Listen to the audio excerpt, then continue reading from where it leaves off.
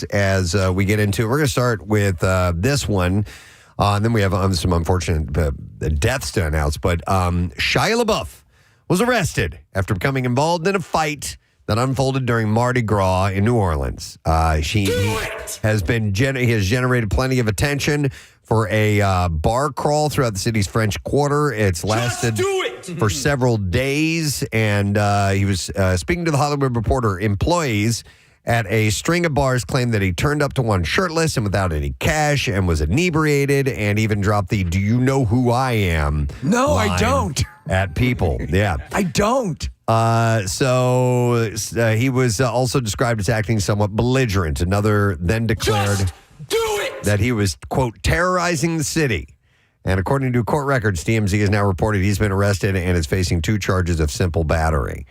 This comes after footage of photos showed him in the aftermath of an alleged physical altercation that occurred just after midnight on Tuesday outside of a bar.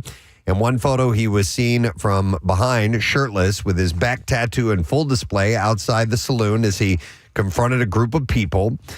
He was also filmed leaning into a man while trying to talk to him on the street. An eyewitness told the publication that LaBeouf was escorted out of the bar by staff for unknown reasons before getting into a brawl. He's that kind of wound up that can't be unwound. Yeah. I think he's always going to be that guy on the edge. I think you're right. And I think he's gone through his phases. Remember the last time we're hearing from him, he was a contemplative, religion-finding 180 guy and everything, and let me counsel you and let me speak the gospel to you, and then it's Mardi Gras. Yeah. Afterward, he walked down the block, and then he looped back around to the front of the bar where responding paramedics treated him. Although he didn't look physically harmed, he was then spotted receiving medical attention while chatting to emergency service workers before being loaded into a parked ambulance with its lights flashing. You know, I think the difference between Casey, and I say this with all sincerity, between you and Shia LaBeouf, you early on found the healing powers of Alf. Yes. Yeah. And he didn't. He did. And if he could bring Alf into his life, right? Yeah, I think things would change around. Right. So we have a video Marissa pulled up on TMZ of a couple guys punching him in the face. Yeah. Saying stay down, by the way. Yeah, he was. They were trying to keep him under control, man. Yeah. So in other news, sources tell Page Six that he and actor Mia Goth quietly split almost a year ago. Why? He seems like a cat. They first met in 2012, getting married in 2016. She seems intense, too. No word on if the couple are moving towards divorce, even though LaBeouf moved to New Orleans to be closer to family after the two went their separate ways. They are parents to a 4-year-old child. So always the question the guy who shows up to events shirtless. Yeah. Yes. Like, dude. You can usually pick out that something's going to happen involving that person. Show up shirtless? Yeah, exactly. All right, we lost a big one a couple of days ago. Robert Duvall, Oscar-winning actor known for roles like Apocalypse Now, Lonesome Dove, The Godfather films, Tender Mercies, and on and on and on and on. Remembrances were pouring in. He died on Sunday at the age of 95 at his home in Virginia. Francis Ford Coppola wrote, "What a blow to learn of the loss of Robert Duvall, such a great actor and such an essential part of American Zoetrope," which is the production company, from its beginning. And then he listed The Rain People, The Conversation, The Godfather, Apocalypse Now, THX 1138, Assassination Tango, and just on and on. Al Pacino said it was an honor to have worked with Robert Duvall. He was a born actor, as they say. His connection with it, his understanding, and his phenomenal gift will always be remembered. I will miss him. I mean, if you look back at the film catalog, and there's a clip airing in the screen here in the studio of him as Boo Radley, going back to that, to the movie Bullet, to True Grit. Even he's in classic movies right from the beginning, you know, and he had that. I'm sure there was effort, but it always seemed effortless. He absorbed the character he was playing. Robert De Niro said, "God bless Bobby. I hope I can live till I'm 95. May he rest in peace." Viola Davis wrote, "I've always been in awe of your towering portrayals of men who were both quiet and dominating in their humanness. You were a giant, an icon. Apocalypse Now, The Godfather, To Kill a Mockingbird, Tender Mercies, The Apostle, Lonesome Dove, etc. Greatness never dies. It stays as a gift. Westrel, sir. Rest well, sir. Your name will be spoken. The Apostle's a great movie. It's an amazing movie. Yeah. And that's, at a latter part of his career. And he went on, obviously after that. But that movie blew me away. Tender Mercies. I posted a clip from his performance in Deep Impact that is just his quiet scenes in that movie are just great. They're the guys who can do the big Apocalypse Now, scenery chewing, and then have those quiet moments are the ones that have the extreme range. And there was no better actor than Robert Duvall. Adam Sandler wrote, funny as hell, strong as hell. One of the greatest actors we ever had. Such a great man to talk and laugh with. Loved him so much. We all did. So many movies to choose from that were legendary. Watch them when you can. Sang his wife, Luciana, and all his family and friends, our condolences. There's a classic shot of Duvall on the set of The Godfather, and he's got his hands on his hips. Now, his back is to the camera, but what you don't see is on his torso is the lines for Brando. Oh, so really? It's like a big card because that's how Brando did it. Right. And so a lot of them were wearing cue cards throughout that. Michael Keaton said, another friend goes down, acted with and became friends, shared a great afternoon on my front porch talking about horses. He was greatness personified as an actor. And then finally, Jamie Lee Curtis wrote, the greatest consigliere the screen has ever seen. Bravo, Robert Duvall. Were you a fan of Lonesome Dove? I don't remember ever seeing it. Yeah, it was great miniseries. Larry McMurdy, I think, who wrote The Last Picture Show. It's just a great old-time cowboy, it's just wononderful. But when did it come out? Oh, God, I got to figure the late 70s, early 80s. Yeah, I wouldn't have been into that then. But I've always heard the name mentioned. Yeah. Absolutely. All right, a couple other things in the entertainment realm. Jada Pinkett Smith is asking a California court to dismiss a $3 million lawsuit filed by Bilal Salam, arguing it violates, and I kid you not, it's called the state's anti-slap statute. SLAPP. I don't know what it stands for, but that's literally what it's called.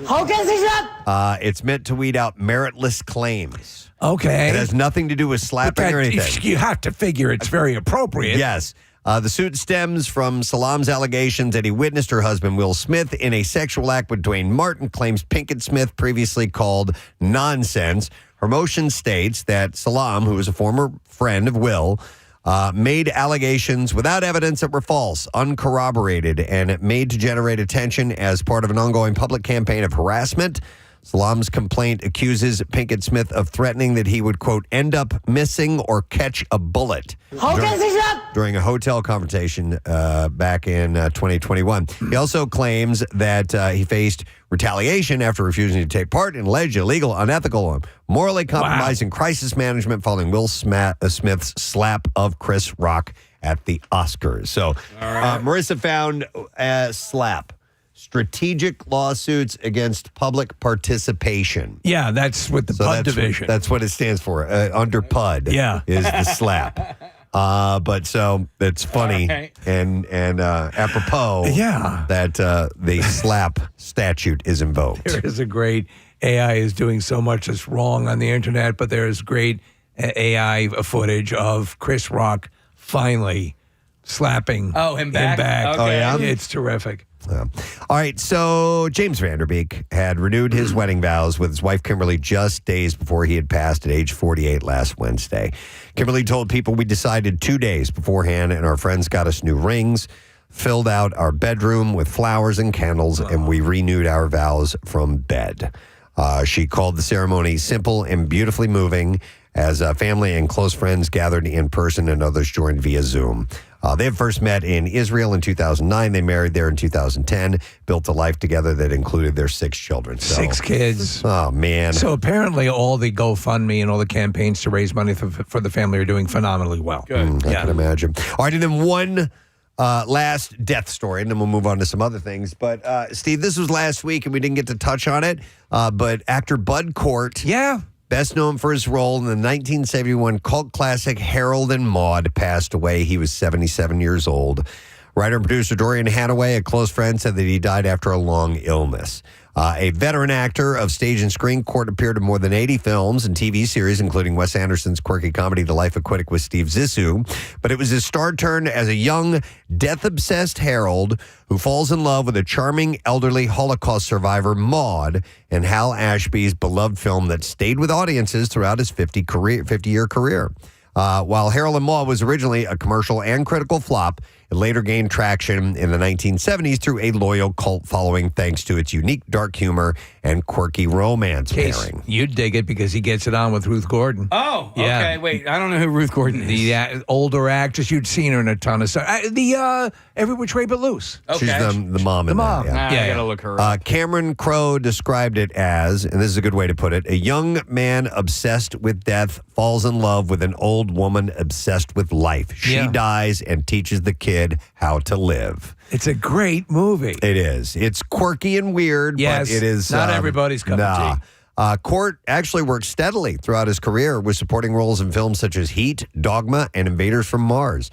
He also appeared in several popular TV series, including Arrested Development, Ugly Betty, and Criminal Minds. So 77 years old. Going back to James Van Der Beek real quick because I watched Varsity Blues over the weekend. Oh, you did? And I'm watching it, and all right, so James Van Der Beek's character takes over the starting quarterback position for Paul Walker. Yes. Paul Walker's little brother is that guy who looks like Matt Damon, but isn't Matt Damon? What's that guy's name? Keith. No, not Keith. Jesse Plemons? Jesse Plemons. Jesse Plemons. His All right. little brother's Jesse Plemons. I'm like, holy crap. The circle, That's right? in Varsity Blues? That's in Varsity Blues. Wow. It's been ages since I've seen that movie.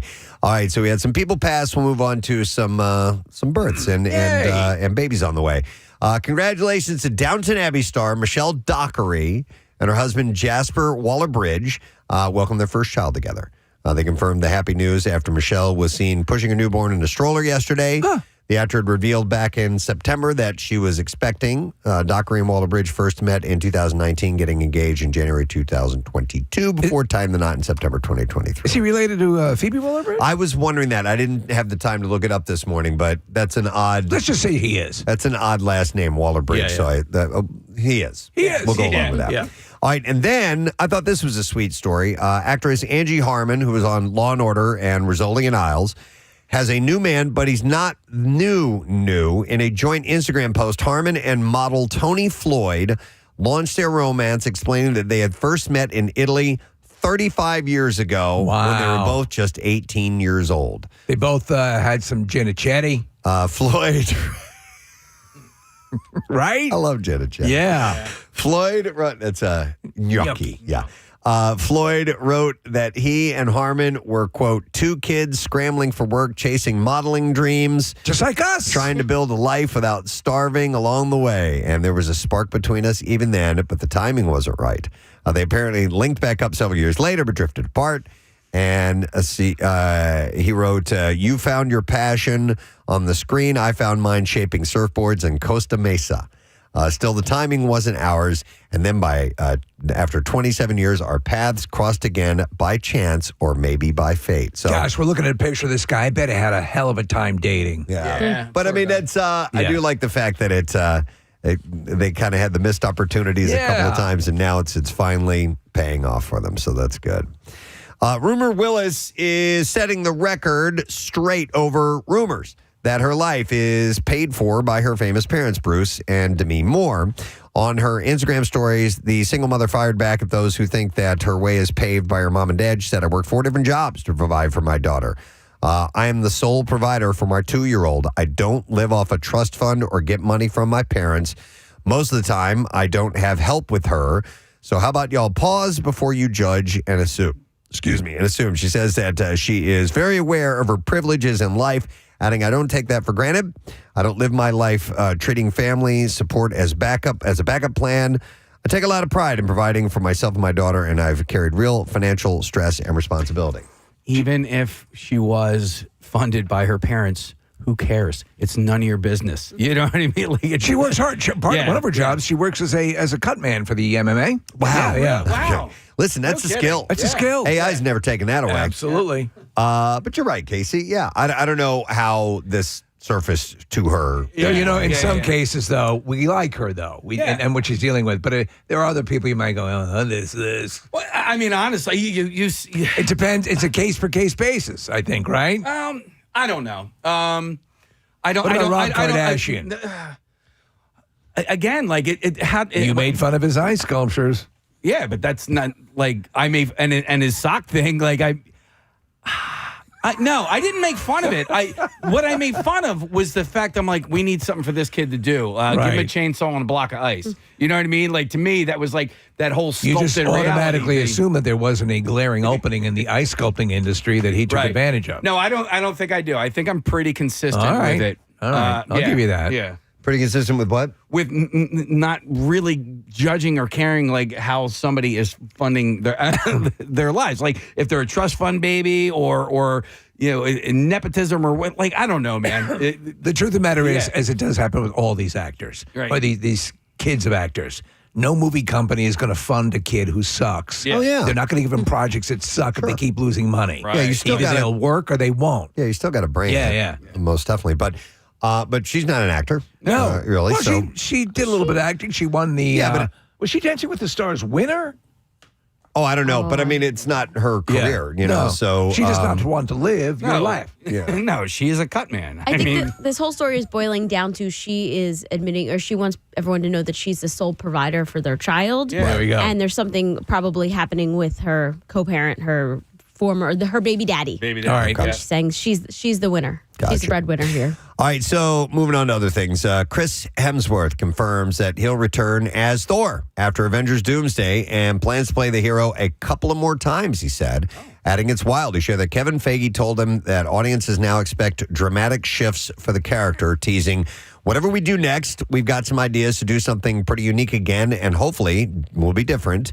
The potential Thor 5 does not have a release date. It could follow Avengers Secret Wars, which will close out Phase 6 and the multiverse saga for the Marvel Cinematic Universe. God, would I love to see Thor Thoring it up. Yeah. Like real Thor, It's not a comedy role. No, don't make him a surfer dude. No. Yeah, Love don't and make Thunder, him it went a little too far with the comedy. Ragnarok.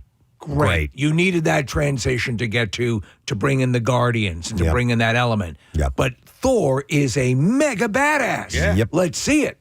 All right, the Mystery Inc. gang is filling out its cast for the upcoming live-action Scooby-Doo series coming to Netflix. And McKenna Grace just nabbed the role of Daphne Blake. I love her. For the highly anticipated series, which should feel familiar to the actress because she actually voiced a young Daphne in the 2020 animated flicks Scoob. The new show's log line reveals that the series will follow the creation of the gang as they uncover a haunting mystery surrounding a lonely, lost Great Dane puppy that may have been a witness to a supernatural murder. It was the caretaker. McKenna celebrated the new role with a sweet Instagram throwback to her dressed in a Daphne costume when she was a little kid. It was really cute. And the caption was, "Oh my jeepers, I can't believe this is real." So that's going on. Is the Mindy Kaling series still going on as well? It was at least 2 or 3 seasons. I really liked it, the Mindy Kaling series. It ripped apart critically. I don't know why. I thought it was fun. Yeah, I like her. But and then there's another Scooby-Doo project. So there's like an empire of Scooby-Doo stuff. Was this it's a movie, or is this a movie, or is it a series? This sounds like a live-action Scooby-Doo series. So they're doing another one. Miley Cyrus is revisiting her breakout role as Hannah Montana in an upcoming 20th anniversary Disney Plus special. I think that series alone above so many others helped shape my career. Yeah. In a statement, the singer said, "The journey is usually the part that you remember anyways." No.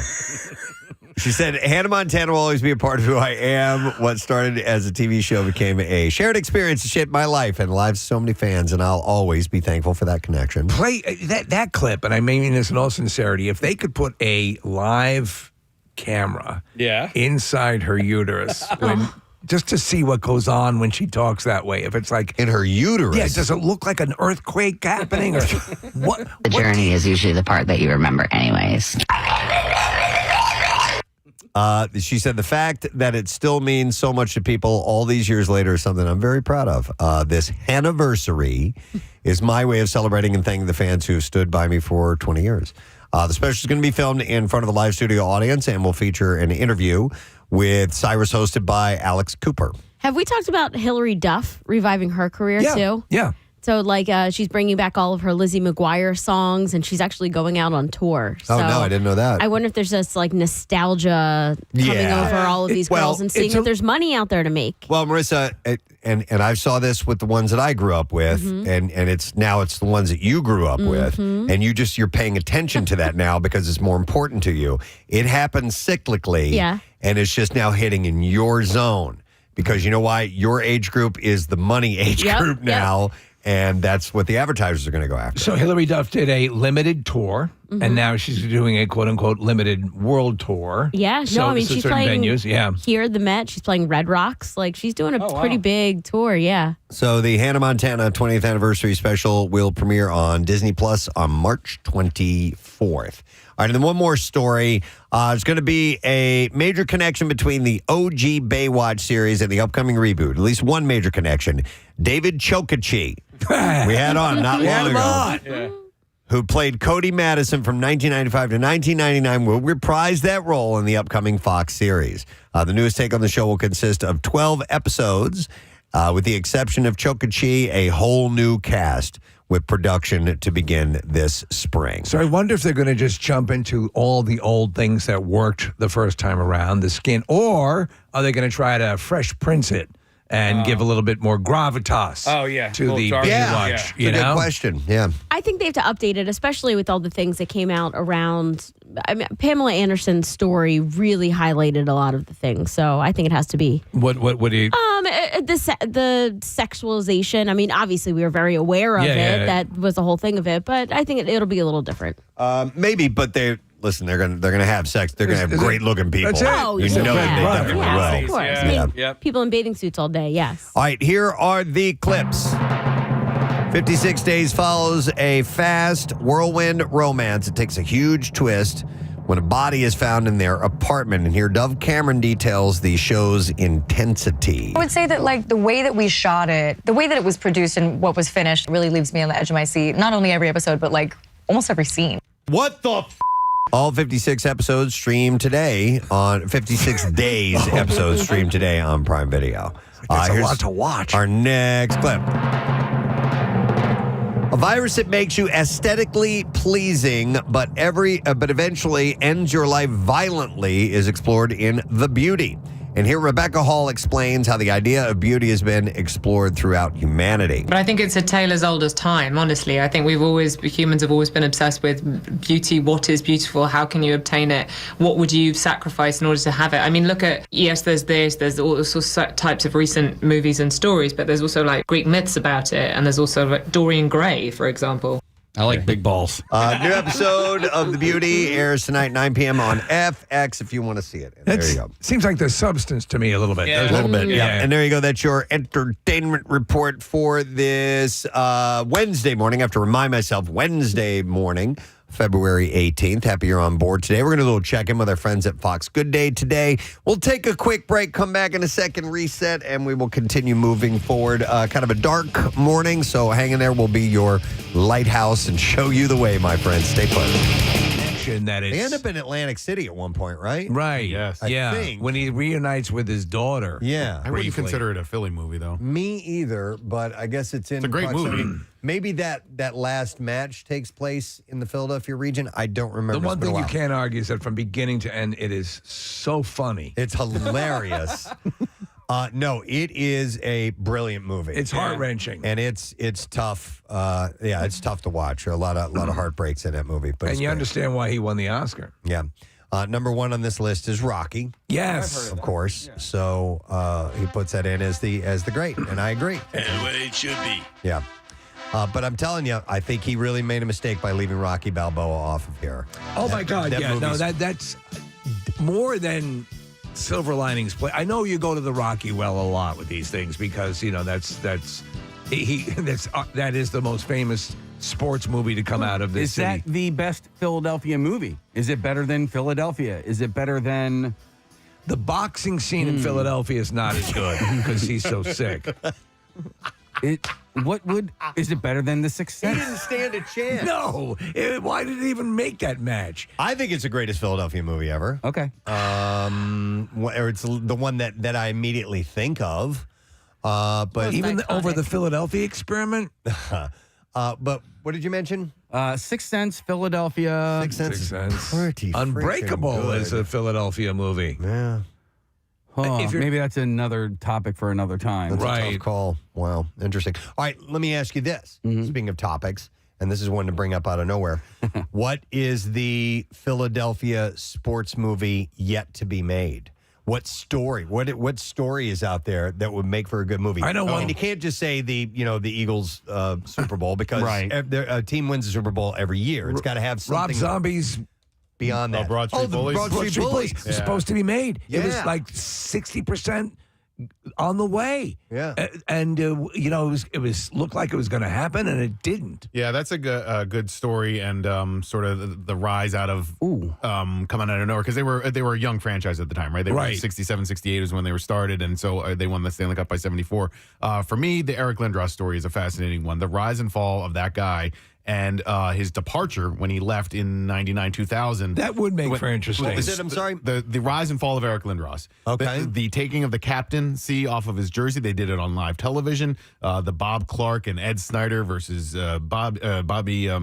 Eric's dad, Carl, and like all of that drama to me is fascinating. There was a brief period in time where Daniel Day-Lewis had signed to play Barbara. No. Yeah. He's amazing. He's amazing. He is amazing. In that He can pull it off. suit? Yeah. Oh, my God. No, I think the story of Leonard Toast, the former owner of the Philadelphia Eagles, I mean, he essentially lost the team because of, I believe, gambling. Is that right? Yeah. All right, somebody pointed this out. Nick, you'll have to remind me. Somebody said the Flyers versus the Red Army. Didn't Yeah. they play the national Russian team?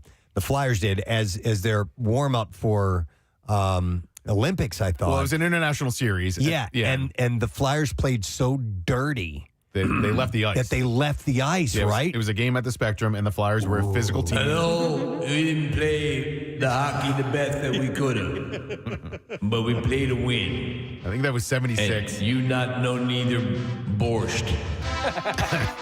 but that could have been. Was that Broad Street Bullies? Yeah, I mean, it was after they won the Stanley Cup, but they were still the same team essentially, and they played rough, and the Dave Schultz and Yeah. the Watson brothers and the whole nine, and yeah, they played so tough clement. against the Red Army team that the Red Army team said we're not playing anymore. They left the ice, and it took forever for them to come back out. I would like to see the movie that depicts the setting of 3 world records in the dumpster pool Oh, Sure. in one day. in one day. Yeah, that could be a good one. I mean, we have a documentary of it, but I think, something a little bit more dramatic. A number of callers are saying that this one should be It should not. on the list. I'm going to go to Chris. Hey, Chris, good morning.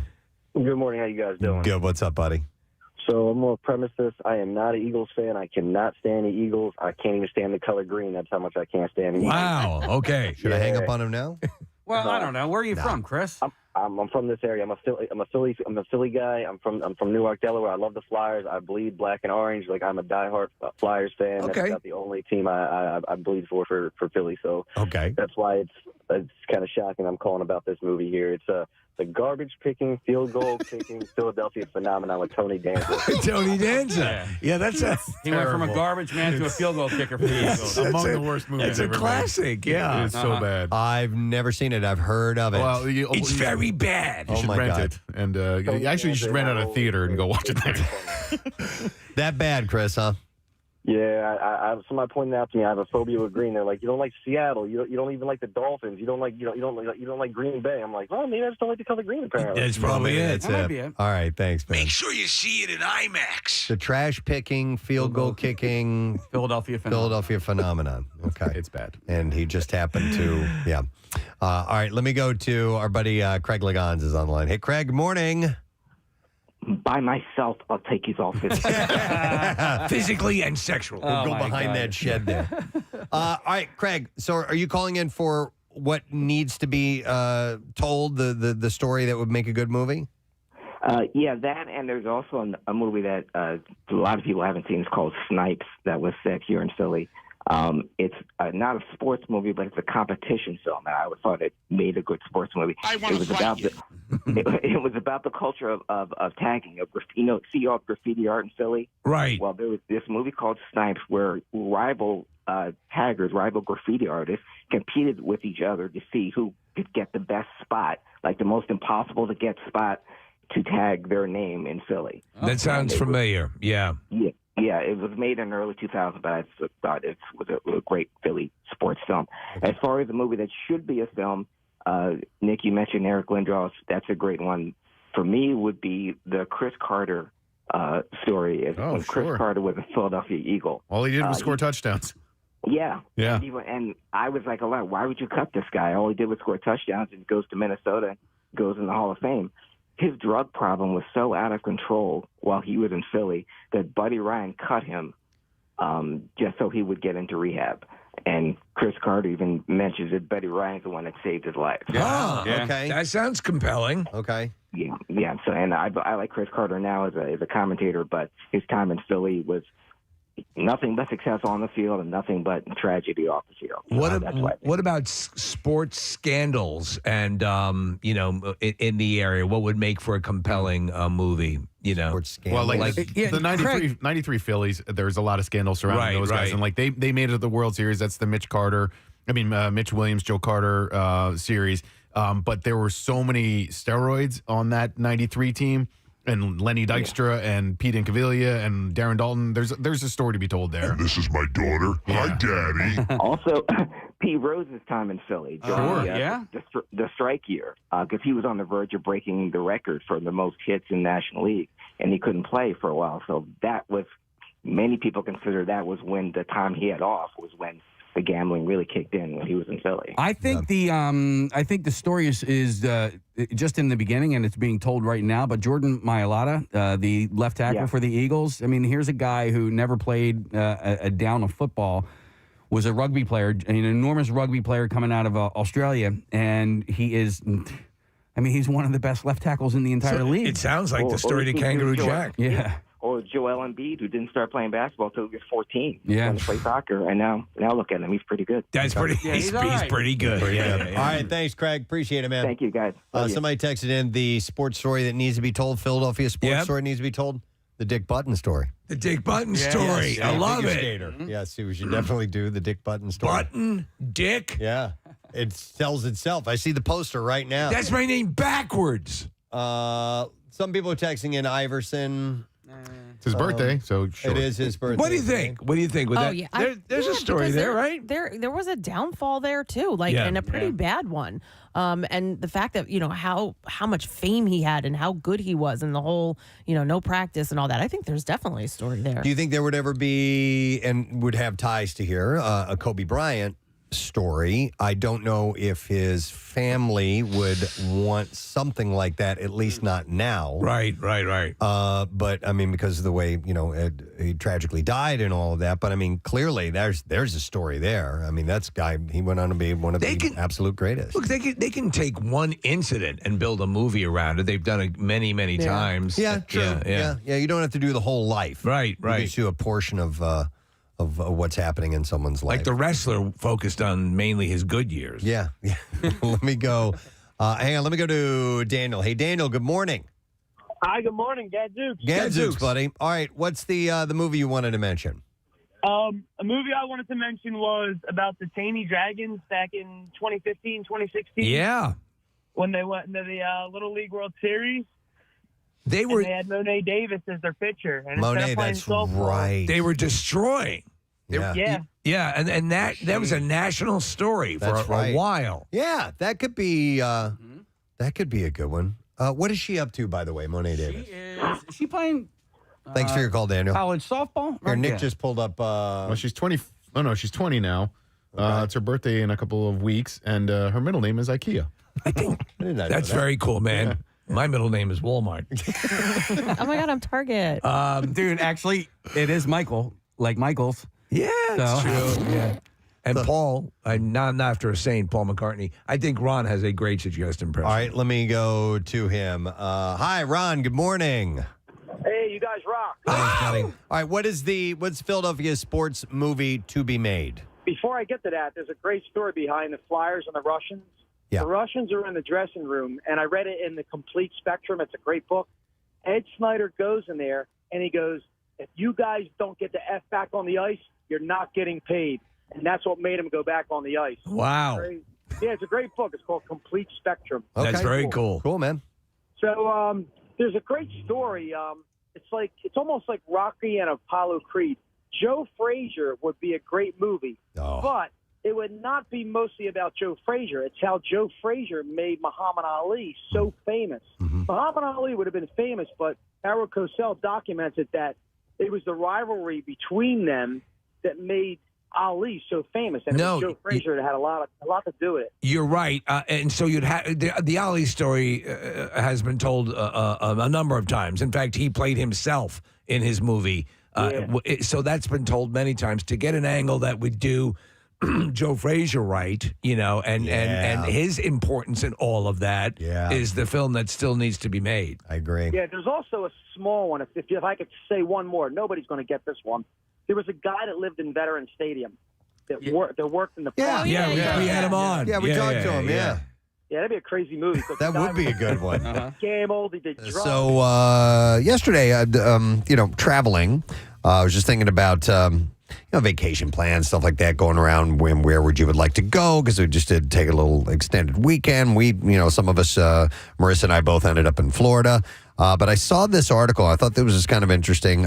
Booking.com has the list of the most welcoming cities in the United States. Do these end up being vacation destinations as a result? Not really. Just welcoming. Yeah, and there's one in our area. And I love seeing that, man. So they analyze over 370 million reviews from travelers around the world to find destinations that consistently delivered outstanding hospitality and service. So like a Pleasantville kind of vibe?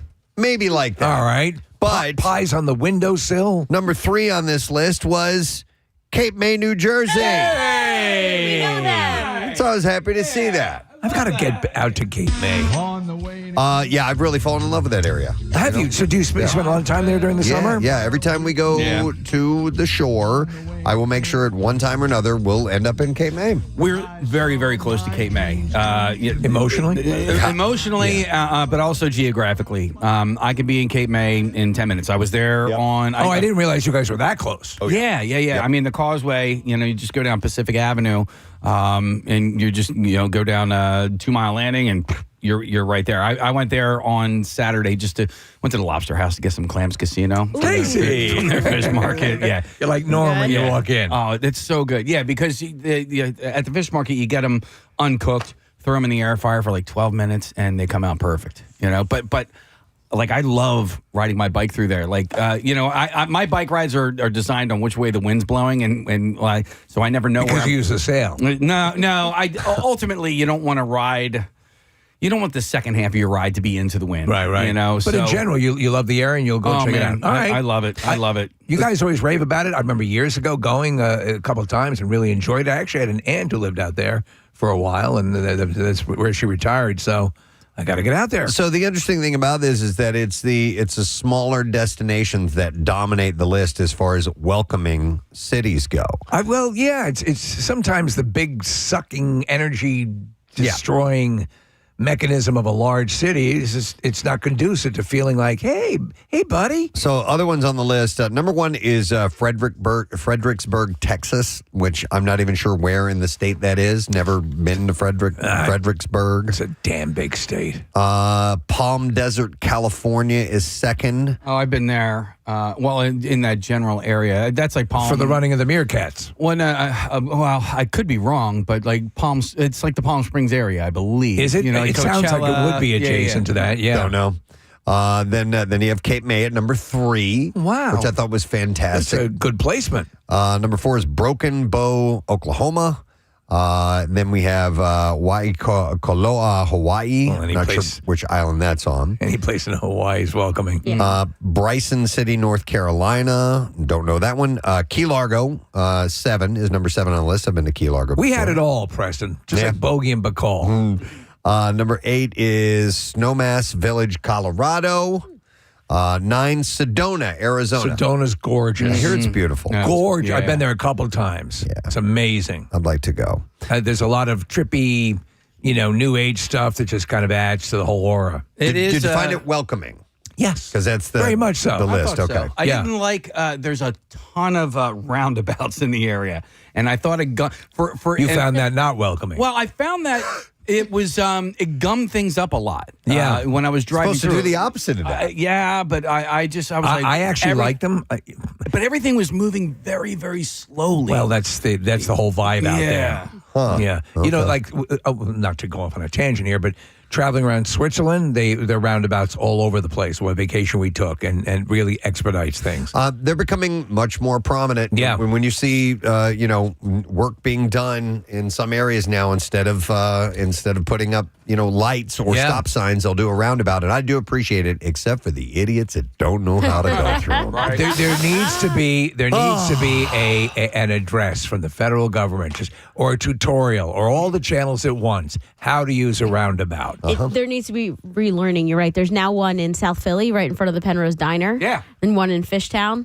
and people just get They don't get stuck. it? They don't get To be it. honest. Or some people are just like, I'm just going right in. No. I'm not yielding. Kind of. I'm just going in. Yeah, especially I people hate that it. have just been using that area for so long. You just, not me. I think they work. I do think that they work. If we're all playing by the same rules, it's going to work out great. There's absolute data to prove that roundabouts will speed a commute, that will cut down on commute time. Yeah. And it gives you a reference to the band Yes, because Yep. If you sing that as you're going through, maybe that will get everybody in sync at the same time. Absolutely. We'll all, merge properly. when you pull in, this should start. Or no, the bass part. That needs to kick in. But Yeah. also, for some reason, I know this. You know how to play this.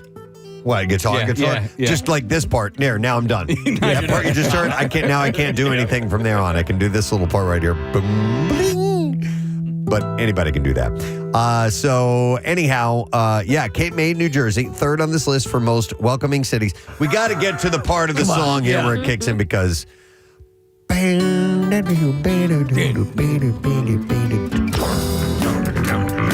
Listen to that. Listen to that. that'll get you driving, right? Jesus. Yield. Do you yield, sir? I'm in the circle now. I am your Lord. All right. So, congratulations, Cape, New Jersey. It's one of the most welcoming. That's what it is. Dude, I saw. Okay, this has nothing to do with anything that we're talking about. It has to do with the band Yes. That's apropos. We were talking about Yes. And I've mentioned this before, and I'm going to mention it again because an Instagram post just popped up the other day. And it really caught my eye because it said Harleysville, Pennsylvania on it. Oh. And that's where I live. And yes. Yeah. Last time we had Rick Wakeman on, the keyboardist from Yes, I told him about it, and he knows about it. But his keyboard that he did all those amazing solos on, like this song, like Roundabout, are at this.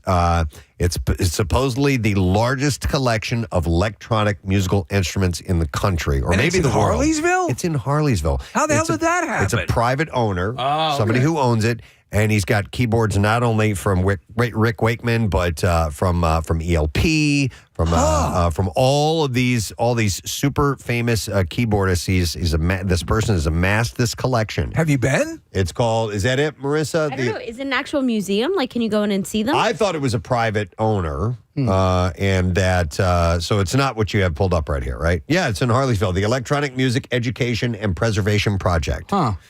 Is it like the Stugarium? I don't know. I've never been. I don't know. But I've seen video of it, and it's amazing. All right, so it's not that same guy who's got that massive car collection out there, right? No. Well, That's look somebody at else this. completely. We're looking at a picture of some of these items. I think I might be interested in checking that out. I don't Yeah, even me play, too. but these are iconic instruments. Yeah, they are super, super famous, well known from hit songs throughout all recorded history. I wonder if they have anything from Supertramp. I don't know. Not really sure. Can you call them up right now? Anyhow, I thought I would mention that. Yeah. Because I saw this video post recently. It was posted on Instagram. All right, so I'm going to, something that ties into that last one because it's another list about destinations. But the TripAdvisor list of the best beaches for 2026 has come out. We're still in the thick of winter, so time to think about your destination at a beach. You've probably, over the course of the decades that I've known you, you've probably told me this answer 1,000 times. I'm going to ask you again. Okay. Are you a beach guy in general? I am. Yeah. Being at the shore. I never was because you know what? You know why? Because I didn't have a beach setup. And I got a beach setup now. Thanks to Casey. He helped assist me in this. Beach setup facilitated. But before that, you were kind of... As a kid, yes. Playing for hours in the surf, in the water, in the sand and all that stuff. But as I got to adulthood, I got bored with beaches. I got tired of it. So I think I went through the same genesis. Yeah. Loved it as a kid. Listen, go to a tropical location. I'm back in. Yeah. I'm loving it. But a lot of times it is a pain in the ass to do all the stuff. You guys are saying if you have the proper equipment, and of course you live 9 feet from the beach, that helps. Well, and also as an adult, like I found out, early on when I had like little kids that like lugging everything down to the beach sucked, and I hated it all over again. As a kid, you're not lugging anything. Like maybe you have to bring a chair, but like your parents are bringing everything else. But I'm telling you, this Phoenix beach buggy is an absolute game changer. You're talking about Wildwood beaches that are huge, you know what I mean? And it's a 9-mile walk just to get to the water. But these beach buggies are so easy to push on the sand, and they carry so much stuff. Yeah. But you're right. Like when you have all that stuff and it's easy to set up and break down, it's a total game changer. Ain't no thing. Ain't no thing but a G. And if you go down there, so we'll go down with, plenty of food and drink and entertainment to last for hours. Will you bring your drums? Your setup. I don't bring my drums. You can bring a bongo. Could. Everybody would love that, wouldn't they? Oh, more bongo. Well, honestly, bongo boys here. The noise ends up like that with the surf and the wind.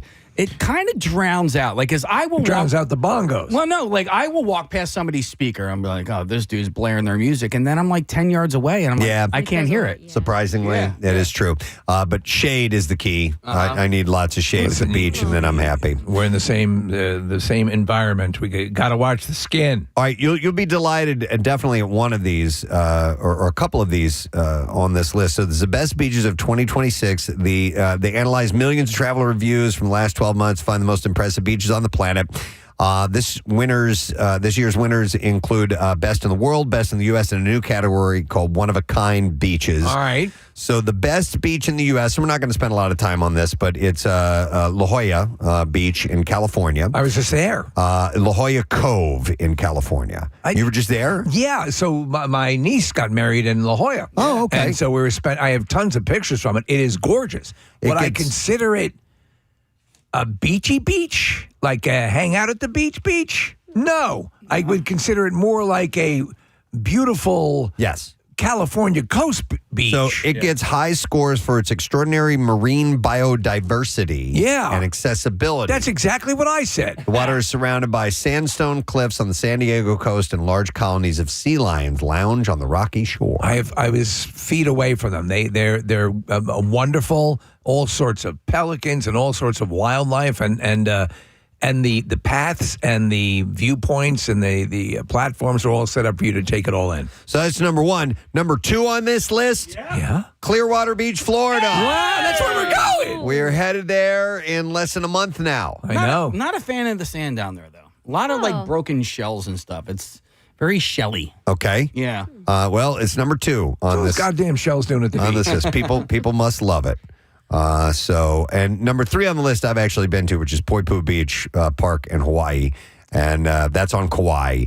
And it was awesome. We took surf lessons there. It was really, really cool. Black sand is on which island? Is that Maui? That's actually on this list, Steve. It is, I think it was. Or I should say more volcanic sand. It's under the best in the world, I believe. Hang on a second here. Where did that go? It was called, because it was called a black sand beach. Yeah, it's Punalu'u Black Sand Beach, Hawaii. But I don't know what island that's on, Steve. Right. So that's number 7. Maui. On Maui. Okay. We went looking for the black sand on Kauai. Or no, maybe we're on Maui. I've been to Hawaii so many times. God, when you've been as many times. Don't remember. I'm basically a local. But we tried to find the black sand beach. We couldn't really find it. My island name is Kamanawanalea. Yeah.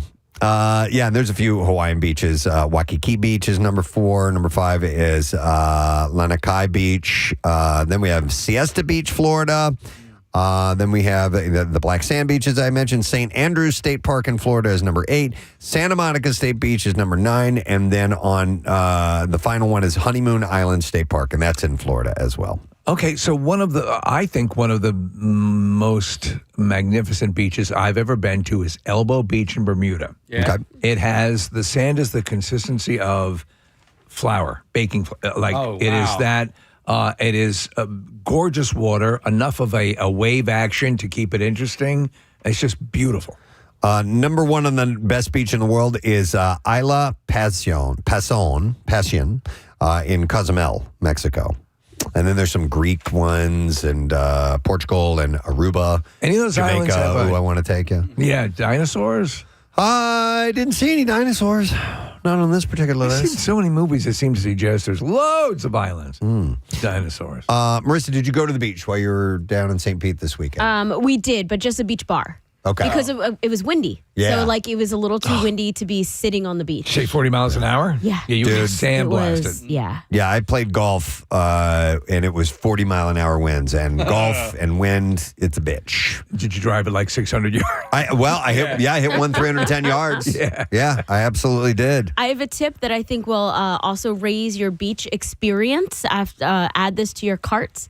I think everyone should switch to Turkish towels. Okay, Do you guys explain. know What's what a these Turkish are? towel? No. So they're kind of almost like blankets, or they may actually look like a scarf that women would wear, or anyone can wear. But the sand doesn't stick to it. So when you're picking up the towel at the end of your experience, you're not having to wave it and try to blow off the sand. You can literally just pick it up and go. That sounds smart, because I've been Yes. using Turkish taffy, and sand really sticks to that. I think I know what you're talking about because we have some of those towels that don't, collect sand. I don't like the way they feel. Oh, they're Yeah. a little silky. Usually Yeah. little tassels on the end. If anyone's trying to look for a gift You don't out like there, tassels on your blankets? I think Turkish towels are great. All right. Yeah, the ones that for some reason that finer material I don't like. I mean, because what I use a towel for is absorbing water. Sure. And it doesn't do that very well. What about Dubai chocolate? Ooh.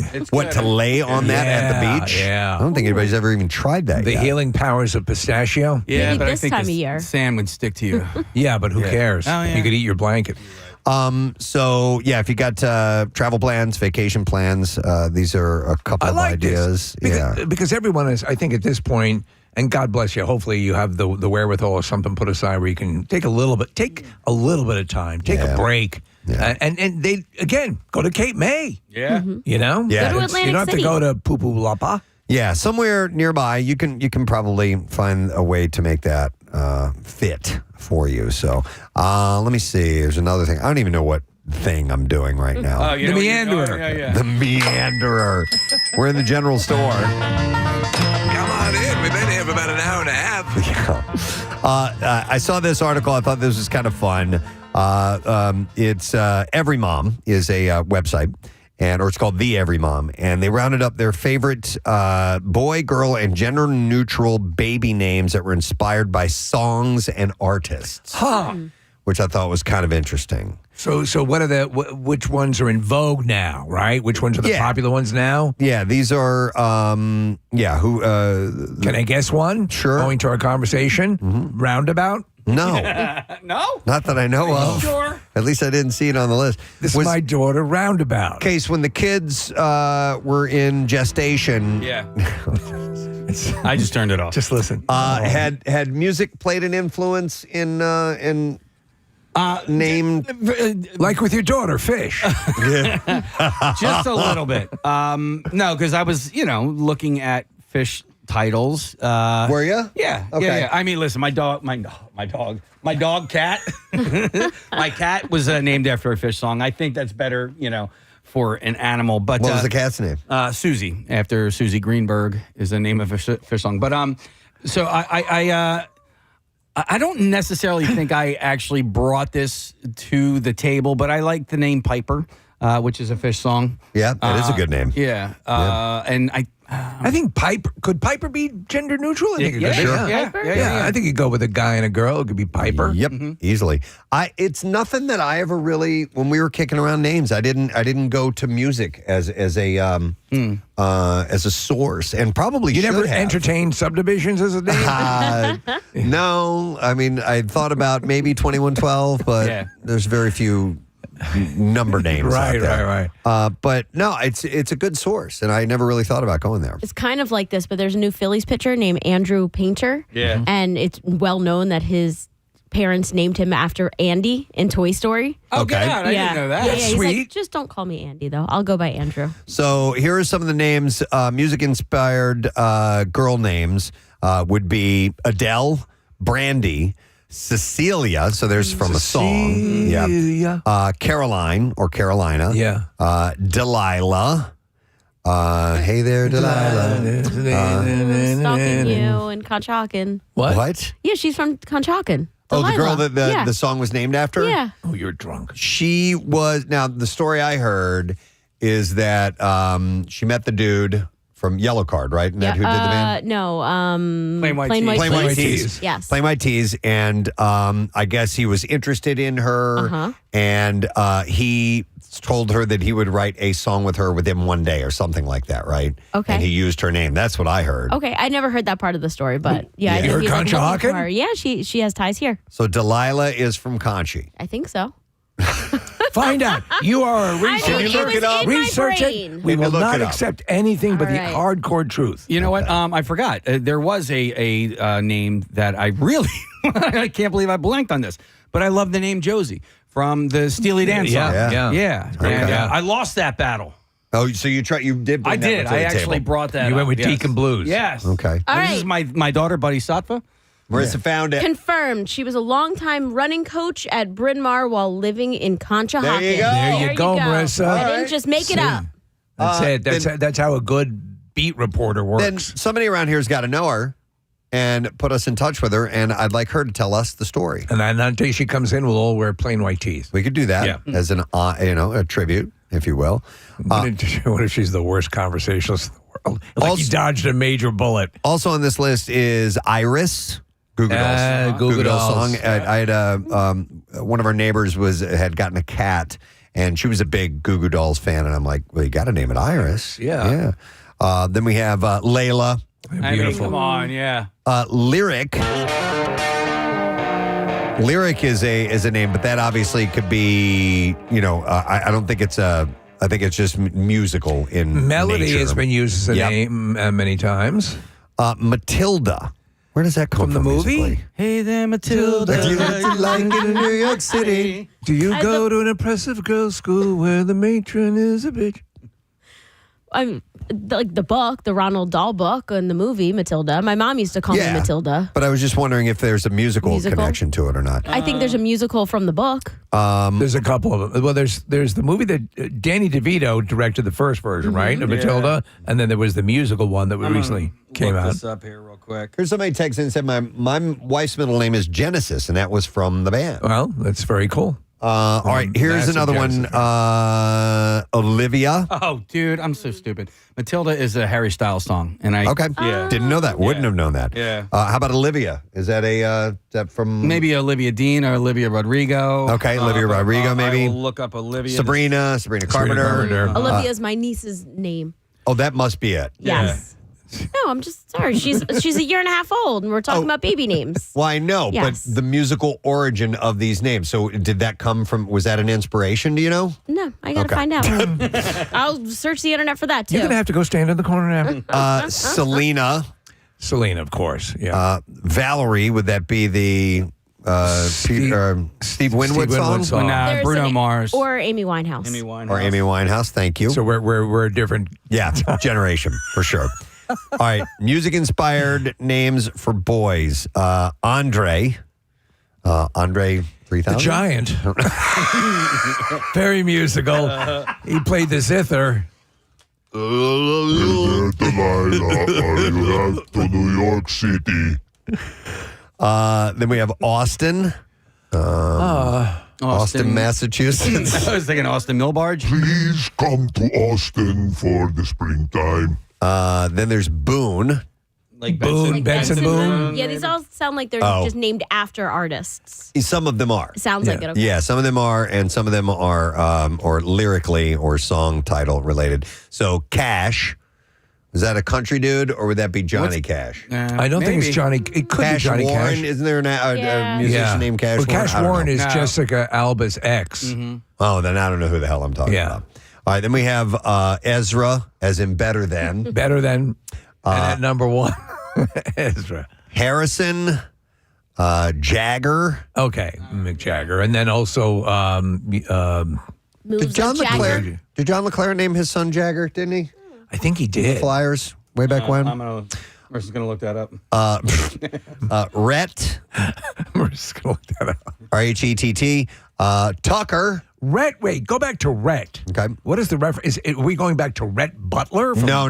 This is music. Right. So Music. I'm saying, where's there a Rhett reference? Rhett Rowe. Thomas something Rhett is a country singer. I would imagine there's a more current musician, yeah. John LeClaire has Jagger, Calvin, and Mackenzie. Okay. Then we Rhett have Atkins, Rhett Walker, Rhett and Link, Rhett Rowe. Rivers. All right, I've moved on from Rhett. All right, thank you. Then we have Tucker and then Waylon. Waylon Jennings, I assume. Morgan Waylon. So best gender neutral names inspired by music. Billy or Billy, B-I-L-L-I-E or B-I-L-L-Y. Yeah. Brooks. My references are all going to be older. I don't know if there's any current Brooks or not. But she's not. The name that comes to mind in pop culture right now is Brooks Nader, who's got that reality show. So I was thinking Brooks and Dunn, which is Brooks an and old country. Dunn, an old country band. Yeah. Garth Brooks. Garth Brooks. Yes, thank you. That would be better. Denver. Is that after John Denver? Dylan, Bob Dylan. That would definitely be that. Jesse. Then Jude. Obviously the Beatles. Lennon. That'd be a pretty cool name. First name, Lennon. I'll guarantee you there's, massive. Did you flirt with Beatles names? No. Yeah. Let's say next is Marley. I've heard people name Marley before. Parker. So my son's name is Parker. But where was this? How did you guys end up with Parker? Probably Ray Parker Jr. Right? Ghostbusters. Come on. Yeah. Rochelle, we just liked it. I think that one we just kind of grabbed randomly, and Parker Stevens, believe it or not, was One of the Hardy Boys. You guys wouldn't remember that. Played into that. Marissa pulled up Parker McCullum as a musician. Was he like an American Idol guy or something? I don't know. There's a little synopsis. Go up a little bit. And to the right here, it says Texas-based country singer, songwriter, and multi-instrumentalist. He was a concert jug player. Presley. Elvis, yeah. Yep. Elvis.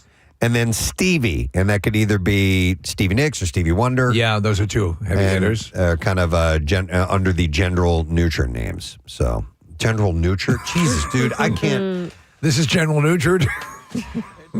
It's okay. Gender neutral. There it is. Okay. You know what? Two words I have a really hard time with, and I'm going to say it right this time, but beef broth. I can't. Broth brief? No. Think about all the times you're called upon to say that in the average day. Well, cooking at home, I'm, using beef broth. I would say beef broth all the time. Say it again. Beef broth. Beef broth. Hi, my name is Casey Foster, and many times I'm called upon to say beef broth. Yeah. My public shame of not being able to say that is why I wrote this book. Right now, there are people in kitchens all across the country who can't say beef broth. They suffer the stigma of not being able to do so. That's why I wrote this 12-step program. See, me, I would have said boff brief. What's your beef broth? Cast iron. it just gets rewired, Oh, man. my God. And I wonder what is in the learning process. The initial learning of the proper pronunciation or the unlearning of your improper pronunciation? It's the unlearning, and now I've made the mistake so many times that I'm very, very wired that, and I'm like, okay, don't say it the wrong way. Beef broth. Yeah. Yeah. Yep. It's like Doppelganger. What is it? Doppelganger. Yeah. Doppelganger. All right, one last thing, and I did not see the episode, but the 800th episode of The Simpsons was over the weekend. This could not have been more Philly. It was more so good. PA if you try. I mean, it is jammed. Every second of it. It's basically a riff on National Treasure. Yeah, I did not. So I didn't see it at all, unfortunately. I saw some clips because I love the Pit, and I saw the clips of them in Pittsburgh. So the Pit stuff is hilarious because it's spot on. B, it's also Best in Show. Okay. Because this is the dog show that takes place. And it's National Treasure, and there is a Nick Cage kind of character. But there's just so much Philly. Do we have any time? Do we have time, Case? I forgot we have to go on Fox. 7:45. Yeah, I think we need a break. So this is a tease. All right. Do you have it? What? The audio clip, or do you? You want to do Okay. it?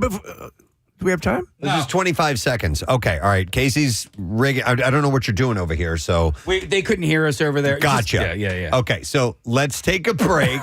We'll come back in a sec. We're just back from a few days off. I have to apologize. I take full responsibility Have for some this. beef broth. We'll come back in a sec. We'll have a little beef broth or both brief or whatever it is, and we'll go live on Fox Good Day, and then we got to play some clips from that. So we'll return. Bizarre Files coming up, too. Stay there. Preston and Steve's Cardboard Classic is back Friday, March 6th at Montage Mountain. Register your sled by February 27th. You could score $1,000 for Best Design or Best Screwball Peanut Butter Whiskey themed sled. $500 from Pro Team Collision for Preston and Steve's favorite fail. $200 for the fastest, and even beer for a year and Snow League merch from Pacifico. And when the classic ends, Mountain Fest at Montage begins with the M80s live. Then buy your ticket and stick around for a Saturday double bill with Sugar Ray and Wheatus. For complete details, head to WMMR.com. Preston and Steve's Cardboard Classic from 93.3 WMMR. Everything that rocks. The whole damn thing. I like it. There's a lot of stories there. Thanks, I Ron. don't know how many of them were true. Yeah. But like when that guy Like when the Pope came by. Yeah. I was going to say, you know what, the likelihood of a movie getting made needs to be, it has to be someone who's nationally famous. So I was thinking that, Joe Frazier would make sense and a few others. But then again, I'm wrong because Invincible was not about, Vince Papale's very, very famous here and known around the league a little bit. But in the pantheon of things, he's not one of the all-time greats. So, and that worked because it's a story. It's a great story, even though it ended with him just winning a game. Let me go to Dave. Hey, Dave, good morning. Gadzooks. Hey, Gadzooks, buddy. What's up? Julius Erving single-handedly changed basketball forever. Yeah. There should be a good Dr. J movie. I mean, a big screen, big budget. Julius Erving inspired Michael Jordan, for crying out loud. Yeah, there have been documentaries, you're right, but there hasn't been that full-throated, life story movie. That'd be pretty cool. Yeah, Dr. J is a great one. He changed this town, and, the Sixers were horrible. Here's a guy who left a successful medical career. Thanks, Dave. As a doctor. As a neurosurgeon. I love Dr. J.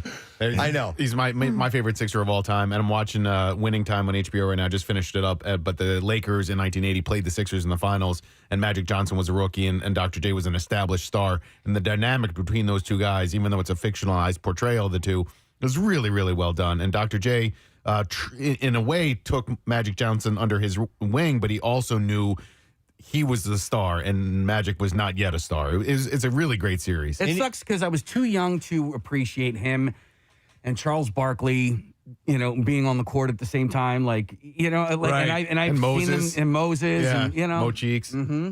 You guys ever met Dr. J? I did on a plane in 1984, going to the Olympics, and Turquoise was on the plane as well. And yeah, I shook his hand. Okay, did you see him stand up on the plane? Because that had to I have stood been- next to him. Yeah, really? I stood next to him. I was a kid at the time, so I was 9, and got off the plane and shook his hand. My grandfather introduced me to him, and it's a memorable moment in my life because, Kathy, I know you've had the same experience, but your hand disappears in his, and it's this massive thing. Seeing him on a plane would be like you being in a kid's, playhouse. It's completely hunched over and so on. I would love to meet him sometime. Yeah. He's just, he's a class act. For sure. And just one of the all-time greats. I stood next to him at a bar in Philly, and actually Matt Cord introduced me to him. And Nick, I shook his hand, and that was literally, I think that's the one thing I remember is how giant his hand was, and it's just like it's just like another world. Like, I couldn't believe it. All right, let me go to Lewis here. Hey, Lewis, good morning. Good morning. Hey, the Philly sports movie yet to be made. I think Concrete Charlie, so Chuck Benderek from the Eagles. I mean, he's 40 years before my time, but every thing I've read about him and watched about him, just you're nodding. what he did. Casey's nodding. Yeah, I mean, and also like he's one of the most iconic pictures in Philadelphia sports history as well. Him standing over, was it Len Dawson? Frank Gifford. Frank Gifford. Just lays this guy out, and he's just standing over him like he's just, standing over a dead body. Wow. Yeah, we're looking at that picture. Not growing up here, I'm not familiar with that, but that looks, yes. By the way, look at how ripped up the field is. Oh, yeah. Is that Franklin Field? It's got to be, right? And so, yeah, he won the championship in 1960, and then I don't know if he also won in 48, but yeah, for the long time, that was the only championship that the Eagles had, or the most recent, until they won the Super Bowl in 2017. Wow. I think maybe a story of the making of Buddies Watching You. That'd be great. The composing, the long late night songwriting sessions. By the way, I didn't go through the 3 worst movies on Mike's list here. So the 3 worst Philly sports movies, and then we're going to have to take a break. Stealing Home with Mark Harmon. It was in the 1980s. Played Billy Wyatt, once a hot prospect for the Phillies who had fallen on hard times, has to figure out what to do with the ashes of his late friend / first love, played by Jodie Foster.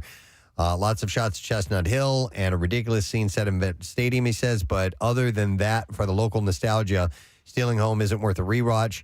It's, in fact, it's trite. He said Roger Ebert wrote that he, quote, left the screening wondering if any movie could possibly be that bad.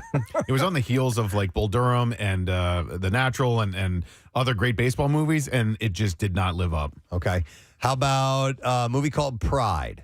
Oh, yeah. This movie aspires to be Remember the Titans for swimming and fails for being too formulaic. Amid racism in the 1970s, Philadelphia Rec Center coach refurbishes an old pool, teaches several black kids to swim, and leads them into a big meet. The acting is overwrought, the characters are one-dimensional, and the script lacks any complexity or nuance. Never saw it, don't know. No, not familiar. And then the last one he mentioned, worst movie in Philadelphia, Rocky V. I think that's where we get Rantlers and the whole up on the roof thing. That's from Rocky V. It really is. Because, listen, because you compare it to the genius of Rocky and Rocky Balboa and all the stuff we love about Stallone, that attempt, that as Nick pointed out, that first swipe at a Rocky Balboa type story was so bad. We need to go through that movie. I'll bet you there's some other gems we could find. My God, we have only scratched the surface, and that's the reindeer on the roof thing. The Rantlers. Can we play the whole Rantlers clip? Do we have that whole thing? He's going to have to... Sorry. No, we got it. Dig that up. But we forgot about Mighty Max. Oh, yeah. You were in Mighty Max, right? Yeah. Star. What was that the flight attendant? I think it was. You were the hooker. You were the hooker. So many roles. I know, but I've had so many roles. You think I can remember all of them? God. Was that a basketball movie? Yeah. Immaculata College. Yes. Okay. The women. The president, you can't believe him just come up on the roof, will you? He just landed there and crashed, and who do you think it is? Do I hear reindeer on my roof? You know, Rantlers, unbelievable. It's like $1 billion. Whoa! Come on, look who's here. You know this guy. He's gonna be next Christmas before he gets down. Hey, they put it together for Santa. Hey! Merry Xmas, yo, yo, yo. Hey, I don't think you got it right, Santa. No. It's ho, ho, ho. I need you to stop talking. I've said this many times.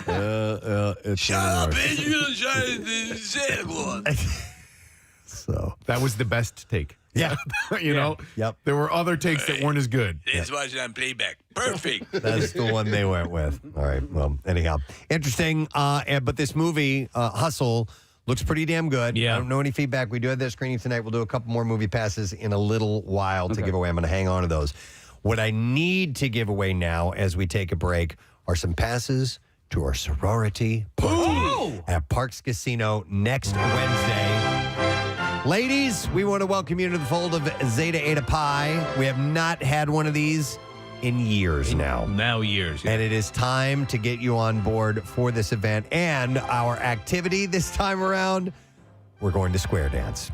Just like we did in high school or junior high. You know what? I actually did do it in high school, too. I'll guarantee you a lot of the people that'll attend have never done it. That's fine. It's a stupid, fun activity. Yes. And it's next Wednesday, so it's rapidly approaching. Bill, I'm going to take 10 callers right now. 215-263-WMMR is the number. And you need to be ladies, you need to be female and able to join us 21 and over only at Parks next Wednesday. And we'll set you up with a free drink, and we got a free happy hour buffet. You can bring a friend, ladies only, invitation only event, 215-263-WMMR. Call only if you can go. We're going to be back in just a moment. Beef Pile up next. Stay with us. Clearview Regional High School, Mullick Hill, New Jersey. You're up next for Coolest Teacher, you, and then we choose one more tomorrow, and then we're done. So make sure that you do vote. Take advantage of this. It's a way to let your teachers know that you care about them and you thank them for what they've done for you. So just text word teacher to 39333. And if you go to Clearview, make sure you let the faculty know that we are doing this. One of the more frustrating things that can happen to you as an individual is in a moment when you're trying. Thanks, Marissa. I saw we're going to go on Fox in just a moment or so. I saw a post on Instagram of where they shot Empire Strikes Back, the Hoth. Yes. Planet shots, and I thought of the Cardboard Classic when I saw that. And there's going to be a Hoth sled that's called a Blizzard 1 that is going to be making its debut because we have the list of the sleds so far that have been entered. If you haven't done it yet, find something cool and get on board. The Cardboard Classic information is at PrestonandSteve.com, and you can register your sled now if you want to participate in that, or you can just show up and be a part of the event. This music means we're going on Fox Good Day, so let's do that.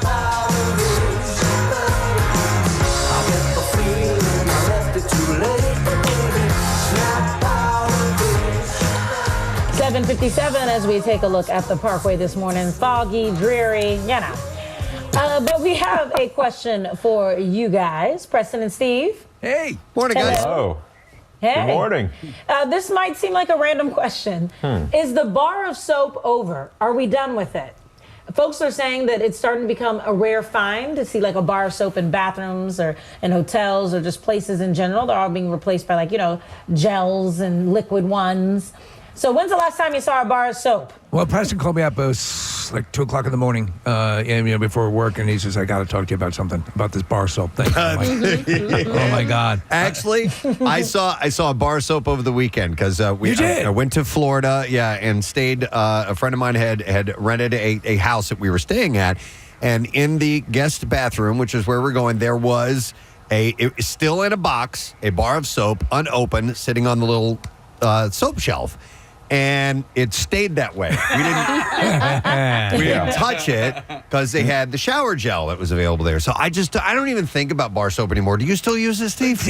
We will use it for decorative things like around holidays. My problem with bar soap is you get that scuzzy bar soap that sits in the soap dish.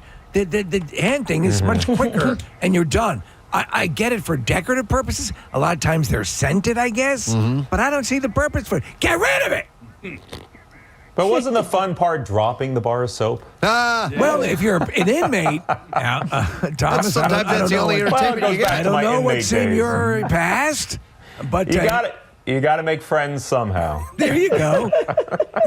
Have you ever stolen so soap? they're saying... I have little decorative soaps. Yeah. That's cool. It looks like Do you use flowers. them? No. Just put them all together. Have you ever used the wrong type of soap? I went to, I think it was my sister's house. I ended up using Summer's Eve. I thought it was a body wash. Are you familiar? What did it taste like, Thomas? Yeah. It was quite enjoyable. And don't judge me here on the program. No, listen, you're drinking Massengeld and you're getting into prison fights. We're not going to judge you. Yes, yeah. It's a different side of me. It's fine. I didn't even know they made Summer's Eve soap. No, he's all this button-down guy, and before you know it, he's at Shawshank. Who had this idea? Right. But no, I think bar soap is done. That's what I think. I think there's no reason for it other than decorative. Preston? It depends, because you can get like custom-made soaps in specialty shops, and sometimes the scent of those will allure me into possibly buy them. And then I never use them, but I'll buy them. I bet Alex, you impressed me as like a soap beads, like a bath beads kind of Calgon take me away kind of woman.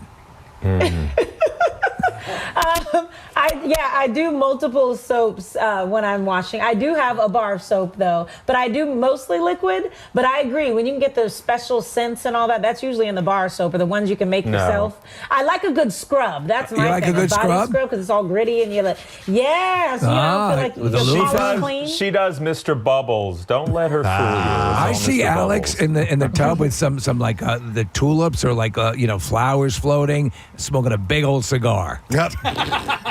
Oh my gosh! I love that you see that for me. I know. Let me get one. I've never smoked a cigar. With a bourbon in the other hand. Right. Well, thanks, guys. Happy Wednesday. Good to see you. Actually, you know what, Steve? One time Steve and I went to Boston to visit at the time the owner of our company. Yeah. And they put us up at a really, really nice hotels like the Ritz-Carlton, and they had whatever the soap was that they used, I took with me. I'm like, this is fantastic. Did it smell like lavender? No, it wasn't lavender. It was more. It was more like oatmeal-y. And it had. It was exfoliating soap. Yeah. And I like a good soap that you almost want to eat. Yeah. Like it smells so good, you want to take a bite out of it. You remember Irish Spring? They used to do the commercial where the guy would cut the bar in half. It's very cool. It was like that. What happens, though, is any soap that we have in our house, if it's in a dish, will start to become separate pieces that you have to like reconstitute into a bar and crush together. And then to me, the squirted in your hands a la porn is the perfect way to deal with soap. I use a loofah or a bath sponge exclusively, and I will actually go and grab the soft soap hand soap over a bar of soap. Like, so if I only had a bar of soap in I almost said refrigerator in the shower, but on the sink was the hand soap, I would grab the hand soap off of the sink and use that. On your face, do you use beef broth? Yeah, beef broth. Oh my God, I saw the funniest video last night. Maybe I sent it to you, Casey. There's a guy who's at an outdoor shower. It looks like Venice Beach. He's this huge guy. He's been weightlifting. And there's a stairway to where there's a ledge up above the shower head. And so this guy is washing his hair and he's rinsing out. And there's a guy that's standing above him with shampoo. And every time he rinses it out, he squirts more shampoo on the guy's head. Now, he can't feel it because he's rinsing it out with water. Doesn't know. And it just keeps foaming and foaming and foaming and foaming. And the guy goes crazy, goes ballistic. I was cracking up at that last night. It is funny, yeah. All right, listen, before we get to the B-file, shout out that says, hey, guys, my dad's birthday is February 17th. He is also a Steve, and he's been listening to you guys for as long as it's possible to listen. Please give the man a birthday shout out. He used to drive my 5 siblings and I to school every day. The Bizarre File, frequently a part of our commute. Wow. If he was able to get control of the radio. He's retired now, listens almost every day, and loves to attend your events. Happy birthday, Dad, and long live Pierre. That is from Brooke Nolan. So here's a shout out. I love that. All right, and we got to get to the Bizarre File. All right, it's after 8 o'clock, so let's go ahead and fire that sucker up. We'll do it right now. WMMR presents Preston and Steve's Bizarre File. Brought to you by Screwball Peanut Butter Whiskey. They want you to screw the usual. Register your nuttiest slab for the Preston and Steve Cardboard Classic for a chance to win $1,000 in cash. You can go to WMMR.com for the details. Oh, we'll start with this one, man. A driver died after plummeting 500 feet off California's Highway 1 at Big Sur. Yeah, search and recovery teams from Big Sur Fire and the Monterey County Sheriff's Office were dispatched around 4:20 p.m. Tuesday after receiving 911 calls about a car careening off the highway. They were unable to recover the victim until 8:45 the next day, citing poor weather conditions and strong winds at Hurricane Point. The site of the crash is a popular viewpoint on Highway 1 as it overlooks the California coast, but is known to be treacherous with a history of accidents. A statement from MCSO confirmed that the vehicle had traveled off the cliff along the highway, landing among the rocks below. The driver was eventually recovered, being pronounced deceased at the scene, and transferred to the Monterey County Sheriff's Coroner's Office for identification and next of kin notification. The cause of tragedy is now under investigation. The crash comes in less than a month after the stretch of highway between Highway 1 between Monterey and northern Big Sur, which includes Hurricane Point, was reopened to the public for the first time since 2023. It was closed due to ongoing landslides. I remember that. And then once that happens, there's really not much. They have to do a massive repair that takes a long amount of time. Yeah, but this thing went 500 feet over a cliff. It's That's crazy. Magnificent scenery. It's gorgeous. And if you do it right, you do it where you're driving on the edge side. A lot of people freak out on that stretch of road. Mm-hmm. In Indiana, Mount Vernon police say that a man is in jail after driving recklessly and hitting several mailboxes. Officers were dispatched in a response to a vehicle driving recklessly through alleys, hitting trash cans. They eventually found the vehicle while it was driving. It went through several yards, destroying over 15 mailboxes, along with landscaping at homes on both sides of the roads. Officers say that they attempted to conduct a traffic stop on the vehicle, but the driver, later identified as Brandon Mattingly, refused to stop and led them on a chase that lasted more than 20 minutes. Was he an aggressive postal worker? Maybe. Yeah. They say during the chase, the vehicle lost a rear tire but kept on fleeing officers and deputies. Mattingly eventually drove to the end of a road where he drove through two closed gates on private property. Officers were able to eventually get the vehicle to stop by boxing the vehicle. He was taken into custody, submitted to alcohol tests. He refused to submit alcohol tests. 3 police vehicles were damaged during the incident. He was arrested and booked and faces a litany of charges, but he hit 15 mailboxes along the way. Story, though, Preston, exposes one of the great myths of car tires is that you don't need all 4. No. You can do 3 if you want. Keep going. Yeah. A herd of llamas assisted law enforcement in the UK making a, quote, citizen's arrest of a fleeing suspect. The hapless thief hopped a fence to escape police, but found himself chased and surrounded by llamas. We've got him, officer. He's here. After stealing some tobacco. You're not going anywhere, buddy. Tobacco, a would-be thief had fled into Heidi Price and Graham Oliver's Derbyshire field. And they said, we've got 8 llamas, and llamas don't like people entering their personal space after dusk. Our llamas galloped over to him and surrounded him. Yeah, you go, llamas. That's crazy, though. Most animals, even big ones, will run away from humans. Well, these guys went to them. Security llamas. They literally made a circle around him and then started releasing their warning cry, which sounds like an old man laughing. And this alerted my partner, they said, who ran out of the house with the dog. He saw the man surrounded by llamas in the middle of a field, and he didn't know what to do next and looked absolutely terrified. The man was turned over to police. Despite llama's feisty reputation, Price said that he was proud of her herd for having good manners and not spitting on anyone. Yeah, they do spit a lot. Mm-hmm. The couple took the llama in when they were facing euthanasia after the farm they were housed in closed down. Those are children in youth in Asia. It took a lot of work to get the herd used to interact with humans, but they seem to be happy and act as guard llamas for their rescuers from time to time. Which are more cantankerous, camels or llamas? Because both can get ornery and both spit. Yeah. Don't know. Don't know. Well, camels they're bigger, so I'm going to go with camel on that. All right. one. Yeah. All right, you can sometimes be punished for dedication to your cause. A woman in Taiwan was sentenced to 3 months in prison for using a megaphone to scream insults at her neighbors late at night for nearly 2 years. You're stinky. Starting in May of 2023, she would blast profanity from her balcony at maximum volume at least 3 times a week, with each session lasting several minutes. Bite my chode. After failing to reason with her, dozens of affected neighbors filed a joint complaint. In court, she admitted to it, but claimed that her neighbor's noise drove her to it.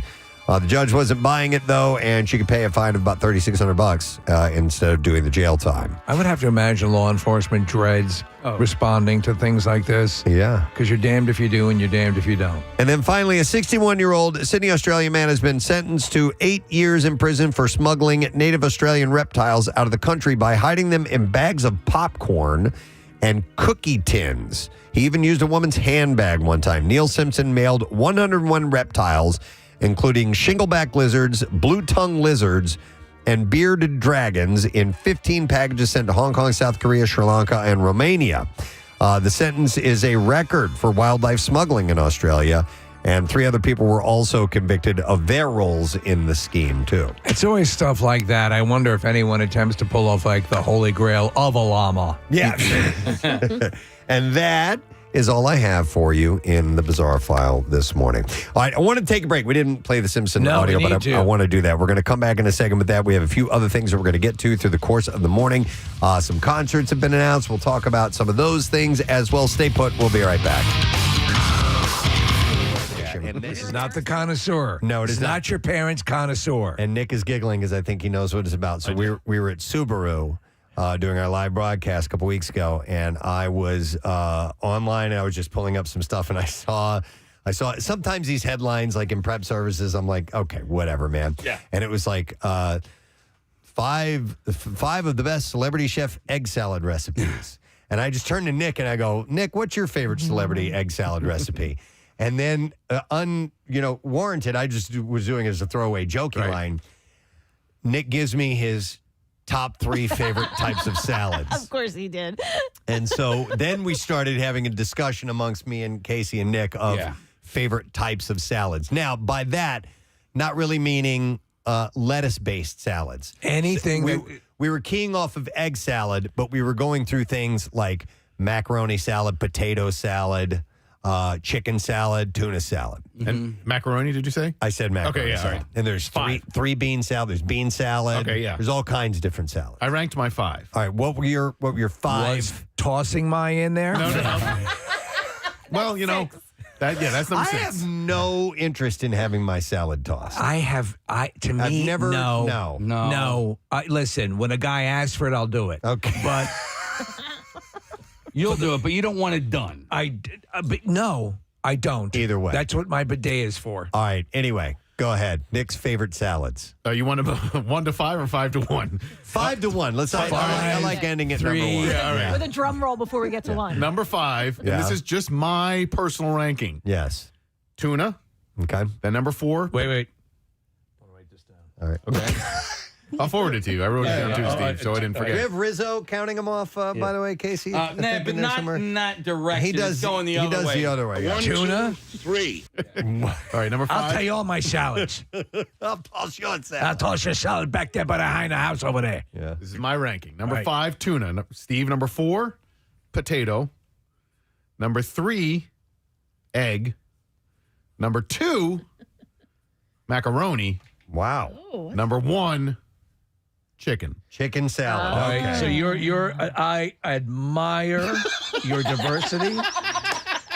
I say I would disagree heartily a lot of it, but I believe in your this list. I think you and I believe it means something to you, and I respect that. Thank you, really because you and I very much. we're on the same page quite a bit. We are. Food However, related. I'll All tell right. you this: I stand in direct contradiction to my wife's own salad loves. Okay. Someone who I've seen naked. So, So there's that. so there's that. Right. I love.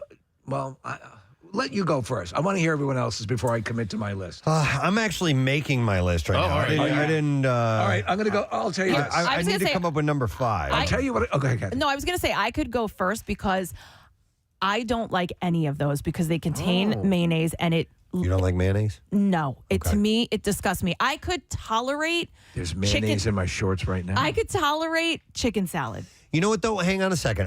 One of the best tuna salads I've ever had was not mayonnaise based. It was oil based. See, that I could do. With like some capers, a little lemon in there. It's just and listen, I used to like it, but like over the years, I can't stand mayo. So any of those, I pass up on. What them. about cream cheese? Can you do cream cheese?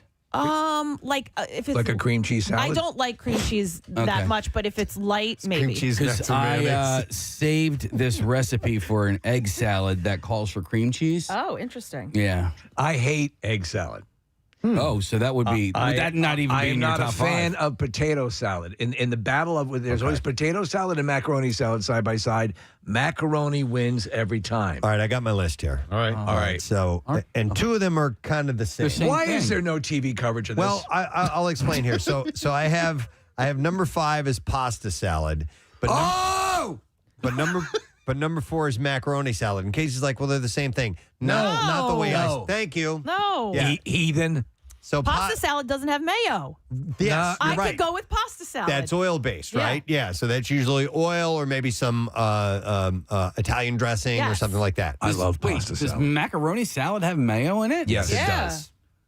Oh, okay. And then you're thinking maybe a different version of macaroni salad, but yes, it's got mayo and sometimes a little sugar. So sometimes they make it a little bit. I've had sweet. macaroni salad, cheese. I've had pasta salad with something that was very similar to like a mayonnaise-ish type of thing, but I macaroni salad can operate on many different levels. And Casey's, pasta salad. Excuse me. Right. Yeah. So Casey has a point though that pasta salad can be made with macaroni.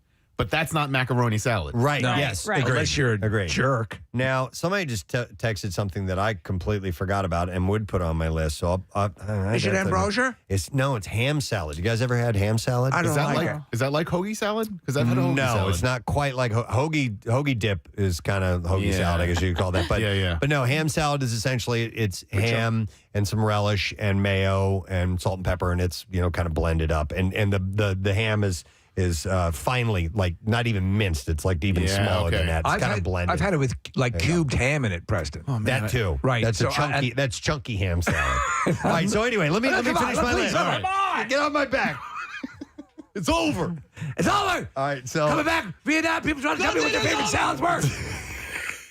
I got my own list. Remember, this is Stupid Preston and Steve chat, by the way. Yep. Number 3, I would make tuna salad on my list. I do. It's got to be made the right way, though. That's the thing. I'm really picky about it. One of my favorite tuna salads is from Panera. Number 2 would be chicken salad, and without question, no holds barred, my absolute favorite type of salad is potato salad. Wow. Potato. Wow. Do you boil them? I love it. I mash them. I shove them in a stew.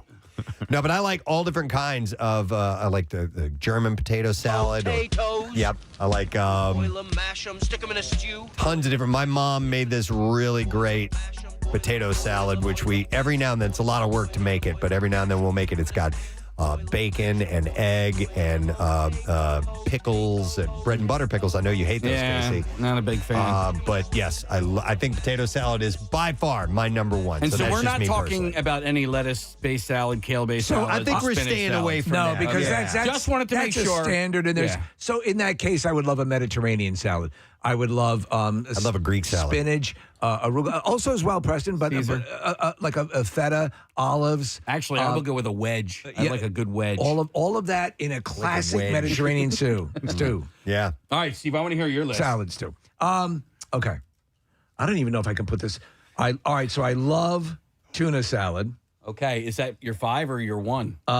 Okay, this is hard, man. This I is harder know. than I thought. This seems frivolous and No. stupid on you try it. Wars have been fought over this. You try and make your list of top The salads. Peloponnesian War was a salad-based war.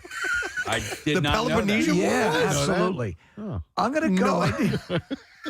You twisted my melon because of the last-second introduction of pasta salad. Okay. Yeah. Because pasta salad is so versatile. You could put tuna in a pasta salad. You could put chicken in a pasta salad. Absolutely. But I think that it still remains at its heart Whatever you add to it, a pasta salad. I love tuna salad prepared. I'm like you, man. It's got to be the right way. Be right way. If you F it up, I'll slit your throat. I will tell you this. We actually have a tuna salad brought in from the Broadway Deli on Hicksville Road in Long Island from our relatives every time they come down. That's the best? That's the best. Your favorite? That's our favorite. Okay. All right. And then you move on to, I would say, chicken salad's okay. In a barbecue setting where you have potato and macaroni always wins. I'm going to go with tuna and pasta salad as my favorite salads. Okay. I don't like potato salad. I hate egg salad. Macaroni again will be a winner. Chicken in a pinch, but I'm not as my palate is not as cultivated as yours, as you guys. I do like egg salad, but I will back you up, Steve. It can be a little scary sometimes. It can be a little daunting. Do you like deviled eggs? Not much. Okay. And then to me, it's kind of like deviled eggs. Yeah. Okay.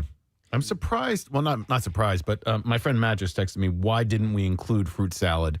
And man, I didn't even think of that. I love fruit salad. But we're going to have to, I think, we're staying savory.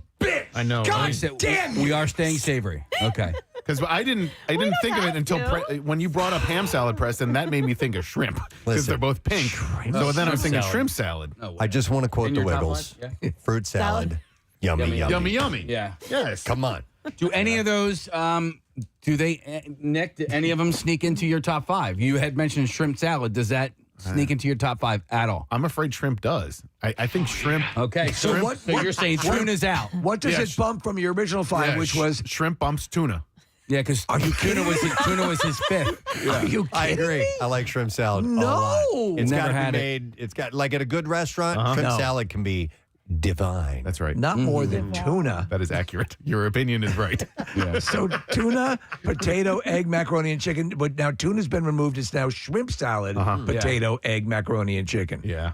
All right. Somebody texted in and said, why is no one saying cucumber salad? Oh, yeah. Cucumber salad's really good. That's good. Because our genitals are intact. I used to make that all the time. I forgot about that. And that has no mayo. That's like an oil thing with you put a little sugar in there, make it sweet. All right. For a summer salad, if you're going to have for a meal, a pasta salad is the way to go. Is that the one that's got like massively versatile? You can have all different types of pasta. You can put chicken in it. Was it AC/DC? Yeah, it was for those about to rock. Yeah. And my mom, I was driving and I turned it down so I could hear her more, and she reached out and just turned it right back up. But that was a nice little thing. All right, we have a look at traffic. Marissa's got it for you. What's going on this morning, Marissa? We're jammed up on the Blue Route northbound from 95 to the Media Bypass and the Vine westbound from 95 to the Schuylkill eastbound Montgomery out to Vine westbound from Passyunk to the Vine and Boulevard out to Gladwin. Then we're slowing 95 southbound. This is the on-ramp to Girard Avenue is partially blocked. Due to a crash, we're jammed back to Cottman. The PA Turnpike is slowing westbound from Willow Grove to the Fort Washington exit. This traffic report is brought to you by Whole Foods Market. Find seafood savings at Whole Foods Market. Save 20% on sustainable wild-caught Chilean sea bass fillets with Prime through February 24th while supplies last. Shop in-store or online. Terms apply. And that's your traffic on 93.3 WMMR. All right, thanks, Marissa. So, I missed the Simpsons episode. The 800th episode was over the weekend, and it was all about Philadelphia. Yeah. Which we knew that going into it, and I was traveling, so I did not watch it. I will have to check this out very, very soon. And you saw it, I assume. Yes, right? I saw it. Enjoy it. And as much as I wanted it to be packed with Philly stuff, it was much more. No kidding. They jammed every square inch. Not only did they do, so at the end, even in the outro, the credits were set to the backdrops of faux movies that have been filmed in Philadelphia, posters. Oh, that's great. So every bit of it, from mascots, I mean, there's a list. I know, Marissa, you put together a comprehensive list as well, but Pat's, Chino's, Delisandro's, Boathouse Road, the Rocky. They had the Rocky statue, but then they had the whole continuing line, Preston, of a Paulie statue and the robot from Rocky IV. I mean, everything that we as Philadelphians and we of the area would want them to riff on, they did. Yeah, I was so excited for this. So much so, like, you guys will avoid trailers for movies that you love. Like, I didn't want to see anything ahead of time so I can enjoy, 23 minutes of just pure Philly love. And I love how, because it was a riff on National Treasure. Yes. And so he's like running down the art museum steps right into a Wawa. Oh, that's and great. it's kind of like the joke where he can run, from Independence Hall right to Reading Terminal Market in one block. It was pretty funny. Here's a clip from this. It says monologue, the Philly monologue. So this is at the beginning of it. So basically, Santa's Little Helper has gotten very obese, and Marge institutes a program with the dog trainer who brings Santa's Little Helper back down to competitive shape. So they start entering some dog shows, and one of those involves her having to bring. Now we're going to travel to Philadelphia for the dog show here. We later find out that the dog trainer has a National Treasure nefarious reason for orchestrating all this. But when Homer learns about the trip to Philadelphia, that he waxes poetic about the city. Okay. Philadelphia, my kind of town. Throwing ice balls at Santa Claus, climbing greasy street lamps. The city where Lenny Dykstra learned to be crazy, where every steak is teased and every tush is pushed. Even though I've never been, I feel like I was born there and I never left. But I'm not gonna die there. Oh no, not Homer Simpson. You'll see. I'll show 'em all. That's awesome, man. We knew that Kevin Bacon was going to have some speaking roles, and man, who else? Quinta Brunson. Yeah. So did they get their? They did. Their Everyone moment? got many moments. There was a guy who was doing. It wasn't Nick Cage, but he was doing a Nick Cage, impression. They had Questlove. They had the Roots. And then a number of second and third tier Philadelphians were involved, but it was really great. I didn't put together that Quinta Brunson was the dog trainer. So she was in pretty much the whole episode. Oh, that's awesome. She had like a starring role. I love this, just reading the synopsis of it, that Marge takes the dog to Michael Vick Reparation Park. Oh, my God. Oh, that's excellent. I mean, even stuff like that, Yeah. They went to Down North Pizza, which is a really cool pizza place in West Philly.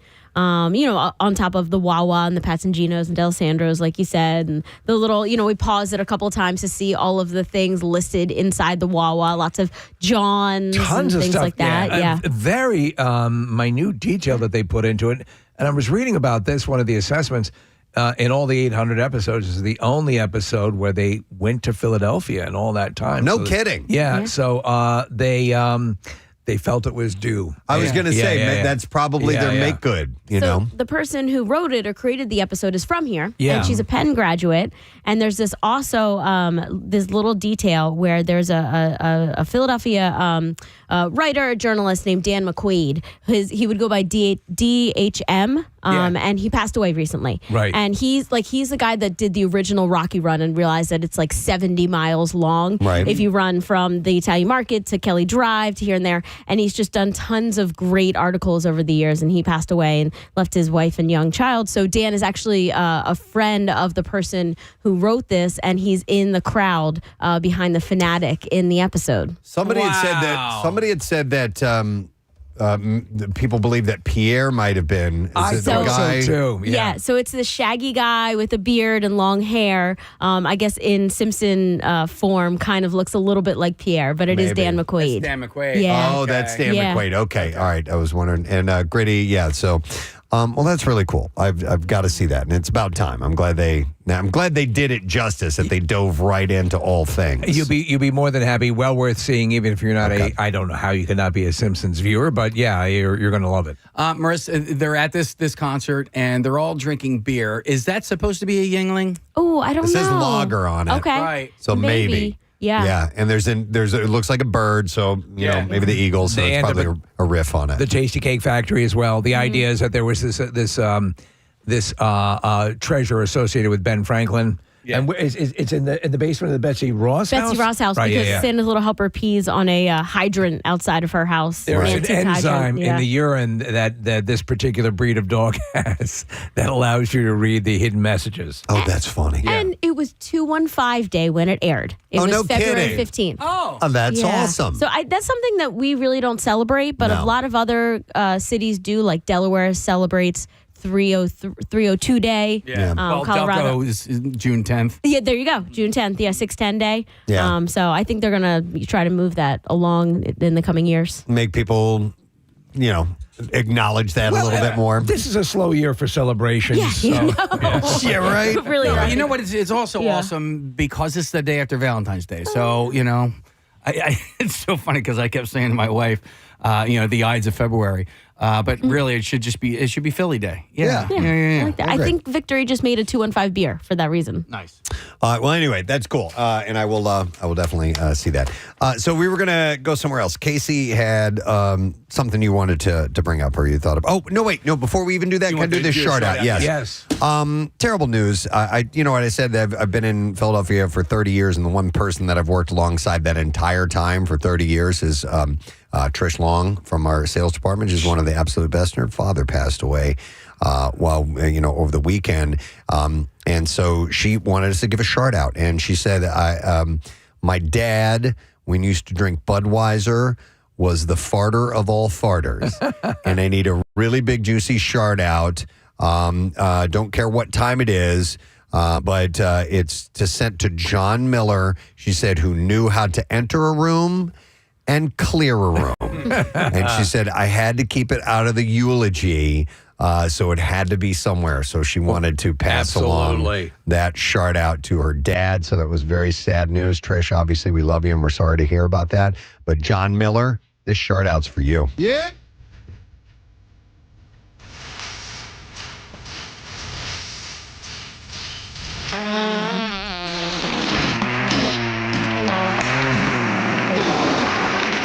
I love you knew how to enter a room and clear a room. Wow. All right. So thank you, Trish. All right. So, yes, Casey, you wanted to bring up something?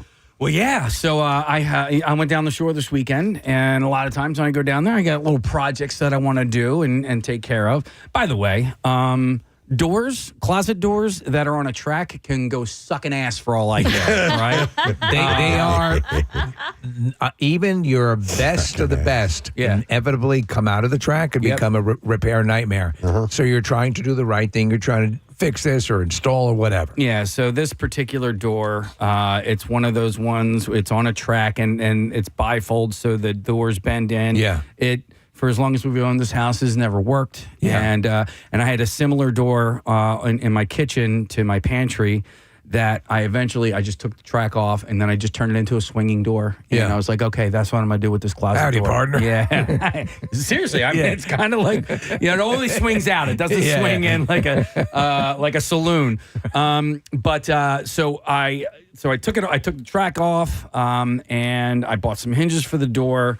And unfortunately, the door was too big for the hinges that I bought. So I ended up having to take the hinges back to the hardware store. Happens all the time. Yeah. You think you have the right measurement and you don't. And I listen, man, this is classic me. I just kind of eyeballed it, and I'm looking at it. I'm like, okay, the hinge probably, I probably need like a quarter of an inch. I'm good here. So I went and bought, I thought, strong enough hinges for everything. As it turns out, the hinges were just too big. So I needed hinges that were a little bit more flush. And so luckily, I only opened one package of hinges. And when I went to go take it back to the hardware store in Rio Grande on Route 9, I'm not going to say the name of it, but you know which one it is. I made sure all of the screws were in there, all the hinges were in there, and I had my receipt. And listen, I'm not a big return guy, right? But when I do, I make sure all of my I's are dotted and whatever. T's crossed. Yes. Q's slashed. Yes. Ducks in a row. Ducks in a row. And I walk into the return section and I meet this guy. And Press, you've been to the store with me many, many times. Mm-hmm. I'm a jovial guy. Yes. Right? Casey's very friendly, very cordial. Yeah, very bon vivant and jovial. You're very bon jovial. So I walk up to the guy. I'm like, hey, hey, man, how you doing? I'm like, I got to return these, they were just the wrong size hinges or whatever. And this guy proceeds to inspect this package like I've never seen. It was like I was returning hundreds of dollars worth of. So what's because I'm gonna guesstimate, not very expensive purchase. $12.98. Right. Okay. All right. So listen, as far as hinges are concerned, I went and bought some decent stainless steel, like sturdy hinges. But it was $12.98. Right. I bought 2 packages of them. I only opened one. It wasn't until I put those ones on the door that I realized that these weren't the right ones. So I had a full package that was unopened, and then this package that was opened. Which, by the way, practiced contractors will sometimes eyeball and get it wrong. Right. My brother-in-law is a contractor. It happens. Right. And that's why they often have very liberal return policies. But Steve, as he's inspecting these hinges and the screws, and he's basically counting every single screw in there, I'm thinking in my head, I'm like, this dude's not going to accept this. I'm I've never seen. Is he eyeballing you? He's eyeballing me. He's eyeballing Does he the say, hinges. how much have you had to drink today? No, but Steve, I'm telling you, I was there was a feeling that I was getting, and I know body language, and I know unwritten language and stuff like that. I'm like, there's something going on here, right? And he tells me he can't accept the return. He goes, we can't resell this. He specifically said we can't resell this. I can't accept the return. I'm like, whatever. I'm like, I'll find another use for it, whatever. Yeah. And then he's eyeballing the receipt. He's like, this isn't the right receipt. And I automatically default to, I made a mistake. I must have brought the wrong receipt, whatever. So I grab the receipt and I'm looking at it. I go, no, this is the right receipt. I'm like, see right here? This says $25.96 or whatever. I'm like, those are 2 hinges. Da, da. And then he starts looking at this dude. So eventually, ultimately what had happened was the 2 packages of hinges I got, one was a rounded edge hinge and then one was more squared off or whatever. So they weren't the exact same, but they were the exact same price. So he does return the other one, and so I go back and I buy new hinges, and then I'm going to check out, and the lady at the checkout line, again, Preston, I'm nice to everybody, and so I'm talking to her. And I go, I'm like, it's so weird. I'm like, he wouldn't accept my return with these hinges. He said that they can't be resold. And she kind of looks at me sideways, and she's like, that doesn't matter. It shouldn't matter if we can resell it or not. That's what I would expect the answer to be. Yeah. And she's like, oh, hang on. And then I'm like, I showed her the receipt, and so she's like that's not right. That's not right. I'm not going to stand for it. I'm not going to stand for it. Let me call somebody over.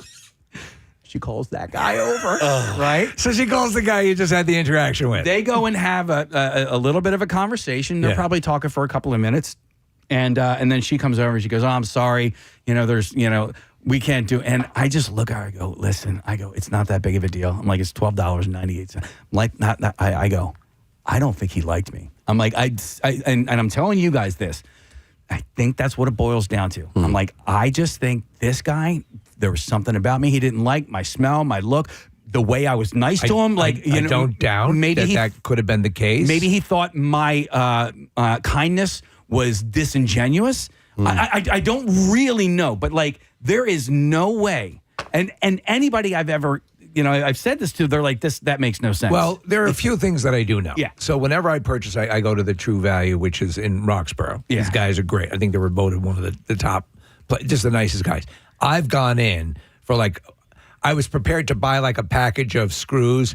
They've actually opened up and just given me the screw. Yeah. They do that all the time.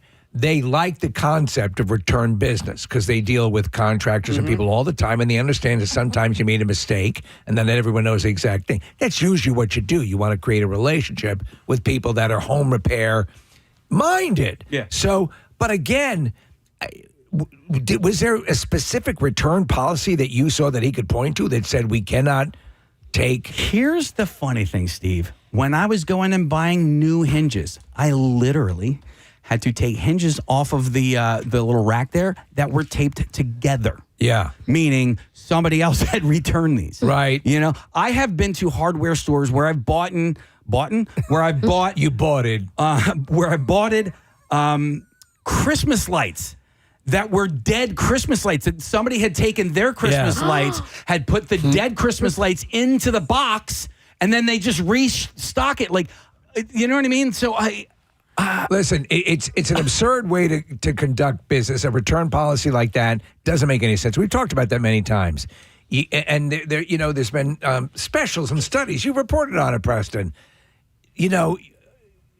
suck up the $12 hinge and have a customer for life, or create a stink about it and lose the business. I agree, but I wonder if some of these stores are starting to tighten up on their return policies because of that kind of stuff, Casey. Somebody put old Christmas lights in a box. Another guy could have taken his old broken hinge and tried to return that as the new hinge. Yeah, so he inspected this, Marissa. He counted the screws, like everything was in there. There was, so if he inspected it the way he inspected it, it should have passed. It should have passed inspection. A couple texts coming in. Says, hey guys, I worked in retail in customer service return line for a long time, and anytime anybody was overly friendly and talked too much, you knew they were a scammer and you had to scrutinize them. Oh, no. Another person says, Casey, I work at a distributor and have dealt with bar/store owners down the shore. People who live down the shore year-round are the most miserable people in the world. I think it was you. Yeah. I think it was you. I think it was you being friendly, and maybe that guy was having a bad day or whatever and didn't feel like, how dare that guy for being happy. Exactly like the guy who stole my wife. Listen, I had, I don't know. And maybe it's different. Maybe it is the return policy, or for whatever reason, they've had an issue with scammers or whatever. But I had a customer service. Well, I had an observation. All right. Over the weekend, because I had a couple of experiences while flying from Philadelphia, leaving Philadelphia. And anyhow, and I found that the employees at the airport in Philadelphia are miserable. Yeah. The ones in Florida are doing pretty good. Are they? Yeah, well. All right. You notice a sharp contrast? Yes. Yes. And I was trying to be... In overall demeanor? Yes. Attitude? As objectively as I could Hygiene? be. And I'm like, wow, it was much nicer over there. And you guys, I really don't even care for Florida that much. No. But the people that I encountered at Philly International, I've been going there for a long time. Yeah. And it's kind of consistent. Casey, I came in, so I took golf clubs. We got back here. They didn't come out on the regular, baggage carousel. And so I'm like, all right, let me go down to the office, or the airline office, and just mention, see if maybe they can help me out. I walk in and I am standing there. I'm the only one there, and a woman behind the counter looks at me and just looks at me, and I'm like, yeah. Hi, hey, how you doing? And I'm being friendly, you were. And there's an immediate communication. I simply said, hey, my bag didn't come out. And she treated me as if I had severely inconvenienced her. And, I'm like, surely you've had this issue before. Right. Isn't this what this room is for? What this is exactly for? We have lost things room? So anyhow, that was just one of them. On the way there, when I was leaving Philadelphia, it was a TSA guy who was throwing me attitude, and I was just like, so when I was leaving Florida, I made it a point to see if I had noticed a difference. Yeah. And it was a major difference. Really? Now it's warmer and it's nicer. I do get that. Why don't you come on? You look tense. You want a shoulder massage? But Casey, I couldn't help but piggyback on your story, because I felt I think it was just, they didn't like you. I'm delivering the most friendly way that I possibly can, and I know how to be nice and consider myself generally nice to encountering strangers, and it was met with also the negativity. Same reason why I didn't put up a fight, even though in my mind I was thinking like, why do you care? This is a giant big box store, like this. I'm not taking this money out of your pocket right now. Besides that, the entire interaction, you were dancing around do you want a screw for that hinge joke, and never got to execute it. But I mean, it's a different scenario that I had, but it left a bad taste in my mouth, man. Let's go to a couple of calls here. I'm going to go, and you don't have to say the name of any stores or anything like that if you don't want to, gang, but I'm going to go to Jeremy. Hi, Jeremy. You're on the air. Good morning, bud. Hey, how you guys doing today? Good. What's up, man? So I work at a fairly common big box store that's orange. I won't say the name. Okay. They changed a lot of their return policies back in, I want to say, June of last year. So it comes down to generators, pressure washers, and like pretty much all outdoor lawn equipment. Okay. They changed it to a 7-day return policy. You have to have the receipt, and it must still be in the box unused. So, listen, on a certain level, I can see, owing to the point that Marissa made, that that it's become quite the thing. You'll get it, you'll use it to do your power washing, you'll bring it back, and a liberal return policy has them getting stuck with this unit that's now been used. Like, for example, a lot of places, as Preston has pointed out, I pointed out, you can rent the power wash. Don't have to buy it. You can rent it. Right. But people do that. So you're saying the problem was just so flagrant that they had to do something. Oh yeah, it was nonstop. They would be getting returns on used lawnmowers, used pressure washers. Yeah, and they just decided we're done. We can't. Yeah, LL Bean, you remember, had the world's most anytime. Right. Yeah. And even they had to tighten it up. So that's a good point. All right, thanks, man. Casey, somebody pointed something out, and this could be an issue. Okay. They said you returned 2 different types of hinges. They might have thought maybe you swapped them out, Well, nah, that wouldn't make sense. it wouldn't. I mean, the receipt's there. Right? Yeah, you're right. You're right. And you have such a boopable nose. Yeah, I do. I do. Boop. Look at this little doll. Look at him. He would never do that. All right, hang on. I'm gonna go to John. Hey, John. Good morning. He's a cat. Flushing a toilet. I almost forgot that. What's up, John? He's a cat. Hey, I was just calling because a real similar thing happened to me between summer of this year and this was maybe like 2 weeks ago. I have no shame in returning anything, but I'm a contractor, so I'm in and out of big box stores all the time. And I had a box of tile that was unopened. It was just an extra box that I had for a job.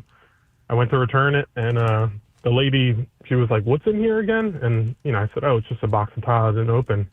And there was a line behind me in the return line. She literally opened it up and looked through the box like as if I had filled it with sand.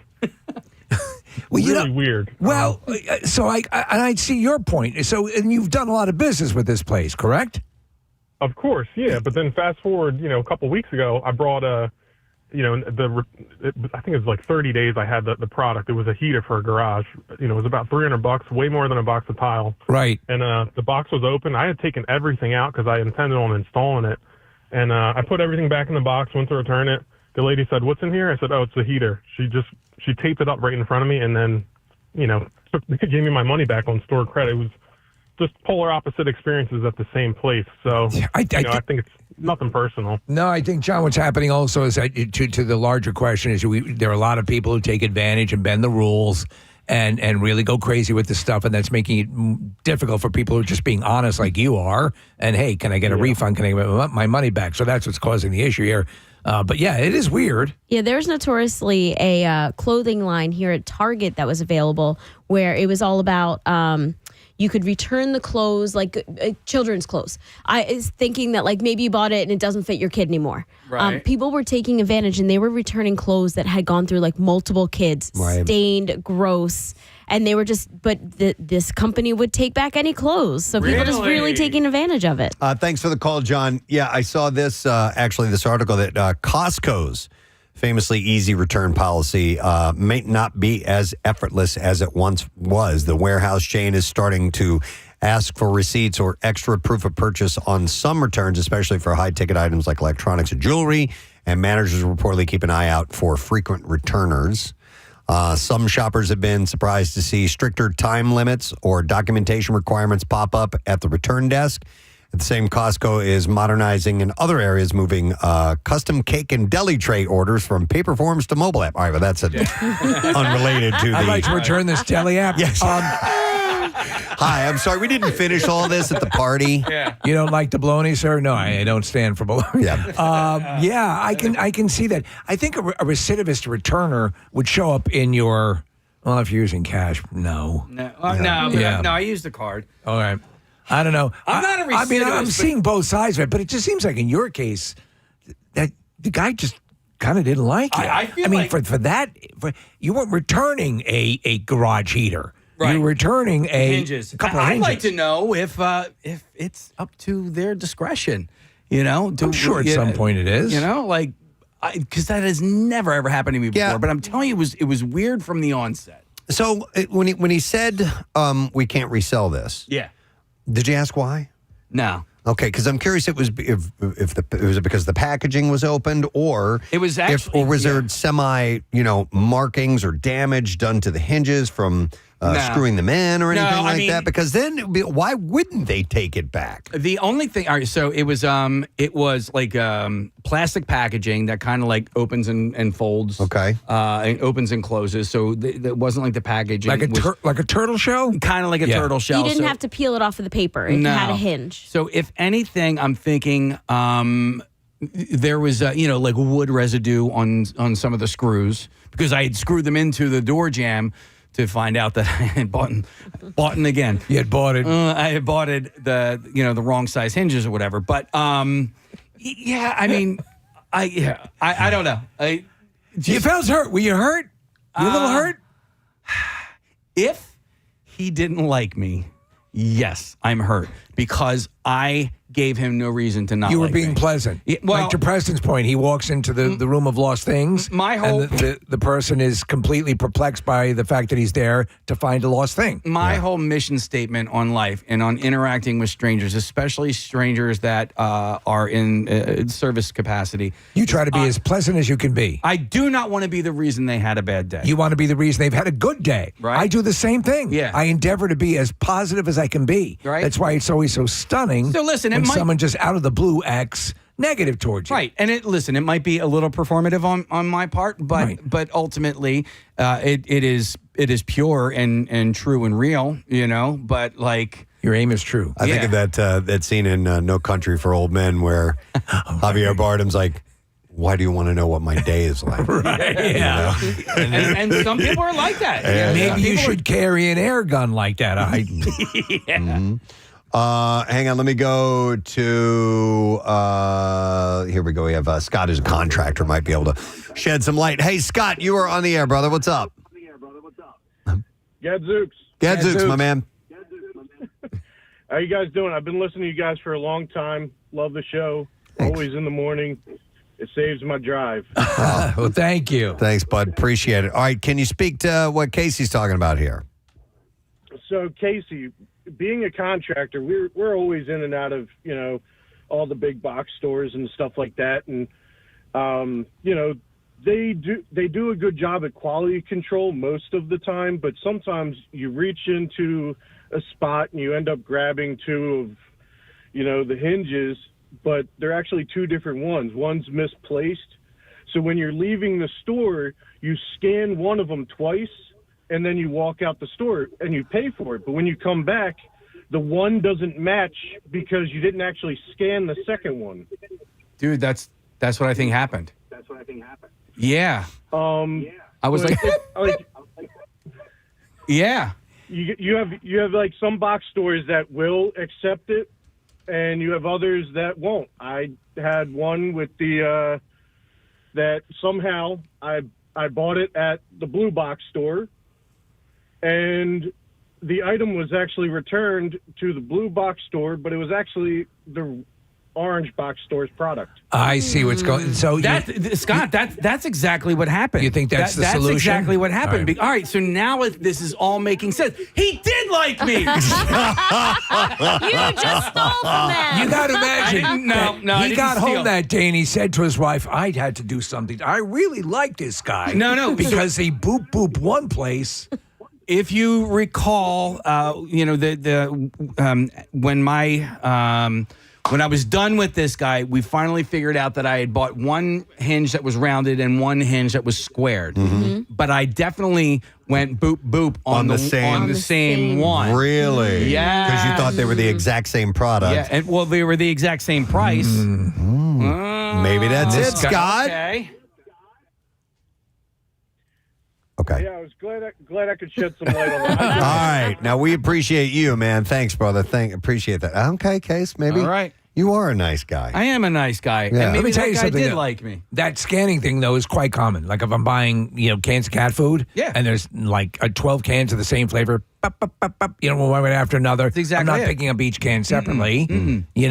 Wow. Well, let me go back to fake returns because Dan's been on hold for a while and he's got an interesting story. Hi, Dan. Good morning. Hey, good morning. How are you doing? Good, man. What's up, buddy? Yeah, so I guess right out of high school, I started working as a cashier in a major chain supermarket. So this one evening, this elderly man comes through, and he was just overly nice, and I'm a young kid. I don't recognize this. It's my first experience. And he's telling me he's a PI, and on, would you like to do a surveillance state? I could use a second pair of eyes. I said, geez, would I, So, he'd come in, and whenever he would come in, he'd make sure that he was seen by me, and he'd go on in the store, and then a little while later, he'd come back up to the front and say something to me like, I forgot my coupon to go to his car. So this would go on for a couple months. And one day he comes up the front, but he wasn't by himself. He was being escorted out with the police with handcuffs on. Here he's been stealing beets and other things and going out to the car, dropping them in the truck. The classic beet dealer. That's a classic beet thief dodge. He uses the old I'm a PI thing to get all the beets. All I could think of is as I just stood there looking, saying, geez, what about the surveillance stakeouts? And all those beats. If I've heard that story once, I've heard it a million times. That's funny, The old Dan. I'm a PI beat dodge. Thanks, buddy. I appreciate Guy it. coming in with this story like that. I mean, would you want to do a ride along? So he can steal beats? Yeah. Have you heard about cash registers? Oh, my God. Yeah, but I wonder if that was the case. So it didn't match up on the receipt. Is possibly. Do you still have it? I think I threw it away. Okay. In your disgust. Yeah. No. I just had a whole bunch of receipts that I was just collecting. And I'm At least there's Yeah. a chance that you were liked. So and if that's any- really what it's about. If anybody needs hinges, I have a whole bunch. If you want to screw for those hinges. But I still feel like especially at the very end when we figured out, one was rounded, one was. By the way, like he should have been like, well, there's your problem. There's your problem. You could also, in this position, if that is the case, listen, we have a situation here where a lot of people do this. Yeah. And I'm just explaining to you what the case is. And so, we obviously, we love your business, but this has become a thing. If you won't even go that extra distance, I still think in the long run, probably for businesses in general, especially with that amount of volume, that it behooves them to make a customer happy. Well, and also in my defense, he made this decision to not accept the return before we even booped anything. Right, yeah. Before you saw your I cute told little you, button nose. he was looking at, and eyeing everything up and counting the screws. So before we even... Did you give him the precious woman's eyes? No, but before we even scanned anything, he Okay. was like, I'm not accepting this return. And then it wasn't until we started scanning things that, so I don't know if I scanned the rounded one twice or the squared one twice, but it wasn't until that. So there's still a chance he didn't like you. Man. Maybe. No, you're right. Damn it. You talked yourself back into being hated. Well, yeah. You should have stopped while you were ahead. You're probably I would have figured that out probably on the ride home. Wait a second, he didn't like me. He did hate me. Listen, I think with customer service, sometimes that people who work and are the workers that you are going to for help, they help people all day long. And some of them, this is their routine. It's over and over and over again. And sometimes maybe lose sight of the fact that the person coming to you is coming to you because they don't do this every day. Right. And they are not used to this and they need your help in this. Yeah. So you know what I mean? The same thing that we, if we're with a line of 100 people in an event, that person coming up to you at number 70, that's their first time up to the front of the line. Yeah. It's got to be a special to say hi and know that you appreciate them being there. The same way in customer service, as you said, President, you've been processing people all day, but that person has come to you for help at that moment, and it means a lot. And also, to put it all into perspective, I wasn't able to finish the project. I need to shave one of the doors down.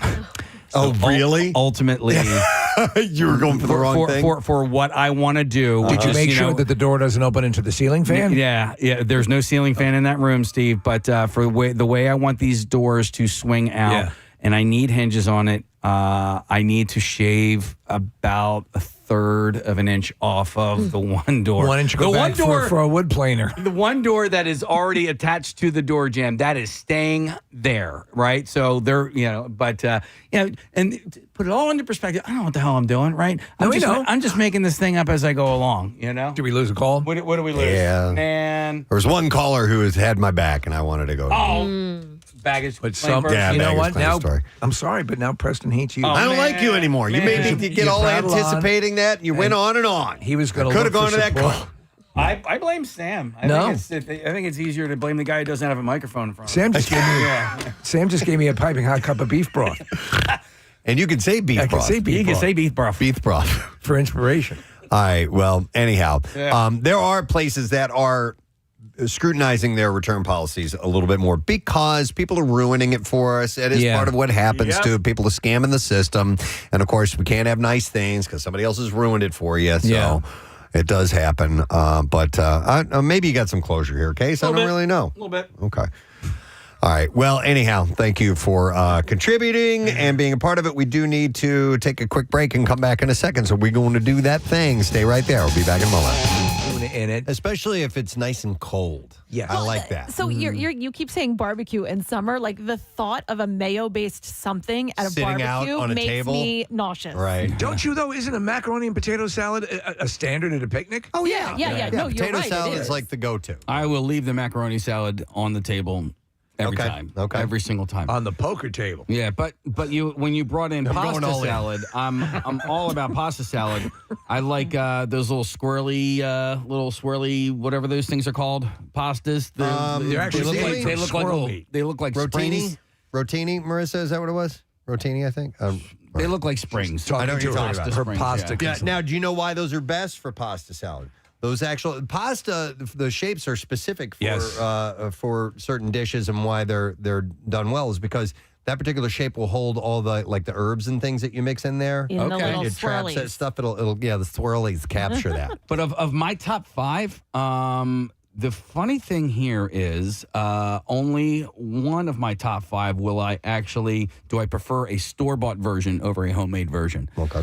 And so that was my number 5. And Preston, if potato is your number 1, you have to try the potato salad from Sleepy Hollow Deli on Springfield Road. As for Ichabod Crane. It is the best potato salad out there. Twist my arm. I will. Go ahead. I will bring it in for you tomorrow. I'm all in. I would do... I just thought of something. What? We've done like a chili cook-off. I'd do a potato salad judging contest any day of the week. I want to. Unless call in sick that day. Unless I know it's from Sleepy Hollow, I just won't eat it. Potato salad? Yeah. It's like that's the only potato salad you'll have? Uh-huh. Wow. Okay. Yeah, I've never, and people are like, oh, my mom's is the best. No. Your mom's a slut. She's a total whore. She's a total whore. Yes. Filthy whore. Yeah. Oh, yeah, your mom, you mean the filthy whore? Yeah. I don't want her salad. But yeah, so I got potato 5, pasta is 4, because that actually has like cheese and like pepperonis and stuff in it, right? And well, you can make it any. I like it with the little bits of cheese and stuff like that. It is so versatile. Yeah. And such a perfect summer meal. All right. Jen has a pasta salad recipe that the entire world needs to know. She says. All right, Jen. All right, Jen. The world's ears are yours. It's not a potato salad. Hi, Casey. It's me. Yeah. Oh, hey, Jen. We went to college together. Okay. She's big breasts. I'm Alexa. So hang on, Jen. Do you have big breasts? Because Casey just said you do. Did I have big boobs? Yeah. Yeah, I mean, I guess. Okay. Okay. He just wanted to point that out. It overrided your salad that was going to redefine salads. First Okay. of all, now that you said no macaroni, I don't know if Casey's going to like it. It's going to gross Kathy out for sure. Oh, okay. But there is a good potato salad. There's a good macaroni salad with just peppers and vinegar and no mayo that you would like. But this is, I get Amish macaroni salad from the Acme, No which I zippers. love. And then I go to the Ardmore Farmers Market and I get fresh cooked lobster meat, crab meat, and shrimp, and cut that up, and I mix that together. So it's a little bit of a treat. but it's Yeah, it is a delicious. cheat. So you take a store-bought pasta salad, and then you're adding seafood to it. It's not a recipe. Yeah. That is a recipe. underwhelmed. It's a recipe. So it's not the best recipe in the world. Well, listen, it sounds very inventive. I don't like 3 of the 4 ingredients, but otherwise, it sounds like a home run. my boobs are still big. Okay, Casey's very happy about that.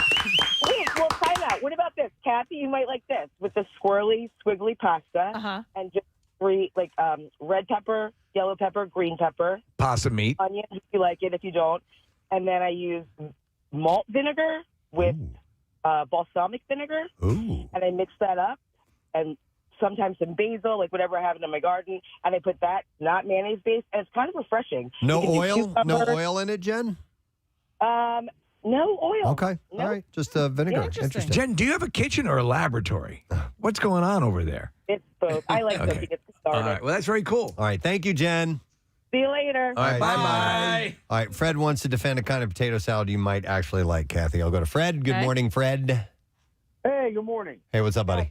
Yeah. How about homemade? Have you ever had homemade German-style potato salad? It's vinegar. Absolutely no mayo. No mayo. You know what? Yes, actually, I think I have had that, and I do like it. It's got bacon bits in it. You like And bacon. dice You like bacon bacon. off. Yep. All right. There you go. I'm German, so my Thank- grandma used to make it. Excellent. Is All your right. grandmom German? Thank you, Fred. I knew somebody who made an Italian potato salad with oil and vinegar and a little bit of parsley in it, and that was pretty tasty. You know, too. I don't know if this is different or not, but the woman who made that potato salad that I had was Greek, so I don't know if there's a Greek potato salad or if they're sort of making it like he said, like the Germans do. But it was that vinegar based. I just forgot something that I really do love as well, and that's salad, but quinoa salad. Ooh, yeah. Quinoa salad. And specifically, I'm over quinoa. The Landing. Yeah. Which is Nick Elmy's, has the best quinoa salad I've ever had in my life. So I made what I thought last year was a out of this world fruit salad. There was a guy at the shore who I met who they have these guys who drive around this truck. It's called Fresh Fruit. Right. And they pull up and they get out of the truck and they ring the bell. Ding, ding, ding, ding, ding, ding, ding. And they stop there and they go, Fresh! This really long fresh fruit scream. Well, I got this guy, Bernie, was his name, and he brought a bunch of fresh fruit over for me. It was really, really nice. It's kind of a welcome to the neighborhood type of thing. And it was, like pineapple and mango, and I had some bananas and, a lot of great fruit. So anyhow. And was it indeed fresh? Yeah, it was perfect condition, ready to cut and go. It was all ripe and ready. So I cut it up and I threw it in, and I kind of slapped together this fruit salad. So rather than just the fruit being together, I added honey to it. And most important ingredient, mayo? Squeeze some fresh lemon on it. Oh, all right. Really? Gives it even a little bit more tang. Yeah. And then I put in some walnuts in there, and it was the best fruit salad I've ever had. Thank you very much. Pat myself on the back. I was really happy about Does that sound something like you would enjoy? Yeah, well, when they said fruit salad, I was like, well, hello. Over Yeah, here, obviously, that would be my number Does fruit one. salad make you toot? When Kathy would come in with this giant bowl of fruit salad, I haven't seen it in a while, and that would be your lunch. Did Bubba add anything to that besides just fruit? No, but no. Squeeze some lemon on it. But and you know what? It adds such a cool little zing to it. I'll tell you what, though. I don't know. I mean, technically, yes, I guess that is fruit salad. But what I have to say is, if it sits for a little while and the juices from the different fruits mix together, I'm out. Like, it has to be fresh cut fruit. Why are you even putting them in the same container then? I don't know. Well, because what am I going to do? Bring different containers? Yes, you would. But it's fine if it's fresh. You're usually Okay. good, but if it sits for like a little while, you get that because then they all start to taste Let the me- same. let me get- Mixed together. It's like a cocktail. Let me get this straight. Are we juicy. accepting fruit salads into this conversation? we should. started I think we as savory. should. Yeah. Well, then I have to rethink my I know. whole Me too. I got to rethink the whole damn list. Our An eyes epic are opening disgrace. up. All right, hang on. Jessica, and I agree with her on this if she's talking about potato salad. Hey, Jessica, good morning. Hey, good morning. Hey, good morning. So, Jessica, you wanted to add a secret ingredient? Yes, What pickle is- juice Pickle juice. To potato salad? and potato salad. Yes, me too. That's a big part of what makes my mom potato salad awesome is we add that pickle juice to it. Yes. Yes, you can't add as much mayo because it'll make it too runny, but Yes. it is amazing. Yep, I agree. I agree. I do like. Thank you, Jessica. I like all riffs on potato. I do not like baked potatoes. I do not like potato salad. However, I like you like mashed potatoes? like red potatoes. You know, And sweet potato fries. You like love. sweet potato fries, roasted potatoes. Do you like mashed potatoes? I do. Okay, I do. So baked potato, no. Okay. No. So Southern style. However, I like steak fries, which are very almost. That's probably why you don't like potatoes. Yeah. I don't 'Cause like that baked potatoes consistency. either. Really? Yeah, no. Okay. I like potatoes. But just to wrap up that part of the conversation, somebody texted this in, and I was introduced to this 2 or 3 years ago, a watermelon salad with tomatoes and feta cheese. And the watermelon is this sweetness, and then you add a little bit of saltiness of the tomato, and then cheese makes everything better. So that salad is fantastic. Okay, that sounds interesting. It's really I'm good. open to trying it. Yeah. But you're Kathy, still skeptical. I thought of another ingredient for fruit salad too. Is add a little mint, a little fresh cut mint in there. Yeah, and that kind of brings it home. Okay. Somebody, a couple of people had texted and we had a caller. They're not up there any longer. But I want to get so if you're just tuning in, it's Salad Chat on the Preston and Steve Show. Stupid conversation. Best salad ever. Does taco salad even count? No, 'cause You're that's more taking like a it. salad. You're That's taking more, it. No. Yeah, that's more of like a casserole or a dip. Oh no, I was thinking taco salad is a salad. That's I'm sorry. I was thinking of like a taco dip. Yeah. No, A taco salad, yeah, that's lettuce. There's lettuce in there. We're staying away from the lettuce-based salad thing. Because we're it's thinking too more easy. potato salad and pasta salad, and macaroni It's salad. too easy. All right, I'm just sort of thinking out loud here, but My butt hurts. What if? My butt feels fine. Okay. What if you were to make potato salad with hash browns? Cooked hash browns? Well, Like fried? You cook them first, so you know that they're like all cooked through and everything like that, and then you make it, and then you have to put it because you have to when you're making potato salad, you got to cook the potatoes anyway. So yeah, you boil them. You boil them, mash them. Maybe you stick them in a stew press. I don't know, but like, do you wait for when you make a potato salad? Do you wait for them to cool off before you mix it all together? Ideally, yes, but sometimes. So what if you'd have a big issue if they were still in a mashable condition? Yeah. So what if you were to do that with hash browns? You don't cook them to the extent if they get too soft, then it's going to fall apart. What's that? What if you were to do that with hash browns instead of like cut up and diced up potatoes? My head hurts. I don't like it. Okay. But maybe should try it. I'm gonna try it. Talking about AI and this in one day is just. Nick, can you look up hash brown salad? Yeah. And see if anything comes up. Yeah. Somebody is probably Go to tried that before. X-Hamster. Yeah, right. All right. Go there and then. Yo, ever heard of jerk meat? Pops up every time. Damn it. Come on. All right. Hash brown salad recipe. Hash brown potato salad. Yeah, Case. All right. Did you remember done. Salad Works? Do you remember the there was a the original salad tossers. That was their slogan. Yeah, and we're not kidding. was. Yeah, we'd eat there a lot when we were at Y100. They had one right in the mall because they'd toss your salad yeah, for absolutely, you right there, right there in the mall. Drop trout, let's go. Right there. I'm gonna go to Got Rob. a tongue like a cat. Hey, Rob. Good morning. Gadzooks. Gadzooks, what's up, buddy? Hey, have you guys ever tried summer corn salad? No, but go on. I don't know. Go ahead. So you obviously have it's better with fresh corn, especially from the summer, Jersey corn, and you mix up with cubed mozzarella, fresh basil, lemon juice, garlic, and fresh pieces of garlic and cherry tomatoes. Ooh.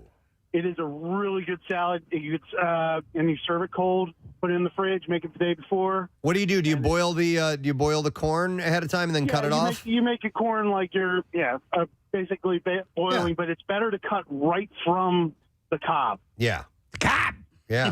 Okay. I dig it. All right, Rob. I like the sound of that. All right. I'm not a big corn dude on that level, salad. but the other ingredients sounded enticing. So this hash brown potato salad, I think I'm going to make it. The only thing I would do differently, it says poke some holes in the hash brown package. So it is saying buy prepackaged hash browns and then microwave it. I wouldn't want to microwave it. I would much rather cook them on a griddle and cook them through that way. You don't want to get too crispy, though. That's the thing. Oh, I wouldn't mind a little crisp in my potato salad. All right, Yeah. all right. Hang on, John. Back off. John has an interesting potato salad story. Call with your potato salad stories. Hi, John. Good morning. Hey, Steve. Yes. Let me show you how it's done. What is that from? That's a mom teaching her daughter how to. Oh yes, yes. Here, let me show you. Right. That's how every porn movie where it's the mother daughter. No, Stephanie, not like that, like that.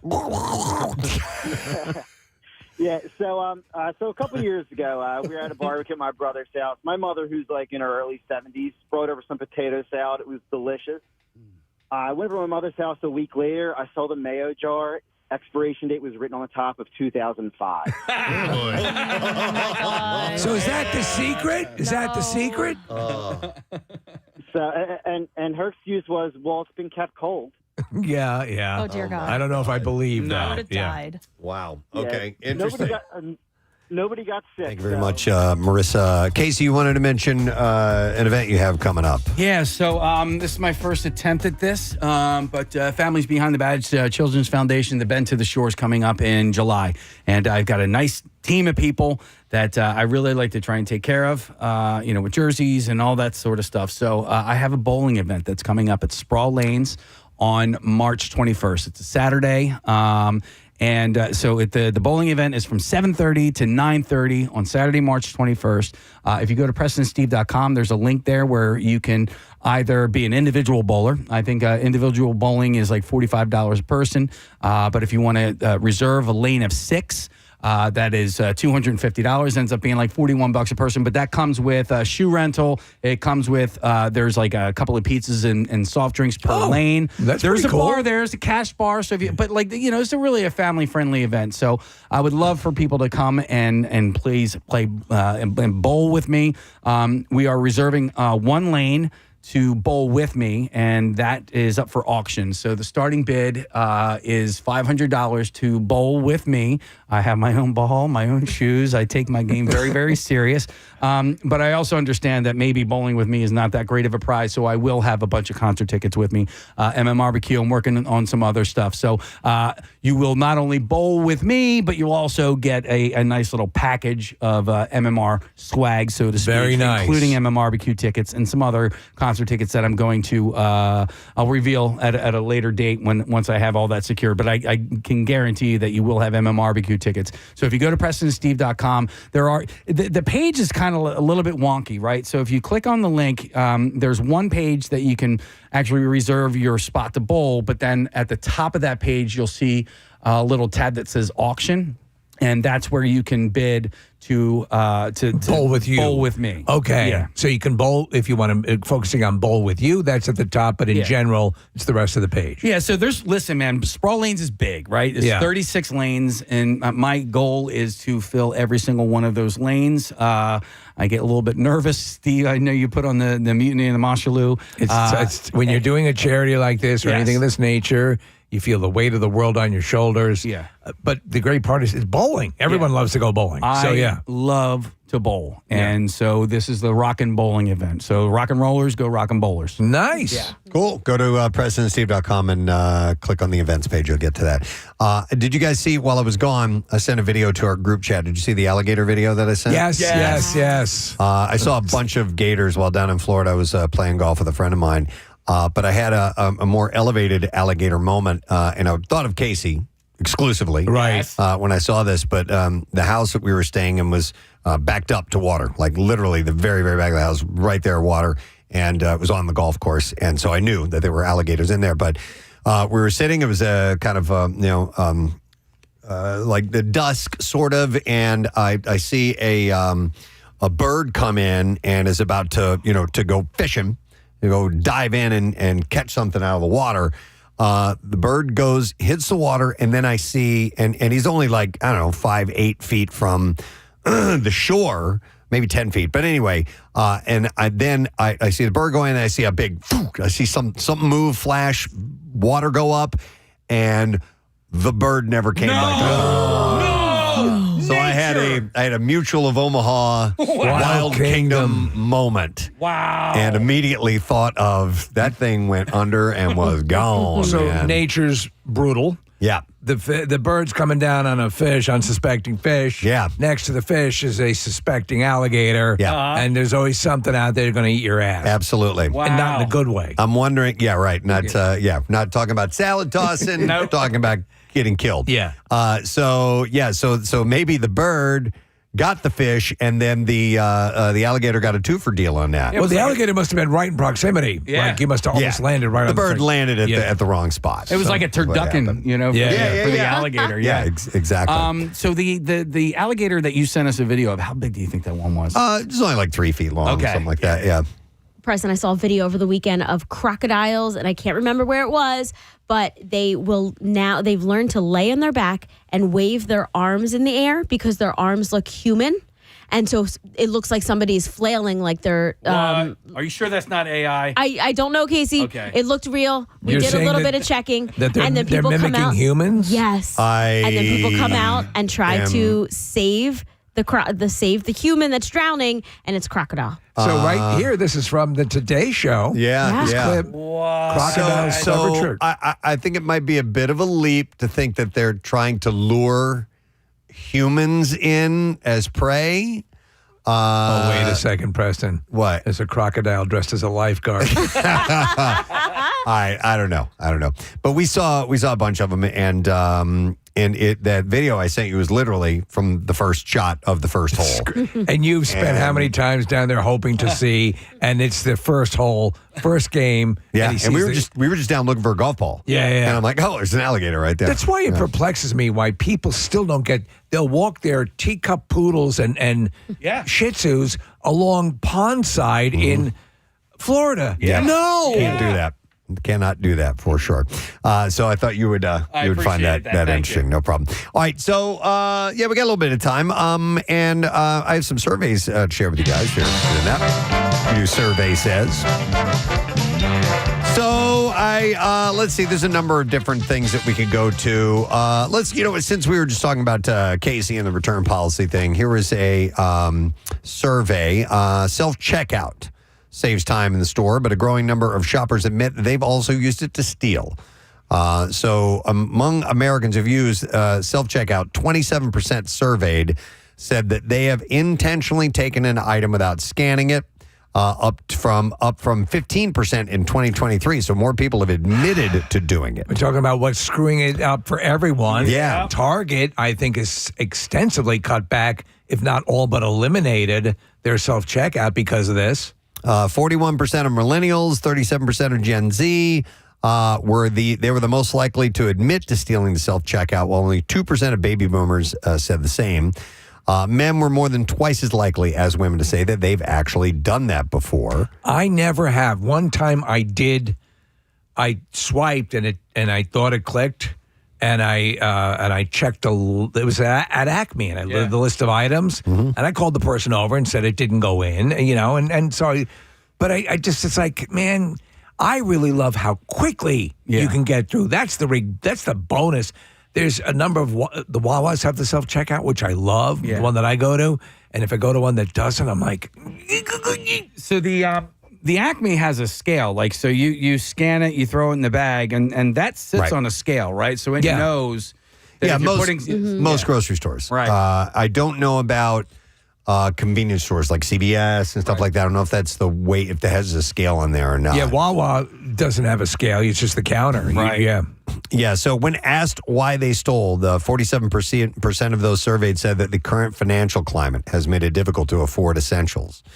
Nearly as many, 46%, had cited higher prices, including increases that they attributed to tariffs. And many also said that today's prices, quote, feel unfair or too high in general. So they are just, that's the motivation to steal. What a catch-22. Because you're stealing, the prices have to go up. right? Yeah. Come on. But you're only worried about right then. Yeah. About what's going to work for you right now. About a third of those who've stolen said that they don't feel remorseful. And a similar share, 35%, said they see self-checkout as unpaid work. So taking small items feels like compensation. You'll look for any way to justify it. Yeah, totally. Interestingly, those with household incomes of $100,000 or more were the most likely to say that they've intentionally taken an item without scanning it. And just 17% of those making less than 30,000 said the same amount. And a different scam, and we've talked about it before, is the stacking that you can do, especially at hardware stores. And in a hardware store. It's the best way to steal hinges. Where you can put stuff inside of other things and kind of skate by. Also, plucking the sticker off one item and, of tube socks and putting it on a flat screen TV. Yeah, that can be a scam too.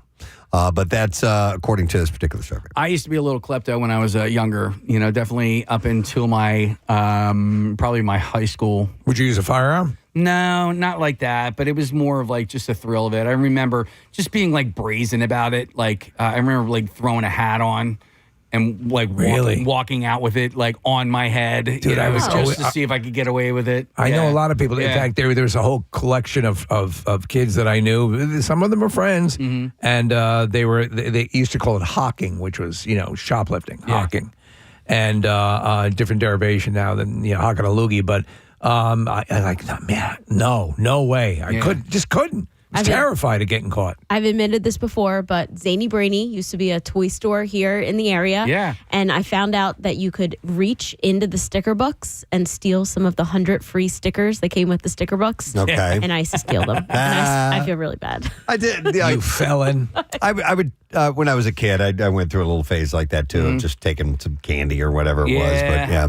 I did one time put my finger through a whole bunch of hot dog rolls, and I caught holy hell for Put your finger in that? Oh. Yeah. Did you poke a hole? Poke or into just... poked a hole to the plastic. Also, like when I was younger, and because I smoked in high school, and back then they used to have cigarettes on right in front of the cash register, and so that's take a pack of Just smokes. snag a pack of smokes, yeah. All right, here's another survey for you. This is a survey of 5,000 Americans. They were asking the states with the best food in the United States. This is from Scripps News. And the survey was split evenly by state. Finds that the best food is actually found, according to this, in California. While residents of different places were proud of their home state's cuisine, those from Louisiana showed the most confidence in their state having the best food. But people in Indiana, Montana, Nebraska, New Hampshire, Utah, Vermont, West Virginia, and Wyoming, and Delaware. You've been everywhere, man. Are actually unimpressed with their cuisine. So even people in Delaware are unimpressed with their own cuisine. What is the classic food item one has to get when they go to Delaware? Well, there's that pizza place that we talked about. Pizza. Yeah. Wait, That's the only thing I've ever heard. What is it, Case? Is it Grotto? Grottos. Grottos, yeah. That's the only food. But that's like pizza. I mean, Yeah. that's, I know. I would say like crushes, like orange crushes. There's kind of a fight whether they came from Delaware or Maryland. Huh. I know that's not like food. That's not like soft pretzels or pizzas. Yeah, but like you're so close to Maryland where it's like, crab cakes. Yeah. Right. Or Philadelphia, obviously, got your cheesesteak and then tomato pie. Pittsburgh has what? The Cleveland steamer. Cleveland's No, steamer. that's in Cleveland. No. From Pamonti Brothers. They have the they make those sandwiches. Pittsburgh platter, of course. Yeah. But I wonder, like there are some like the Juicy Lucy. That is a Juicy Lucy. No, Juicy Lucy is that is like a Midwest. That's when Ricky knew it was time to get it on. It was a Minnesota. It's a burger, and that's basically they put the cheese inside the burger. I'm surprised that like things like that, or like the Italian beef in Chicago doesn't have more of a national. Presence. Why it doesn't really transcend the borders. Yeah. So but you wouldn't like the cheesesteak. You wouldn't find is a perennial everywhere. Well, it's a lot starting of places. to grow more. Yeah. There, you will see them on the menu quite a bit. In fact, where was I? Where I saw a sign that said Philadelphia steak sandwiches or Philly steak sandwiches. Were you in Florida this week? No. It was I saw it on TV, but it was in a completely different. It was like a news story or something like that, and that was in the background. It was not in Pennsylvania, but I don't recall. I'm sorry. So over 3/4 of respondents said that the best cooks come from hidden gems like Montana and Wyoming. And when thinking about the flavors of their state, 69% feel pride when cooking traditional recipes. Respondents were asked to pick a flavor or dish that best represents their state, and some chose iconic ones like New York pizza, California's authentic Mexican cuisine, and Texas barbecue. Those in New Hampshire brag about their apple cider donuts. Well, yes, I love apple cider donuts. I go to Linvilla for mine. Right. For those from Utah are proud of their fry sauce. Don't know. Yeah. And Ohioans love their Buckeyes. Their fricassee. Their fricassee. All right, what's a Buckeye? So it's like a Dickford. No, it's not like a Dickford. It's candy. It's like a chocolate candy thing. Yeah. I don't know. Marissa would have to look it up. Because my sister would make things called a Buckeye, and it was like peanut butter and graham cracker balls that were dipped in chocolate. Yeah, it's a peanut butter fudge ball, partially dipped in chocolate. Okay. So that's a Buckeye. I don't know why I asked what a Buckeye was when I knew what a Buckeye You knew was. what it was. You were holding out, you scamp. And Ohio is known as the Buckeye State. Yes. Yeah, makes sense. Floridians say they're famous for their seafood and key lime pie. Connecticut is known for clam chowder. And Georgia boasts about their peach cobbler. Of course, you would know that. Yeah. So, all right. Anyhow, let's see what else we got here. More surveys, please. Here's one about sex. 2,000 U.S. adults who are married or in a relationship surveyed, and they were asked about the average couple, how often they have sex. And the average couple is doing it an average of 4 times a month, or about like once a week. With their partners or other people? This is with their partners, I assume. All so right. each romp, it says here, lasts about 18.6 minutes, which adds up to 15 hours of sex over a year. Now, I'm curious about the 18.6 minutes. Yeah, there's start to finish. I think it's got to be, right? That's I mean, you're probably Foreplay 4 and- minutes and everything. Yeah, and then 14 minutes of weeping. Gen Z couples are having the most sex, an average of 5.3 times a month, followed closely by millennials at 5.1 times a month. Fatigue is the biggest thing that's getting in the way of sex. Of course. Look at this workaday world we live in. It's pretty much what holds us back from jumping in the sack. It's what holds me back from walking to the bathroom to go to the bathroom. Yeah. Followed by having different sex drives at 29%, health issues, 29%, work stress gets in the way of sex, and also kids and parenting demands. What about when you get so tired that you won't, you know what I mean? I don't want to pleasure myself. That motion is exhausting. I think probably when Rochelle and I, when we, when you first move in with the person, you're doing it like you're going rabbits. crazy. You just, this is amazing. We don't have to worry about being anywhere. Yep. Or we can do it here as often as we want to, and you do Pets it. can watch. But once we settled in, and I remember my boss at the time was asking me, we were just talking about, marriage and sex and all this stuff. And he was like, how often? And it was me and another person. And I was like, about twice a week. And he was like, whoa, wow. Yeah. Like impressed by that. I'm like, yeah, it was about that. And, but that was in the honeymoon phase of sorts. Yeah. Late 20s, early 30s, something like that. Yeah, early 30s. And then it's whenever the nurse bathes me. No kids. More than 2/3 report being satisfied with their sex lives at 71%, and that includes a lucky 43% who said they are extremely satisfied. Yeah, and they're just lying. But sadly, 14% of respondents admit that their sex lives are unsatisfying. So I'm curious about, so I have a friend of mine, a couple that were both in previous relationships before they got together. And they are similar age, maybe a little bit older. But I think that they are more randy than people who were, I think it's because of their second marriage. Right. They're putting their all into it. That they got a little more into What it. age bracket are we talking? Early 60s. Okay. Oh, wow. Yeah. All right. Yeah. I know that for a fact that retirement homes are seeing an explosion of sex. Because, Well, once the ED drugs came around, that changed everything. Yeah. Before that, it wasn't happening. But as soon as Viagra was invented, boom. Yeah. Everybody was like, we can do this again. Forget Matlock. But I have a feeling that people on their next relationship or maybe a little more. I wonder if that also as well goes through a halo phase. Maybe. Yeah. Are your friends in their honeymoon phase of their new relationship? No. But no kids. Yep. Probably post-menopause. I don't know about that. Ask Maybe. them. Yeah. Yeah. How's your menopause going? But I'm curious if it just reignites, or maybe you went through a bad experience and this, hell no. But nonetheless, so the average, and it doesn't give, I guess, amongst all age ranges that were, it just says 2,000 adults who are married or in a relationship. Do they have heights listed there? They said that, no, there are no heights in here at all. But essentially about once a week, roughly, is average. All right. So, do your own assessment and figure that out. All right. Survey says, according to a survey of over 34,000 U.S. adults, That's a healthy sample. the question was asked, do you consider a slice of pizza to be more of a snack, meal, both equally, or not sure? Meal. Okay, a slice of pizza, a meal.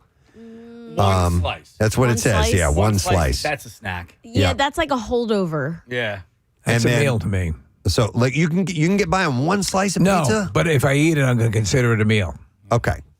So, If yeah. that makes any sense. Yeah, I'm not sure. So if I sit down and I've had a slice of pizza, I will consider that I've just eaten a meal. Huh. Yeah, not me. Yeah. Minimum 2. Minimum 2. Yeah. I mean, it's unless not what unless it's Lorenzo's. Yeah, Yeah. And one, that's We're a talking whole standard damn slice of pizza. pizza. If I'm eating one, I'm looking for something else, right? That's what I would A think. second so. slice. Yeah. So the top answer was 46% and said it's a meal. Second was both equally. I can see that. Third is, they said 31% said both equally. 20% said a snack. Does it count as one of your sexual encounters for the week? Sure. Yeah. Why not? If it's really good, hell yes. Yeah. And then 3% said that they are not sure. Yeah, you get like a big, like a Lorenzo's or something with some toppings. That's got some girth, some weight. Casey, a slice of Detroit style pizza. That's a meal. That could be a meal. Yeah. So maybe it depends on what we're talking They're about. always so deceiving. You think that you can have 2 or you get something else and you start eating it and you're like, oh gosh, I'm full. My perfect just straight cheese pizza meal, or my amount is 2 to 3. Okay. Would be if I'm having my real deal meal. Yeah. Real deal meal. It's like down there hair. But the but the Detroit pizza, I've like, it looks so good. It is so good. And you dive into it, but once you start feeling the density of that thing, it's like, man, forget it. One is all I can do. I love the bubbles. Yeah. Oh man. So crust bubbles. I do. It's like fart bubbles. I think it might be called Motor City. But You're talking about Detroit? Yeah. The brand. Oh. It is a frozen brand. Detroit style pizza. I would want mine heated. It is so damn good. No, you heat it up. Oh, okay. Yeah. It is so good. And Press, you can actually have a couple of different slices, and it's not. You're saying super filling. there's a good frozen Detroit pizza? Yeah. Motor City, you're calling it. Motor City. Huh. Yeah. Acme sells it. Yep, it is called Motor City Pizza Company. Okay. All right. And yeah, I got to try that out. Is that your current favorite pizza? Well, no, Emo's will always be my favorite pizza. But it's probably second. Yeah. It says a lot. Yeah. It says a lot. Most definitely. And I have not had a Detroit pizza in a little while. I got to lose some weight, so I ain't having any for a while. Man. What was the place Jesus Christ. in Antioch? The Pizza John. Pizza John. Yeah, he's really making good. He moved his location to a second location. It's now called Bar John. Okay. And then there's Circles and Squares. Why is there no Ray John? For Oh, pizza? yeah. There should be a rage on. I agree. All right. Let me get another survey for you. There's a poll of 4,150 athletes, parents, and coaches of youth athletes. And they find that 72% think that youth sports now feels more professional than recreational. Well, yeah. They said There's money to be made there. That's the thing right now. We're talking all the way down. Are we talking down? We're talking like high school? Or are we talking down to like little league? Grade school. Because like now like all sports are basically year round.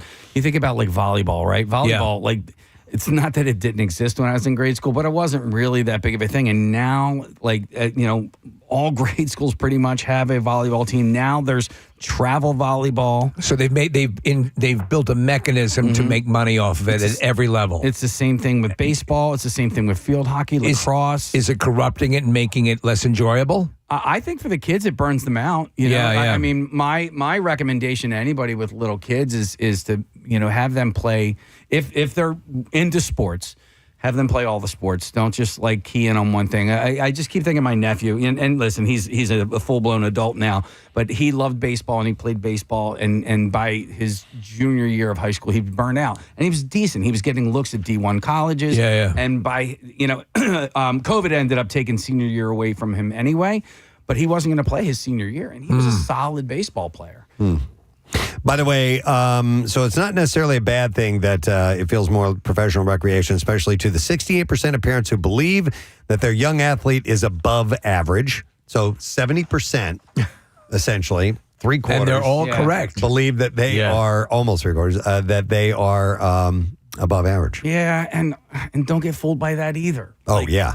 They're not good at all. Well, no. I mean, the chances of your child becoming a professional athlete are pretty much minuscule. Minuscule. Yes. The chance of them actually getting scholarship money, as a result of, listen, get them in crew. Crew is if you want your kid to go to a decent college, and their high school has a crew team, get him in a skull. Like Claudia Laughlin's daughter, she got on a crew team. But I'll give you an example. Kristen Herman down the hall at Ben FM and works at MGK. She was going to Temple, had never rowed in her life, found out that they needed spots on the crew team and that you could get some scholarship money from it, joined the team, had a great time, and got assistance for an education, so it can definitely work. And Casey, doesn't have to be your school. They do clubs as well, too. Yep. Yeah, you can do that as well. Yeah. So sports can involve a lot of hard work, obviously, but the benefits are worth it, as 92% said that they'd encourage kids to pursue playing sports. The average athlete devotes about 9 hours a week to their sport between practice and games. But it's not just kids who are investing their time. Parents estimate they spend about 8 hours weekly going to games, practice, and prepping for games. Beyond the hours, moms and dad are also investing money. Athletes need new equipment, an average of 3 times a year, which can cost anywhere from $313, it says, to more than $500. It can go way more than that, actually, if you're playing hockey specifically. Do you think most parents consider competitive eating a sport? Maybe they should. Right. Eat that pie, Johnny. Yeah.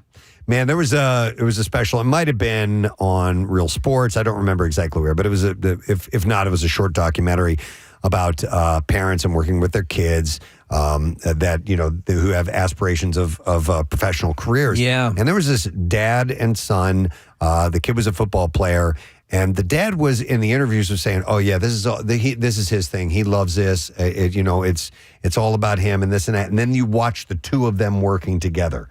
It was all about dad. Yeah. It was all he was deluding about, himself. and he was going about it. I mean, just riding him hard about stuff. When he was, and the kid was being very clear about, I really don't want to like do this. Yeah. I don't want to live your life. I felt so bad for this kid, man. Well, but talk about Tiger Woods and his son, or Tiger Woods himself, right? Were both. Wasn't Tiger Woods sort of groomed early by his dad? His dad. But listen, or the Serena, the Williams sisters. Yeah. It's. I mean, they obviously had talent. It's weird. Could a case be made that they were forced into it? They were definitely forced into it, but they were also special. But listen. My kids all played sports. My son, he played rugby all through high school. Rugby's not a sport where you're going to get scholarship money, but he loved playing it and he enjoyed playing it, and so there are, I think, a lot of really, really good lessons to be learned in team athletics as well as individual athletics.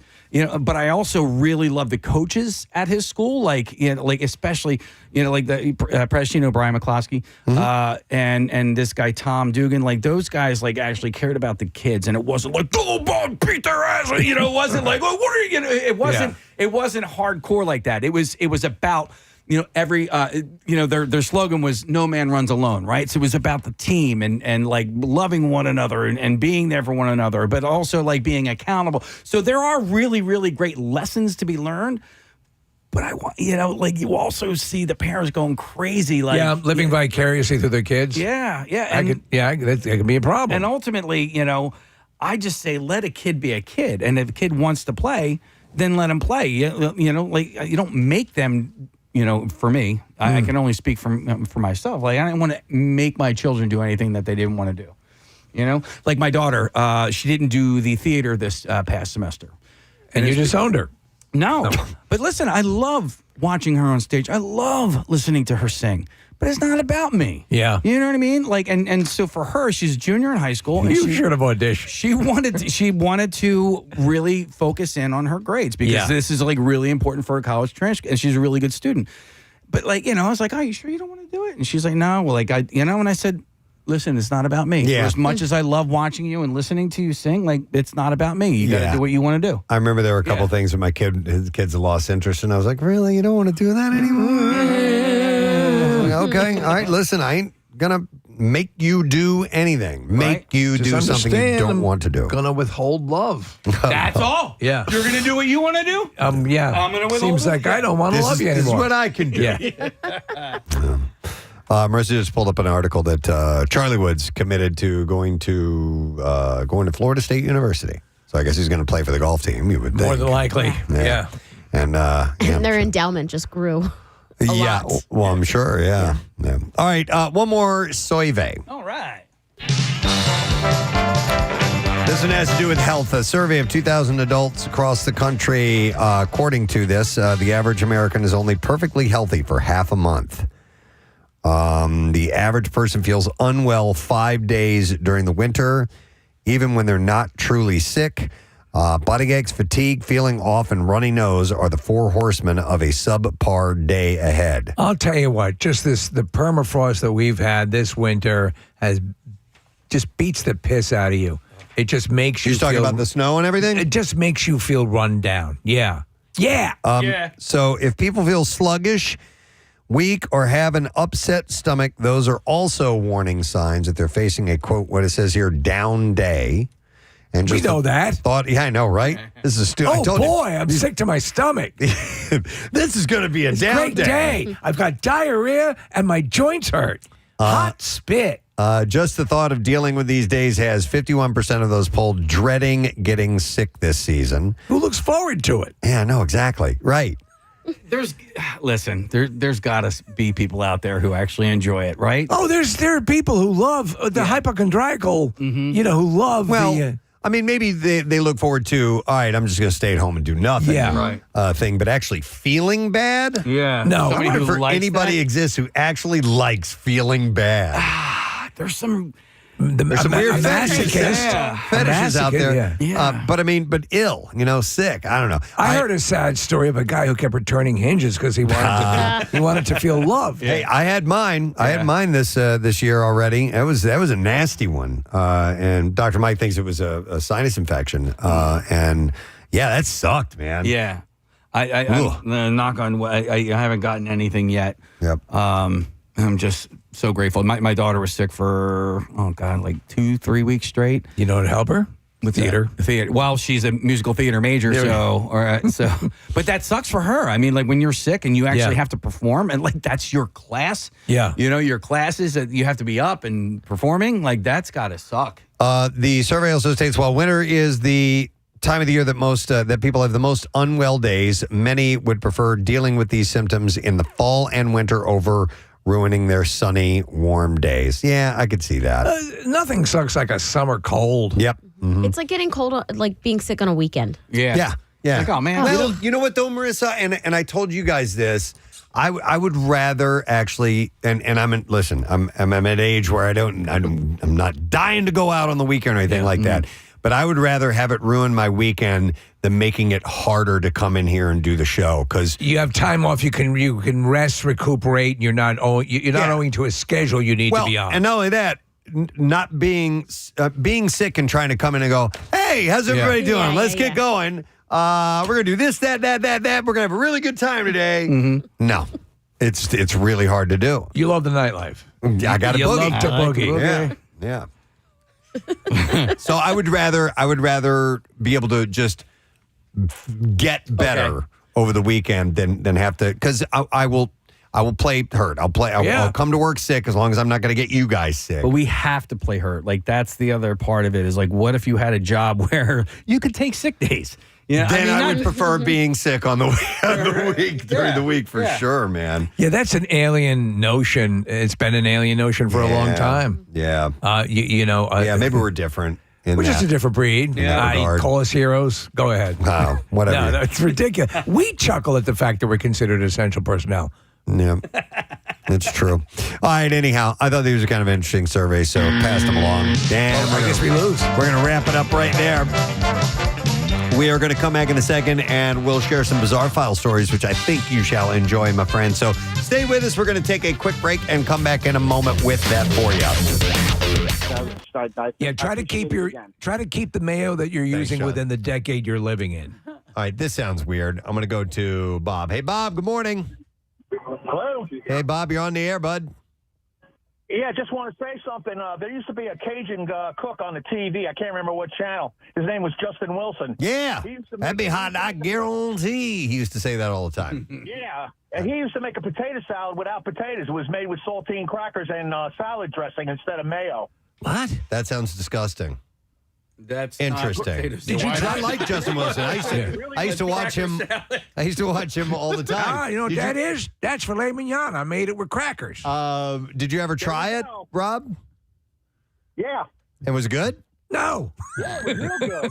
All right. He says it was real good. All right. I don't know how the hell you do that. Nick actually found a video of him in the recipe. I'm going to check that out, Rob. Thanks, man.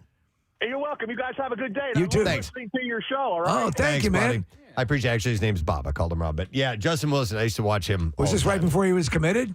It may have been. Look at this. I'm making potatoes out of crackers. Nick found the video of him. He looks pretty advanced in age when he did the non-potato potatoes. I'm making chocolate milk out of corn. All right. Well, anyhow, I would like you to further these discussions amongst your coworkers today. Make sure that they feel safe. Don't approach them too hard with outlandish salads right off the bat. Right. Ease into it a little bit. Yeah. Make them feel comfortable. Look, we completely forgot about fruit salad. We needed your input today to determine the greatest salads of all time. Given my druthers, though, I will take savory salads over sweet salads any day. I'll take any of those. Wow. Okay. Interesting. All right. I told you it was a stupid conversation. Thank you for being a part of it. We're going to take a break. When we return, other dumb things to talk about and an announcement to make about a really cool event coming to the area that we think you are going to love. Stay with us. We'll be right back. Kathy, a little later on, we're going to get head coach John Tortorella of the Flyers, new head coach. We're going to chat with him in just a few minutes. But in the meantime, time to talk about some other things. I caught this article over the weekend, and it's a phenomenon that I think we've all had experience with. I had a couple of weeks ago the scenario where I woke up like, I don't know, hour and a half before my alarm was going to go off. Yeah. And just could not get back to sleep. And but it can be even worse when you wake up like maybe 15 minutes before your alarm is going off, or 10 minutes, where it's like you have to do that dance of, okay, do I try to go back to her? Is this, what's the point? Don't I just go ahead and get up now? That's what I do. It's so unsatisfying. Because the truth of the matter is that, so I have, 2 alarms set to go. I almost always, 95% of the time, beat the alarms up, by 2 or 3 minutes, but you get that 10-minute, Preston. You get that 11 minutes, and you're like, what the F do I do now? Right. It's like, just get up. Because I find it all the bull crap of what do I do sitting in bed, it's a waste. Get up and expend that energy getting ready and just get on with your day. But I mean, it always has to sit right in that sweet spot, right in that horrible sweet spot. According to the National Institute of Health, studies across the globe show anywhere from 10 to 30% of the population struggles with insomnia. Well, that I don't have. Defined as consistently difficulty falling asleep and the inability to return to sleep after going to bed. Well, if you get up at, I get up at 3:35. If I wake up at 2 o'clock, I'm not going to have any trouble getting back to sleep. But if I wake up again, you're looking at the alarm clock, and you just have minutes. That's where it becomes a pain in the ass. I have had the few weeks ago where I get up at 3:50 and I woke up at 2, and then I lay back down. I'm like, okay, go back to sleep. Yeah. Wait, I can't go back to sleep. Oh, man. I can't go back to sleep. Lay there for like 40 minutes. It's like, okay, screw it. I'm getting up. There's the other thing where, and I've had it happen. It's sort of tangential to this, which is the absolutely not having any idea what. I thought for some reason in my mind I thought 1 was 3 o'clock, and inverted. And I came in hours early. I told you guys that one morning. But so, do they recommend anything if you're going to have that 10 to 15 minute pre-wake up? And by the way, there's I was not familiar with this. It goes into a little bit more of insomnia. It says they can have a combination of nocturnal awakenings and what's categorized as early morning awakenings. Used to have those a lot, you know what I'm saying?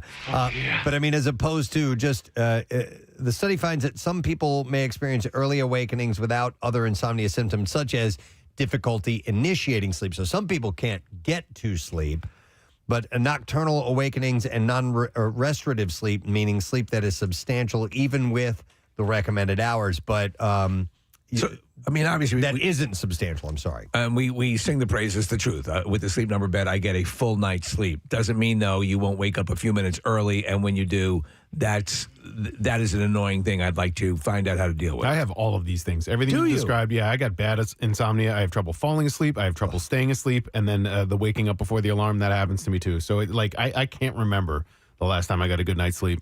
All right, so the constant waking up before that daily sound of your alarm is coupled with an immense frustration about not falling back to sleep. And that stress can feel isolating and all-consuming, taking more precedence than the initial sleep problem. So you just worrying about that's it. And that anxiety not creeps falling in. back to sleep, and then it's this cycle. Yeah. Oh, I can't fall back asleep. Why can't I fall back asleep? Oh, I really can't fall back asleep. And then all of that, and then your brain just starts going and going and going. Now, if I fall asleep now, how many minutes will I actually sleep for? That's it. Yeah. You start doing the damn math, and your brain's working numbers, and you're like, what the hell? So if you wake up suddenly in what feels like the early morning hours, resist checking the clock. You guys know my little method. I turn the clock around so I can't see it.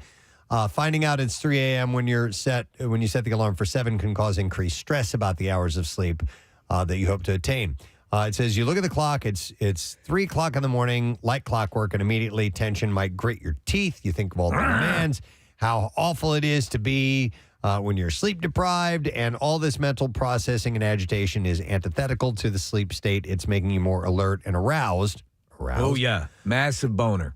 Versus sending the signal to the brain that it's okay to drift. Oh, yeah. If your alarm is on the phone, checking the clock can pose an even more significant trigger. He's got a boner. That's one of my favorite clips. I love it. Play it again. Okay. Look, he's got a boner.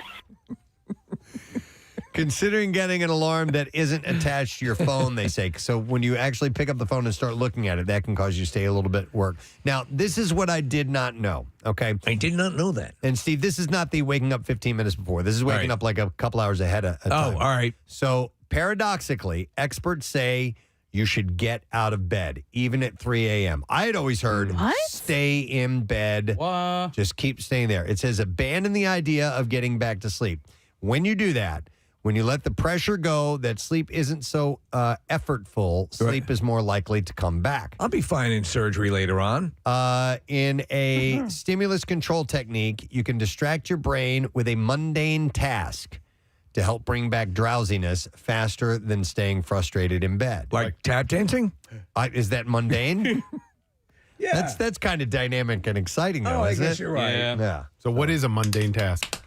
That's a good question. They don't recommend anything in this. Paint your bathroom list. So get up and clean out the garage. It says as soon as that little voice comes on, change the environment. Get out of bed. Try to reset your brain and keep the lights low. Mentally assigning the bed with sleeping helps people associate positive sleep thoughts with their space. Leaving the room when agitation sets in can separate the frustration from the bed. So what you're looking to do is extract those connections, then that makes sense. All right, here you go, Nick. Anything from reading a book to knitting. Okay.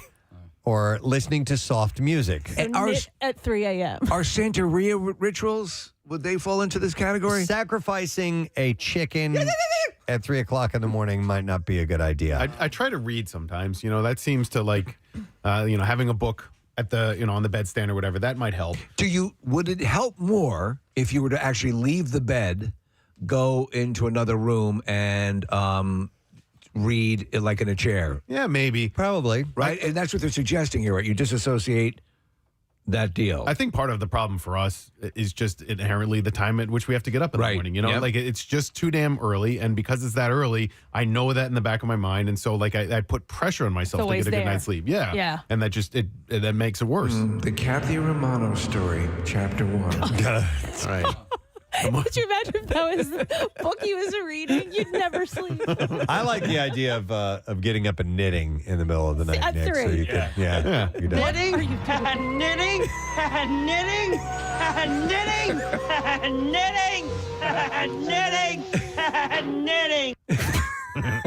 He doesn't sound relaxed. That'll put you to sleep. I have an alarm clock that actually projects the time on the ceiling. So, and I actually like that. When I wake up and I'm not sure what time it is, I'm just as many times I'm comforted by the fact that I have 2 hours, an hour and a half left to sleep. That it doesn't bother me that much. Many people are texting in saying that pleasuring themselves helps them get back to sleep. What about a stranger? Pleasuring a stranger or a stranger pleasuring you? You walk around on, would you like a handy? I'm sorry. I'm having trouble sleeping. I noticed you were walking your Shih Tzu. Can I give you a hand job? That's kind of a mundane task, right? It's pretty boring for the giver, right? Thank you very much. Yeah. All right, I'm going to bed now. I'm pooped. Progressive muscle relaxation may work. Okay, so like morphine. No, not muscle relaxers. Oh, I'm sorry. Muscle relaxation. This is some bizarre file stories of what you ordered. WMMR presents Preston and Steve's Bizarre File. Brought to you by Horizon Services, plumbing and electrical, same-day emergency service. You can book now at horizonservices.com. So it's a very quick one, and maybe you guys saw this while we were gone, but a New Jersey man is showing that he has some good humor with an ice cream truck made entirely of snow. I don't know if it's still there or not. This is in Cranford, New Jersey. So the vehicle was parked on a front lawn on Springfield Avenue in Cranford. 4 wheels, reflectors, signage, everything else, and was literally selling ice cream out of it. Oh, you gotta love that. Which I think is a great idea. The homeowner, Robert Schott, was selling ice cream, and proceeds were going to the Children's Hospital Foundation. That's great. We had that chunky, very, I guess sculptable snow. But and easily. he made a good humor ice cream truck out of it. I think it's a brilliant idea. And the doors open on the side. Yeah. Oh my God. Yeah, very cool. I love that. So I assume that it's gotten a lot smaller since this story came out. All right, here's another quick one. 11 people were injured during a carnival in the Swiss village of Chablais when an explosion occurred in a vehicle with a confetti cannon. So a confetti cannon exploded, and unfortunately, some people were injured from this. According to Swiss public broadcaster RTS, the explosion appeared to be an accidental event, and it was caused by the air compressor that was part of the confetti cannon. Something great must be happening. The explosion took place. What is that? What are those fingers in that too? Wow. So the explosion took place on the platform on which the confetti cannon was being transported. The 11 people injured were examined by medics on site and then admitted to the hospital in the region. So, yeah, it must have been pretty nasty.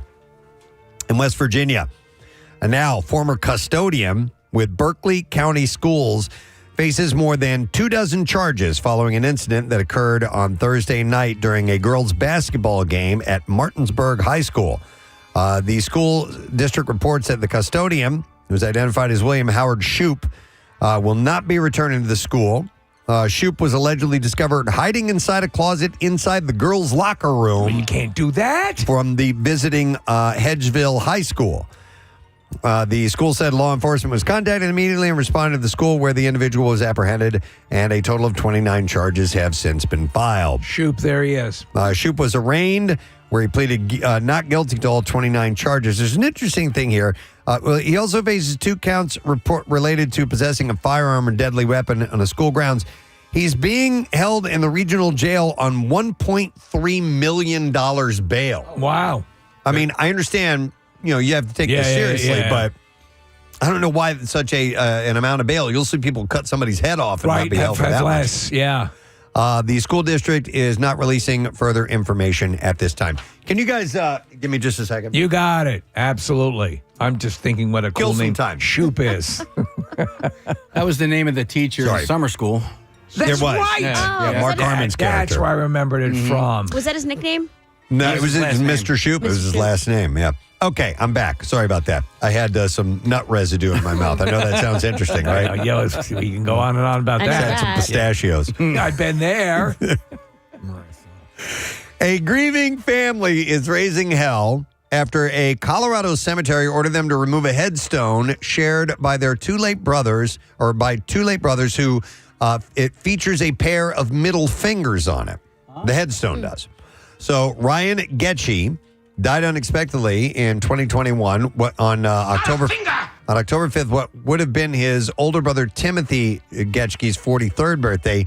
Timothy had already died a year earlier, mere days after the first COVID-19 lockdown went into effect. One side of the carefully manicured tombstone is modeled after a tree trunk with a statue of a squirrel munching on an acorn plopped on top. Pictures of Timothy, Ryan, and their extended family sit just above the name, flanked by two middle fingers. When the Getchie family paid their dearly departed brother a visit this winter, they were horrified to find the iconic hand gestures were covered in black tape. The cemetery's manager, Cheryl Godbout, said that the headstones contain inappropriate images that violate the ground's rules. Yeah, I would assume that most cemeteries can hold sway over what the tombstones look like, right? Yeah, when pressed for the exact number of complaints the cemetery may have received about the plot, Godbout insisted that wasn't relevant. The sisters scoffed at the half-baked answer. The Getchies defiantly removed the black tape, said they don't plan on remodeling it to fit the cemetery's standards. They said they're not going to change it. Don't you have to submit what the tombstone would look like? Yeah. So the sister named Holly said, they're in a resting place, and now here we are being asked to disturb their resting place. It's mind-boggling. I ask you. If the family can't win the fight against the cemetery, Holly said that they will move Timothy and Ryan's remains elsewhere. Well, that sounds like disturbing their resting place to me a little bit more than maybe, I don't know, a new headstone, which aren't cheap. I do know that. They're very expensive, but, or maybe altering it a little bit. I don't know. Add another finger, then it won't be the middle finger. She said, these are my brothers. I'm not going to let this go. It'll be the third finger from the left. Whether this ends in our favor or not, we are not backing down for this. We are making noise for the boys. That's what she had to say. So we'll see where this goes. Seems like a lot of fun. Yeah, doesn't it? All right, and then we'll do one more story and wrap it up. All right, Italy's state broadcaster, Rai, has been accused of censorship after using the image of Leonardo da Vinci's Vitruvian Man with the genitals missing in the opening credits for the Winter Olympics coverage. It's kind of a standard image. Yeah, the image of the... It's really nothing without the nutsack. 500-year-old drawing appears to be appears at the start of the clip before transforming into the bodies of ice skaters, skiers, and other winter sports athletes. The imperfection was first picked up by Corriere della Sera, which asked, what happened to the Vitruvian Man's genitals? What happened to his junk? The newspaper notified that all other attributes of the Vitruvian Man's body appeared to have been faithfully reproduced, except for one little detail which appears to have been redacted. Backlash from the Italian opposition, which often accuses Giorgia Meloni's far-right government of dominating the public broadcaster, was swift. Deputies from the center-left Democratic Party have raised questions over the matter in Parliament. In a statement, the broadcaster said the management and production of the opening credit was entrusted to the Olympic Broadcasting Services and not to RAI, which limited itself to broadcasting the official opening credit without any possible of intervention or modification. The debacle comes amid protests from RAI sports journalists in response to blunders made by the network's sports director, Paolo Petreca. Throughout his commentary of the opening ceremony, he had mistook Italian actor Matilda de Angelius for Mariah Carey. How the hell could you do that? The Vitruvian Man row is the second genital-based controversy of the game so far. Of course, we talked about the ski jumpers as they were reported to have injected hyaluronic acid into their private parts to increase the surface area of their suits. Became known as Penis Gate. There's a lot of weird stuff going on with this Olympics. Yeah. I missed the whole curling controversy. Oh, yes, with the finger. Yeah. Clear as day, though. Yeah. Mm-hmm. And that is what I still want to do that sport. Curling? You Yeah, can't? they've There's a offered local us. club. Yeah. I can't. There's no way I could do it, or at least not the pushing part, because you have to bend way down on the knee, and I couldn't Could you do the finger part? My knee's too bad. I found out more about the penis gate stuff. Okay. So you only inject yourself when you're getting fitted for your costume, for your uniform. Okay. Your unitard? Your Does that say? unitard, yeah. So it's when you're getting fitted, there's like a rule that it says it can only be like a centimeter off of your skin. So you really only have to like bloat yourself up for that. And then when you go and compete, then that's where the extra fabric comes in. I see. Okay. Nice. I thought that made a little more sense. I was watching a little bit of Olympics yesterday at the airport, and I realized one event in particular is just hypnotic to me. It's when you have the team speed skaters. Oh, yeah. Like the three of them all together going in unison. Isn't that bizarrely I love it. hypnotic? Yeah. There's something really cool about that. So talk about the way they're able to cover things. I was talking to Marissa about watching the Daytona 500, and I just happened to be sitting there on another sports thing, but different. And the way they cover everything. Oh, yeah. And the way that they have the cameras and the communication back and forth with the drivers, I found myself getting sucked in. It seemed targeted for people who aren't like real, who are just trying to bring it to the sport.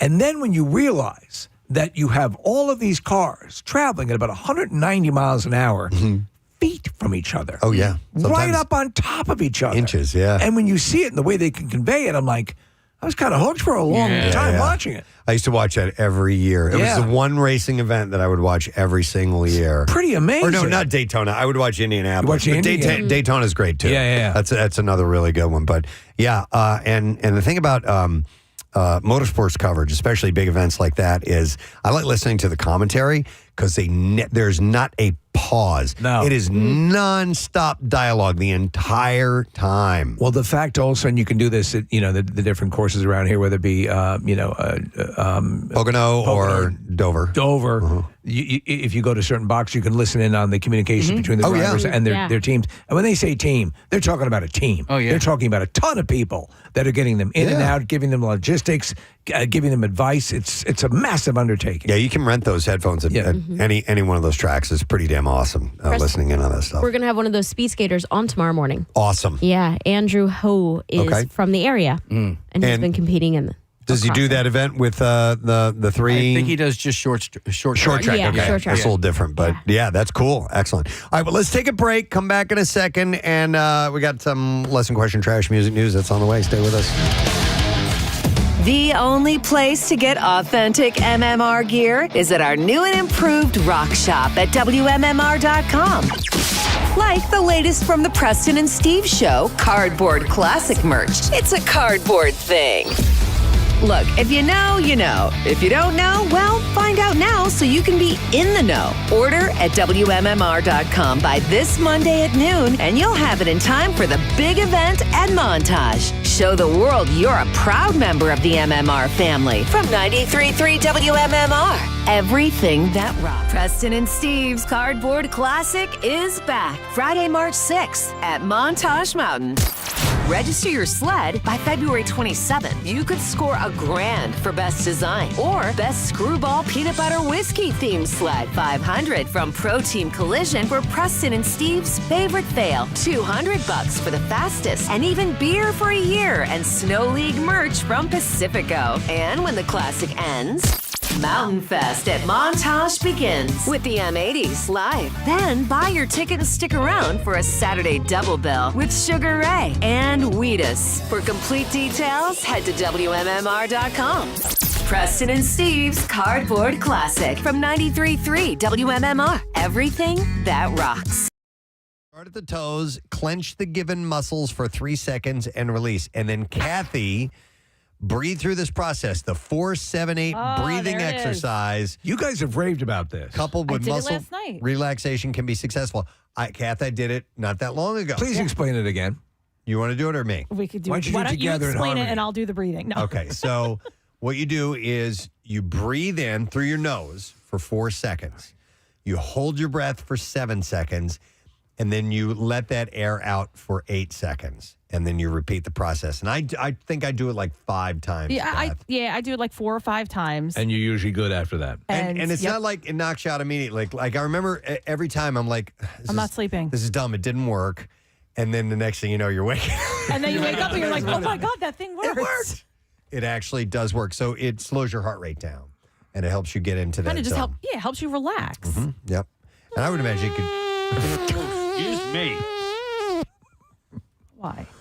So, yes, you breathe in through your nose for 4 seconds, hold for 7. Okay. Breathe out through 8, and it works great, man. It has a regulating effect, and you Yeah. think you're more inclined to fall asleep after that. Now, it also says others may find that yoga may help. Or cottage cheese. Like getting up and doing yoga. Oh, right then at and 3 there.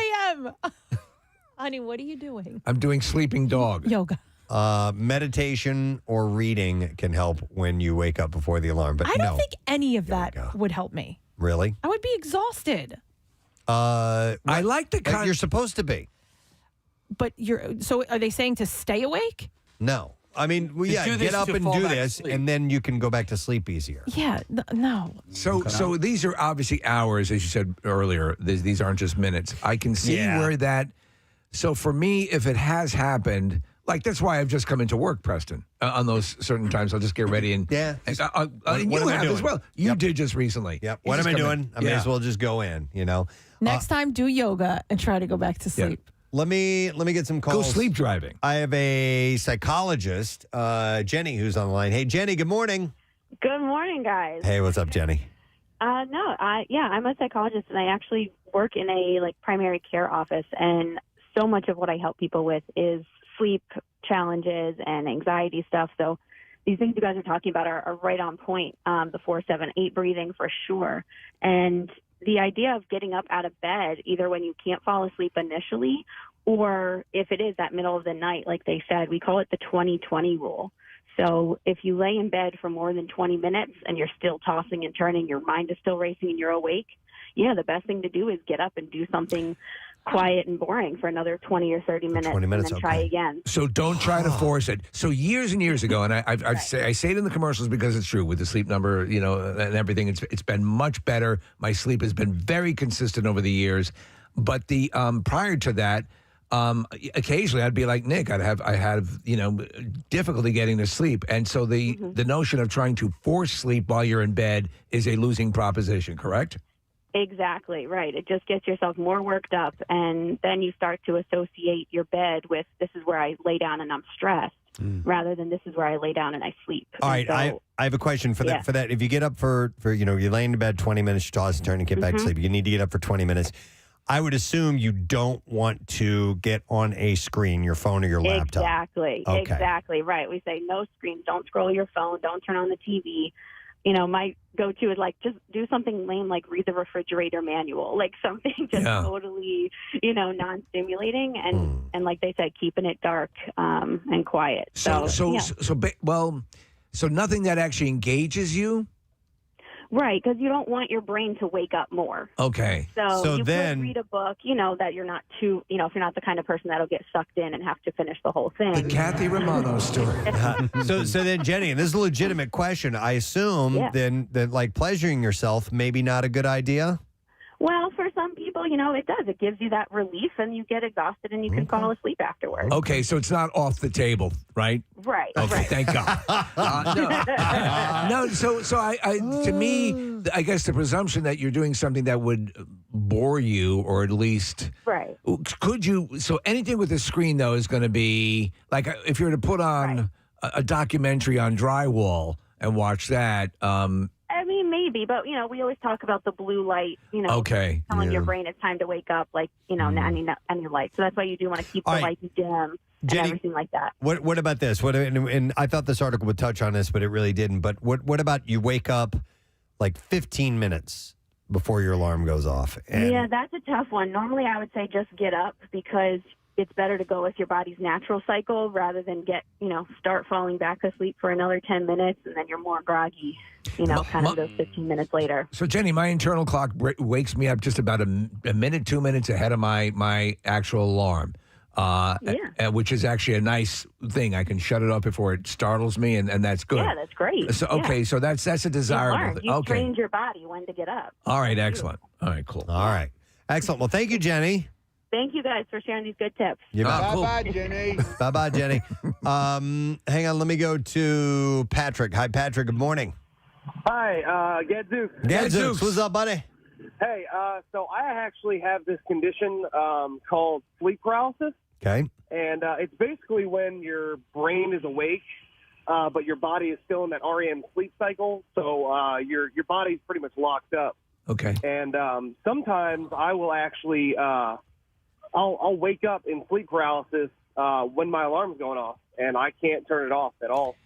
Wow. You're actually sort of paralyzed? Yeah, I can't move at all. I can move my eyes around and everything else, but I just can't move my body. That's got to be terrifying. Do you know it's happening? Yeah. I know exactly when it's happening. Oh, he fell asleep. Oh, Jesus. Hey, Patrick, have you ever had someone speaking to you, and then later on you can tell them what they were saying? Yeah, Everything that rocks. It's Preston and Steve show. It's a Wednesday morning. It is kind of gray, and like I said, going to be that way today. We're going to get rain on tap for tomorrow, too. High 45. And temperature staying fairly mild until we get to Sunday and then cooling off, and a little bit of a wintry mix coming in the area. We'll see what the details are as we get a little bit closer to the day.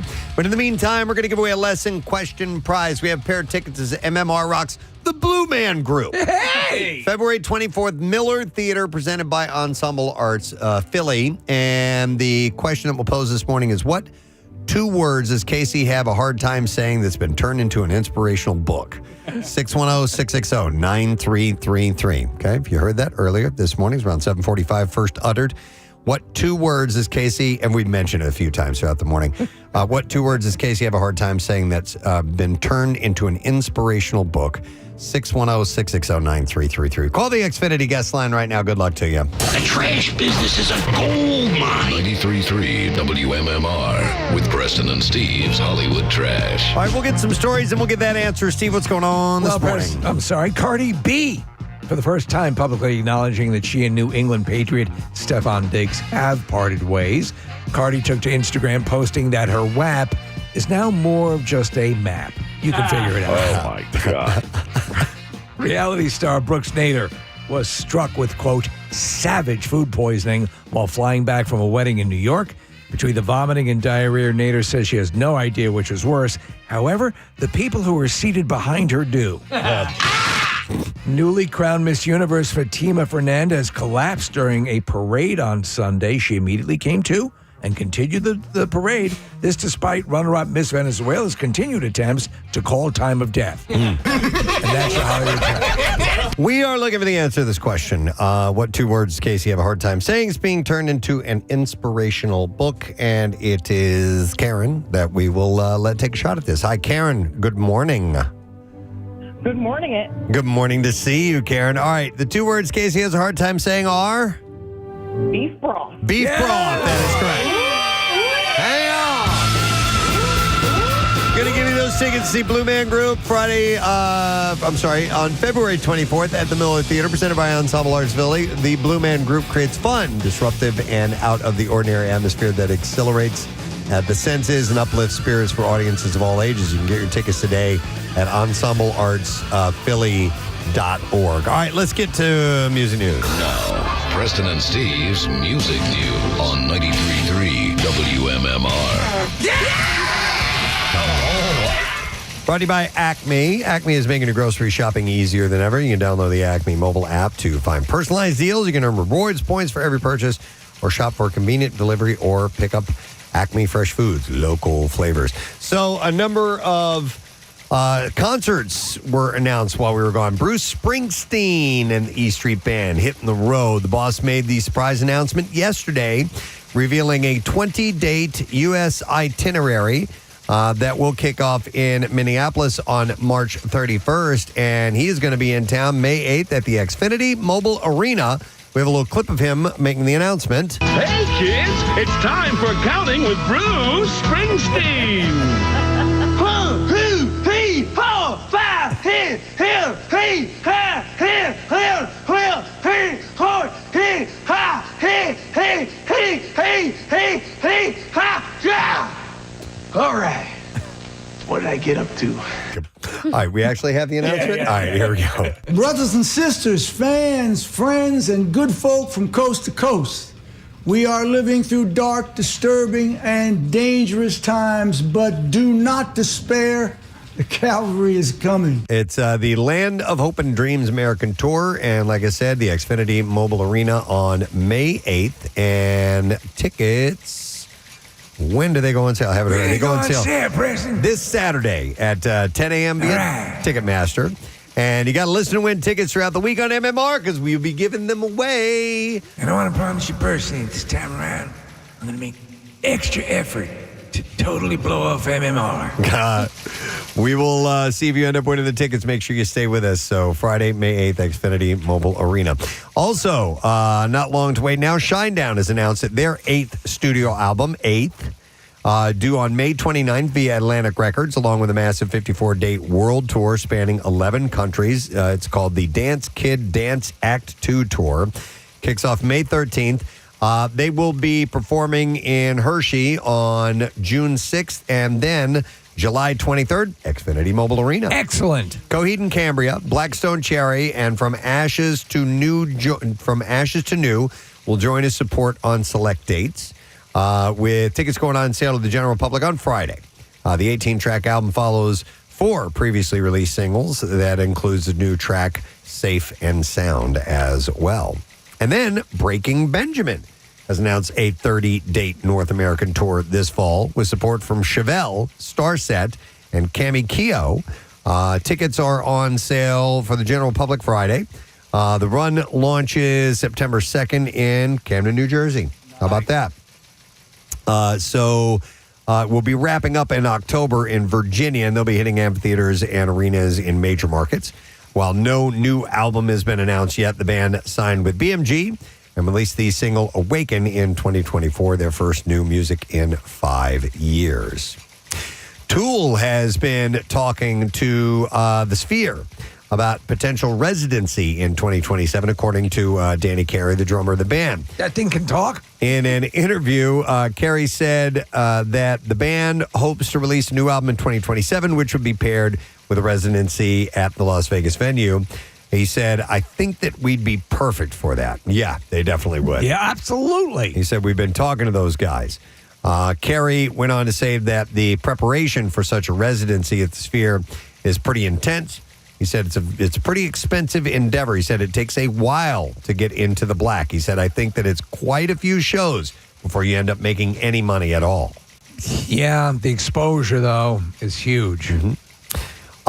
Then we have, let's see, Marissa gave me this story. I thought this was pretty interesting. Jimmy World surprised fans in Daytona, Florida on Friday with a pop-up performance inside an Arby's restaurant in celebration of the fast food chain's sponsorship of the JR Motorsports team racing in the Daytona 500. It's a perfect location because they have the meat. Yeah. Fans took to social media to express their surprise at this bizarre impromptu concert, commenting and commending the band for making such a wild move. Jimmy World is also preparing for their upcoming Bleed American 25th anniversary tour.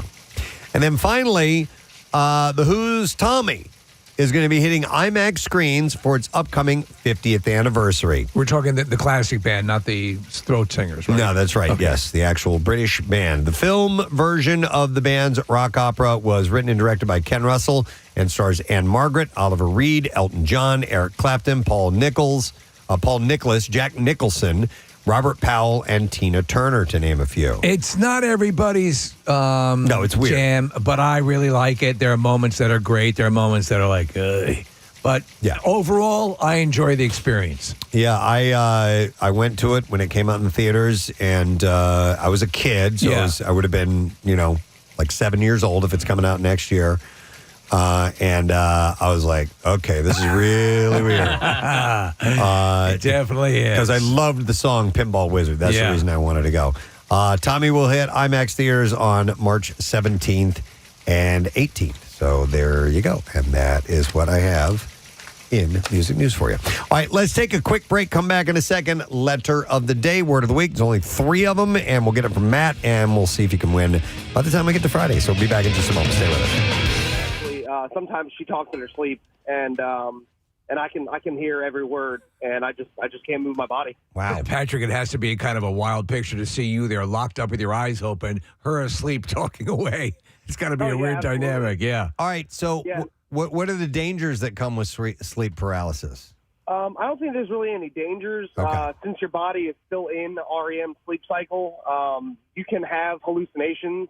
I've seen a few, shadows on the wall or whatever, but it doesn't really bother me that much. I'm kind of used to it now.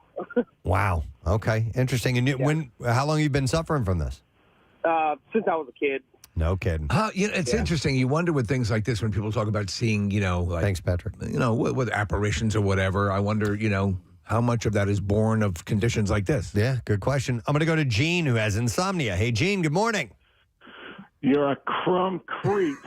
You're a lush. Yeah. I'll take you out back and make you go to sleep. What's happening, Gene? You're a creep. Preston, every night I wake up sometime between 2 and 4. I don't have to get out of bed until 5:30. Oh. So do you go back to sleep, Gene, or are you able to? Generally not. Okay. Sometimes I'll just lay there. I never got out of bed and did anything like the psychologist Try that. suggested. Are you willing to? I will. Yeah. See, I mean, I'd never crossed my mind. I always thought that the idea was to stay where you are and just try to settle back in. Work through it. Yeah. The worst thing I did, the doctor prescribed me something called Ambien. Yeah. And let me tell you, that is a nasty, nasty pill. Maybe you could try counting sheep. 1, 2, 3. There it is. There you go. It didn't work, Steve. That was it. But give this thing a shot. But Ambien was that was nasty for you? Every day after, I would rather not sleep than have a day after taking one of those. It's like you have a really bad hangover the entire day. Just the side effects really outweighed the benefit. Yeah, people with chronic insomnia who have to deal with that issue, to me, to know, usually the joy of being able to go up and get into bed and you're going to relax down and rest, that's the absolute opposite for someone who has insomnia. Yep. All right. Thanks, Gene. We appreciate the call. You're Good luck with everything. creep, lush coward. That's your sleep therapist. Yeah. So anyhow, obviously there's some things you can do, but getting up and moving around is one that you wouldn't consider. Right. Being the right thing to do. The breathing technique as Square well dancing. as as well. Maybe a quick square dance. Little Alaman left, maybe. So anyhow, take those for what you will if you've been having problems. We do need to take a break and come back in a second because we have a guest. We're going to meet the new head coach of the Flyers. Yeah. And we had an interesting conversation with Bill Clement about him last week. So we'll see if he lives up to that reputation. John Tortorella will be with us when we get back. Stay with us. Preston and Steve. 93.3 WMMR. Ever wondered where to get the latest MMR gear? There wasn't any toilet paper. You need to understand. And don't tell anyone. Dude, you laughed so hard. You were just... You're so vulnerable. I was at my most vulnerable ever. Give me a hug. Come here, buddy. Oh, my God. I'm so sorry. Come here. All right. So anyhow... So you've had this happen, and I saw this article with some pretty interesting tips. It says, instead of descending into self-loathing, have an action plan. Here's what to do when there's no toilet paper in your bathroom stall. Well, this can be very helpful. Good. Yes. I think everyone can use this at some point in time. So I'm going to read from this article verbatim because there are some good tips here, and feel free to share your own stories if you like. 215-263-WMMR. So it says in this article, number one, first thing is ask for help. It says if you're alone in the restroom, the obvious first step is to check other stalls for supplies. If you're not alone, just call on the love of your fellow humans. If there's someone else in the restroom, swallow your pride, make a polite request for assistance. It says you may you may feel embarrassed, right? But we all have to move our bowels at some point, and it's significantly better than the next few options that are going to be explored in this article. I think all things being equal, I think you would attempt to help out someone were you outside the stall and someone called for help from you. It's just the kind of thing that we could all commiserate on, right? So swallow your pride, swallow your embarrassment, go ahead. Swallow your fist. And just ask for some help and see if some stranger in there has some toilet paper. Now, if there's no one in there, right, and you can't leave the stall for whatever reason, then your next step to contemplate is non-standard paper products. Which is the thing that rifles through everyone's mind. What can you possibly use? To wipe my ass. Right. Well, sometimes you have the ass gasket. It's just sitting there, right? Have you ever used an ass gasket? Let me go through right. these. Yeah. Number one, toilet seat covers. Yeah. Okay. The ass so we gasket. have them. And these are in order, by the way, of which ones you should use. Okay. Given your druthers, right, that's the first one you should go for. And they give reasons why. Okay, please. These are your best option if available. They are sanitary and flushable. Are they? So they're really just oddly shaped toilet paper anyway. All right, hold for and one. They're probably the smoothest option as far as comfort level goes. All right. So this actually adds something that makes me angry now. Because I will go in, and many is the time I'll go in and see the ass gasket still on the toilet. Still there. Now knowing that it's flushable makes it even more. And even if it wasn't, just go throw it. Get rid of it. Way. Some people's public bathroom habits, specifically here in buildings where they are regular tenants. Yes. They're here working every day. And I see the regular stuff happening all the time. And I'm like, honestly, really? Seriously? Seriously? Filthy animal. It's basic. Yeah. It's seriously basic to flush the toilet. That's what that handle is there for. Or take away. It's like going out in the woods. Leave no trace. Leave no trace. Right? It's a pretty easy concept. And usually it's keep it clean. When you walk in, it's very anonymous. You have no idea who left the mess or unless whatever. you sign the wall. But I was washing my hands one time, and somebody came in, used the stall to go number one, and left the toilet seat up, and then left. And I'm like, ugh, just put the toilet seat down. That's not as bad as I agree. Still, yeah. I know, but you're making somebody else touch that toilet seat. Well, you're going to be communing with it in some form or another. Your body will be. So I got it. I understand. Technically, yes, you're right. It's not the worst. But that doesn't set me off. That one's nominal. Yeah. I think. All right. So then you have your second option outside of the toilet seat cover, paper towels. Obviously. Okay, you're saying what you're saying. This list says is more corrosive or more irritating than the ass gasket. Yeah, if you grab some paper towels, it says from the sink area, you have a scratchy but effective substitute. Would you moisten said paper towels? You can minimize the roughness by getting them a little damp before using. So and that's what I would do. Which is what I was attempting to do when Casey came into the bathroom and saw my full frontal moment.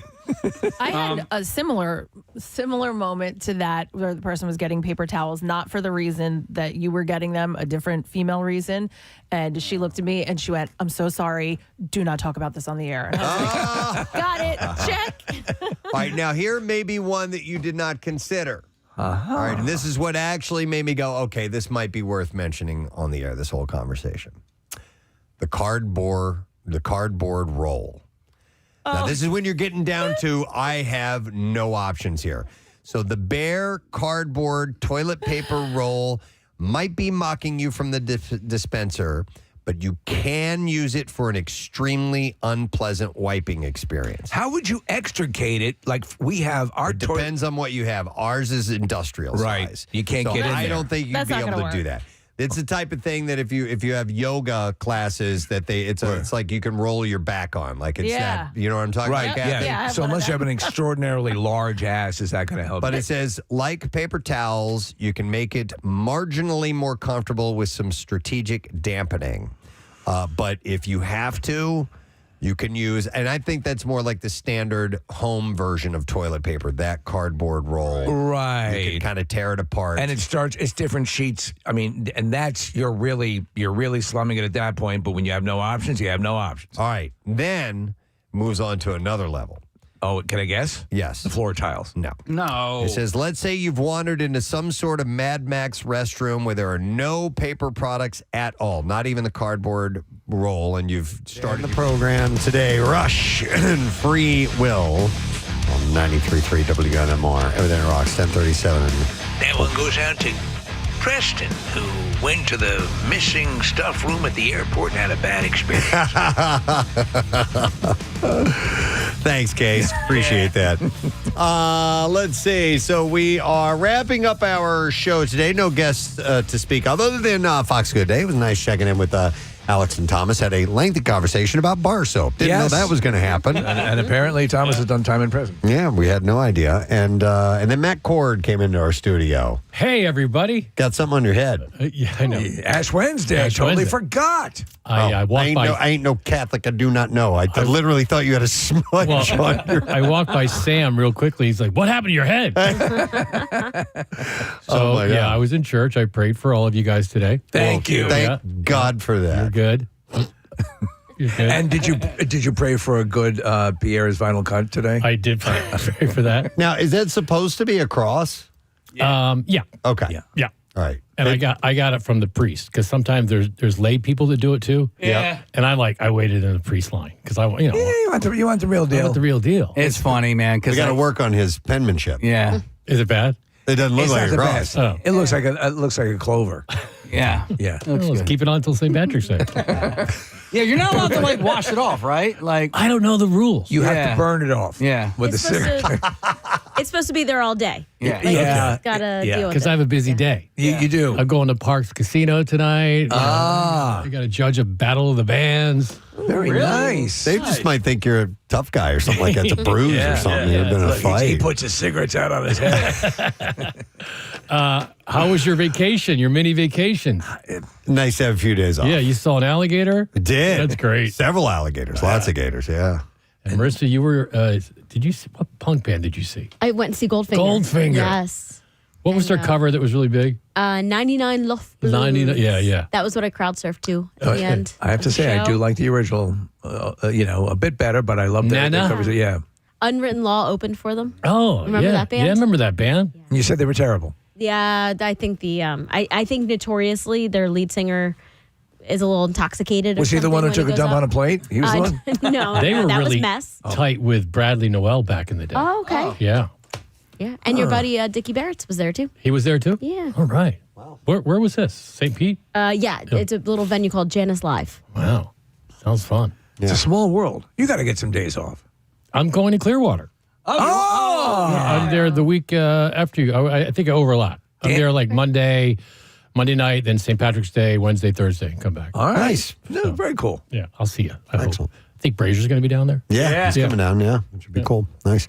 All right, well, we're ready. We only have a short word this week. Yeah, so I know. Let's do this. Here we go. Preston and Steve on 93.3 WMMR. Now, the Daily Letter. And the Preston and Steve show brought to you today by the letter E as in Empire. All right, and we have a pair of tickets to see Tim Dillon, who's going to be performing Wednesday, June 19th, Ocean Casino Resort in Atlantic City, and you get an overnight stay and $150 dining credit for that night. Tickets are on sale now at theoceanac.com, so give it away on Friday. What's coming up today, man? We have lame ass trivia at 11:40. I got 4 packs for a Philly Home and Garden show all this week.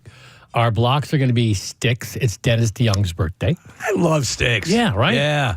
You know, they always get that kind of like a bad rap. Not a bad rap, but like, oh, they're not rock. They were They're not dismissed grunge. as too poppy, but they Right. they were flirting with prog rock. Yeah, and the keyboards and the Yeah, president. I think they're a great band. Okay. Always have. I was looking at Preston because Yeah. No.